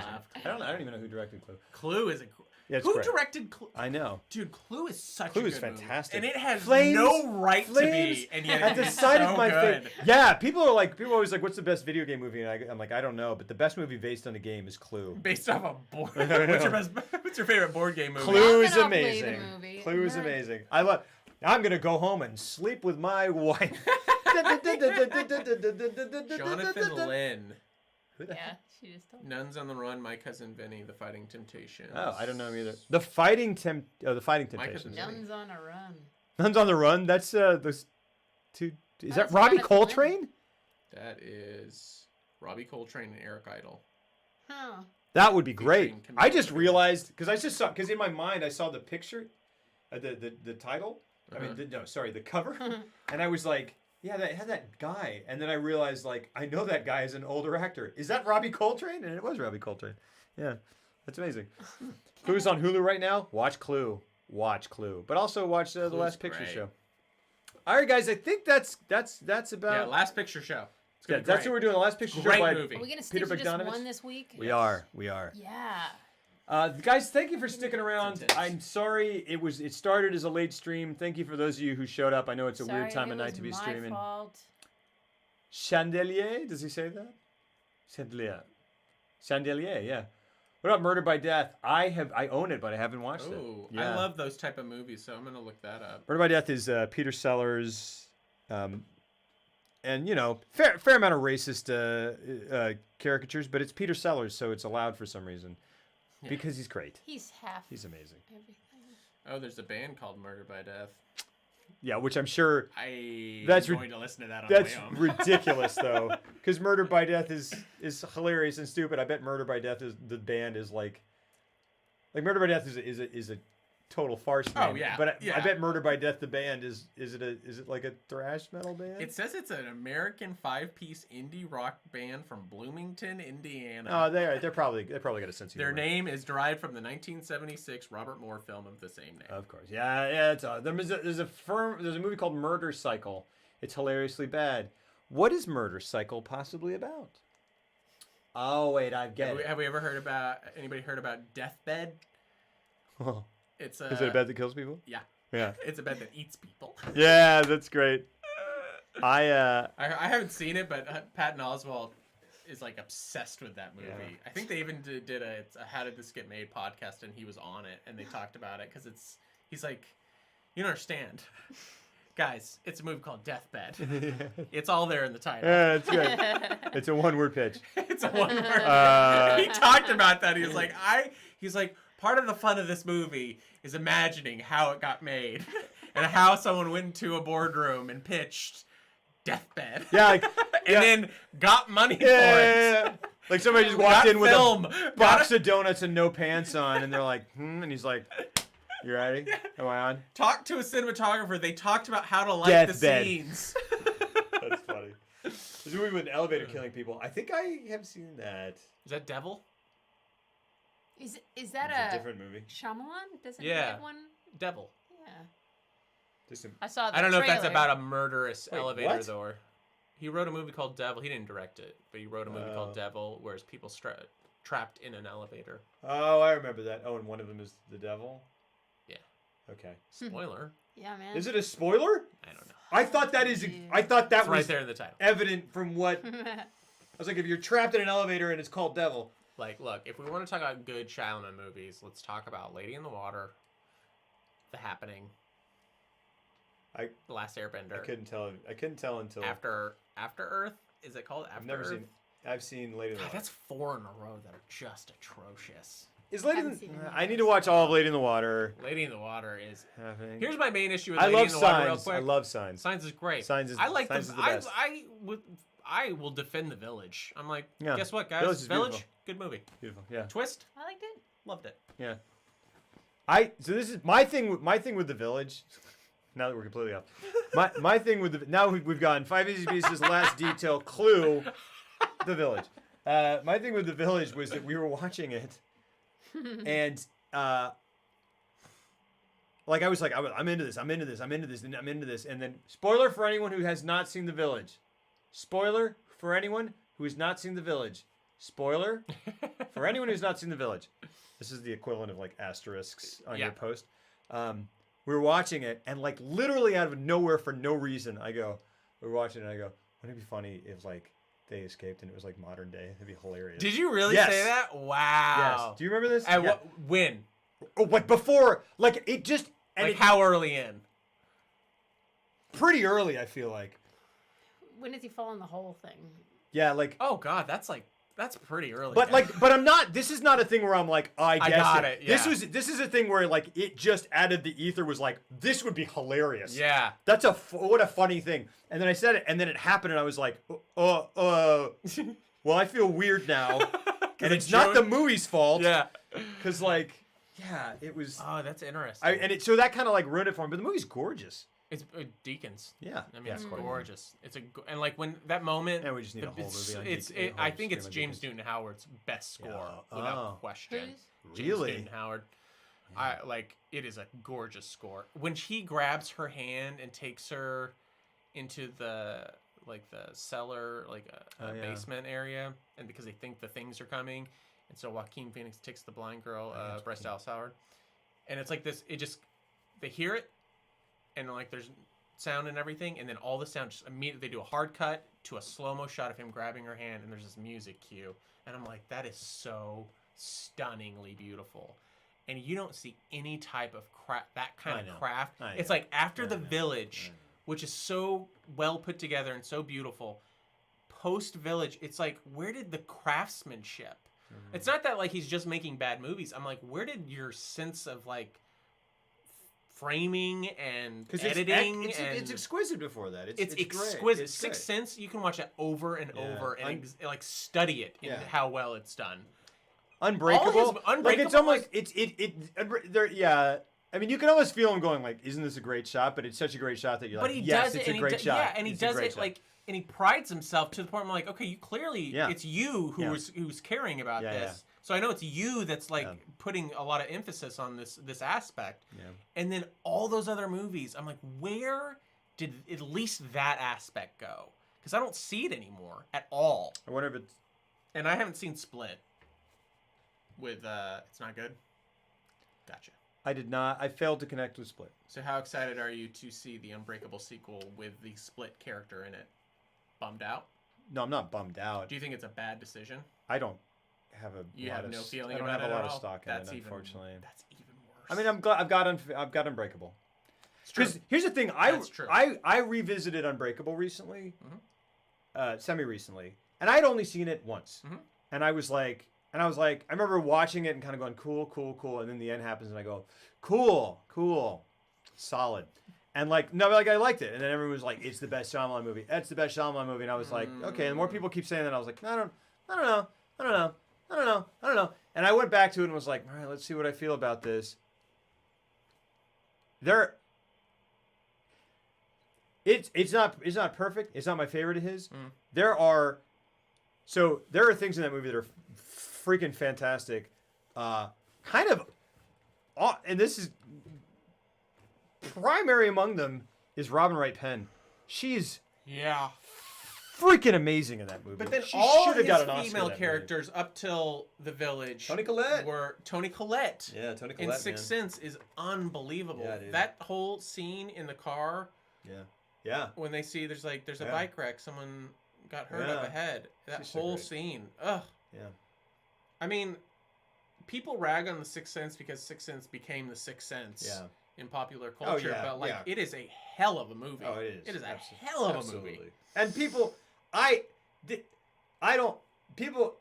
sure there are people in chat who are gonna say, but like people who are like, I saw it coming. I'm like, shut up! No, you didn't. How could you? I don't understand how you possibly could. You gotta give it its a credit. lot of great It's shots in there. impressive Yeah. how So- well it's structured in Yeah. terms of like when they go back and it's just. It's just great. I remember just him sitting in the living room with the mom. I'm and not you're literally like, oh, saying man. shut up to you, but yeah. Sorry, but yeah. But yeah, Yeah. I mean, It's great. it's great. It's a It's great. really It's a good. great, It's great, terrifying. great movie. When Bruce Willis was dead, you jizzed in your pants. Out of context, that might sound, but yeah, no, I got you. Yeah, absolutely. And it has one of the best performances by Mark Wahlberg's brother, Donnie Donnie Wahlberg. Wahlberg. Yep. Who I love. Yeah. I just I haven't seen him in a whole lot. he's has a pretty major role as a medic, or not a medic, as a character in a Band of Brothers. Oh yeah, I think he has a whole episode surrounded, like about his character, essentially about his character. He's Yeah. like the thematic run through for the entire episode when they're in the Battle of the Bulge, I think. Yeah. But he's great, Yeah. and then he's great in Sixth Sense in that opening. Yeah. Oh yeah. So good. He lost like And 90 pounds or something. Yeah, which is crazy. Great music, great musician too. Is he? Oh, Hit it, rock and roll. Gosh, He's got the right stuff. hit it again. Yeah. I would keep punning, but I don't know any other New Kids on the Block songs. Because I remember our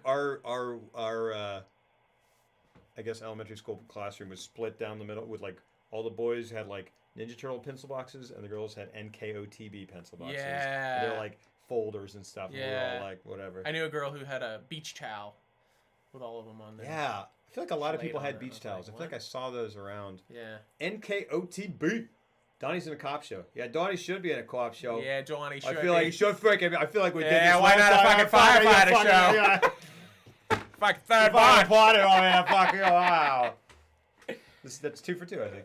That's the way we end up. That's the way we end every stream. Because you know we did that last time too. Do we? Yeah, we went into the oblivion of horrible. We should Boston do. accents. Okay, so let's just That's end just a every tra- it's a episode with tradition. horrible Boston accents. Okay, Yeah. cool. You guys Um, ever seen that movie, The Departed? You guys ever see The Parted? You guys ever check that fluck out? You should check out the fluck of The Parted. That doesn't count as cursing because it's unintelligible. It's almost as good as The Town. Fucking The Clown. You haven't fucking seen The Clown? You a Tony? You sound like What's your what? I sound like You what? Like sound- sound like Benjamin Franklin right now. you sound like a Sound like our founding Boston fathers. a Boston drunk who has definitely had a stroke. Is this Boston to Boston? John, to no. John. So John is a Philly thing. I love John. it. John. I love it. John is a Philly thing that I didn't. Do you know? Have you heard John? No. It's slang specific to Philadelphia. Oh, I thought we were just saying John, Nope. but making fun. Nope. So what is it? It's Philly specific slang Okay. that emerged in the last 10, 20 years. I read it in an article related to Creed because apparently they say it in Creed. They do say it in Creed. I thought you were talking about this Oh, because I took that in a completely. I was like, you deep diving on the band Creed? That's what my brother said. I was like, it was about, it's about, I was it's in reading, Creed, and he was like, the band? My third article on Creed for the day. and- take me higher, John? But the chick, yeah, she has a whole. I do innuendo. They talk I do know about that it. person. She talks about it at length at their first date. Oh, she does? Creed is so great, and I forgot that part. But yeah, John is like anything. It's like, yeah, it's great over here in this John. You're gonna bring that John over here to this John. Your John it's like it means literally everything. And I read this fascinating article about the word John, Wow. and it is specific to Philadelphia, Pennsylvania. you seen that Seth Meyers Boston Accent short from the last? I have seen that. Boston Accent. To a place where John men see. Where John men see. Anyway, Wow, I did not know that, and I'm gonna think about that the whole car ride home. J-A-W-N. Like how that applies. Like, so you can literally just throw. It doesn't matter. Is I it mean, a verb or there's- is it like a? I don't think you can John something. It It can be like your job. It can be like your. That's my John. You can be like that's my jam, so to speak. Okay. Will you hand me that John over there? I'd be like what? It's true. The John next to the John. Are you not from Philly? Yeah, exactly. Yeah. This is a possessive noun. I don't think it's a possessive noun Good. Don't get in a fight. or just general noun, but I don't know. But Honey, the dude who Honey plays the dude who Honey plays doo doo. Honey plays doo. I'm just saying words now. You're just throwing out words. I Yeah, actually John, did have a stroke. Isn't that a funny thing to joke about? Ha ha. Maybe it's not even a noun. I think it is a noun. I think it is exclusively a noun. But palm maybe it's a tree. palm tree. Maybe it's a fucking palm tree. Did you ever think about that? But that's not from Boston. Like this clearly is. This is clearly from Now Boston. you sound like Tom Brokaw. What's wrong with Gerald Ford today? decided Dad, that it's John is what you're gonna. I was listening to like a true crime podcast and they pulled a sound clip from Tom Brokaw and it was And like you from were- 1990, like 1989, and I was went, genuinely "Blah, blah, concerned. blah?" I was like, how? Not only is he like on TV, he's like one of our was one of our major news broadcasts. I'm like, that dude has a hardcore speech impediment. Like he is ridiculous. And that's how everything he says goes. And then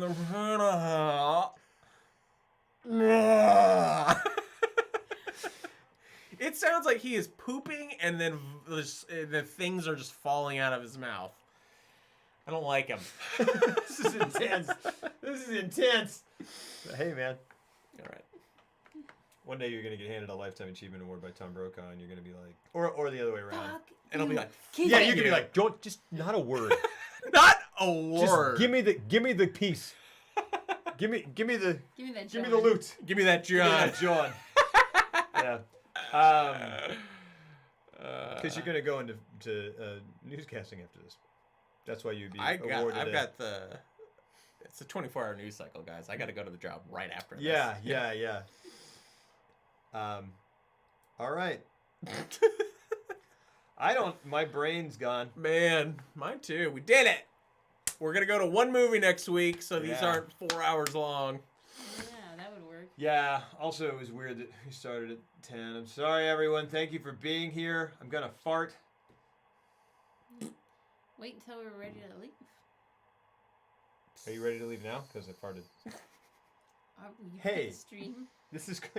This is called filmography. Will you We're cut very the classy. stream now that you've cut the cheese? Dang. And he cut the stream as soon as he. What is that? Is that him? We're gonna make a no. Whoa, I don't know what that What? was. I'm the scat man. I'm tired. Me too. Let's. Hey, thanks for. Guys, thank you. Thanks.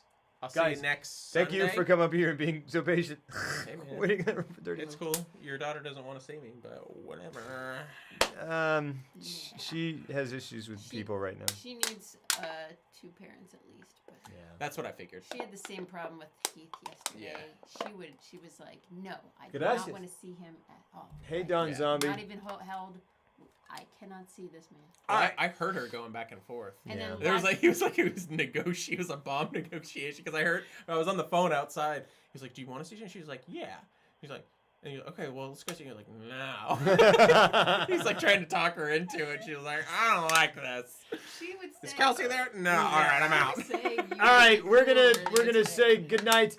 Thank you so much. For next time, The Last Picture Show, 1970, by Peter Is Bogdanovich. it 1970? Really? Maybe Oh, 1971. you're just throwing Maybe out dates. 1971. You're just throwing out dates. Summer from 1971 to 2005.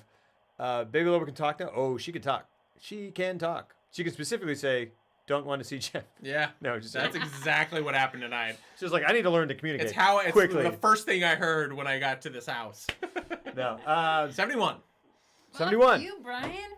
Did you not hear me say that? You No, changed you it? said 70. You guys didn't. It is on stream.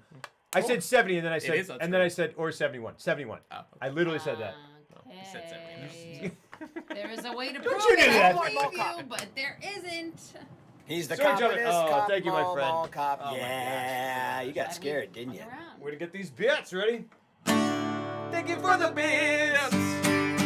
Thank you for the bits that you gave to me. Well, thank you guys. Thanks to the stream, Lobro Lobro wife, and Lobro friend. Hey, I own you. Hey, that's cool. I'm Sorry. gonna man. get a tattoo of that. This is Jeff. Oh my damn! Well, okay. Oh, you're what? Well, he said he's gonna get a tattoo of Lobro friend on his and I felt like I shouldn't high five. We're still live. See you guys later. Tomorrow, I will put it up there. I'll put it in the Discord. Please join the Discord. Blambo, where we will update. Also, the Twitter. I will update it on the Twitter, so feel free to follow me. Or if I get past 5,000 Twitter followers, I can become an egomaniac. No, I don't know. Who cares? The Twitter just is where I update stuff about the stream. Guys, thank you so much. Lots and lots of love. That is a Rock Band drum set. That is Heath's Rock Band drum set. I'll see you guys later. Thank you so much. Tomorrow's Monday. I'll be streaming tomorrow. It's his John. Lots of love, guys. Let's send you over to somebody. Everybody loves somebody sometime. Everybody needs someone somehow. Something in my heart just... Wait, what? Told me my sometime is now.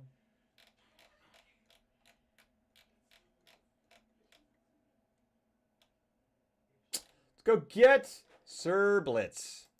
Let's go get Sir Blitz. Oh, lots of love, Neckbeard. Thank you so much, King Neckbeard.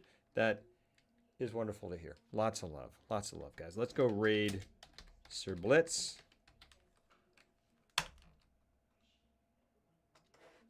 Wait a second, is that the right one? Hold on, that might not be the right one. Hold on a second. Let's cancel that raid real quick. Do I need an underscore? Do I need an underscore for Sir Blitz?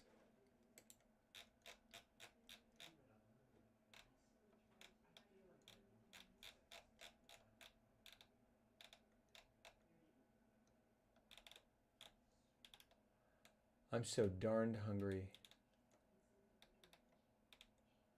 So crazy hungry. What? No, not hosts. Follows. Sorry, guys. What on earth is happening? View all live channels.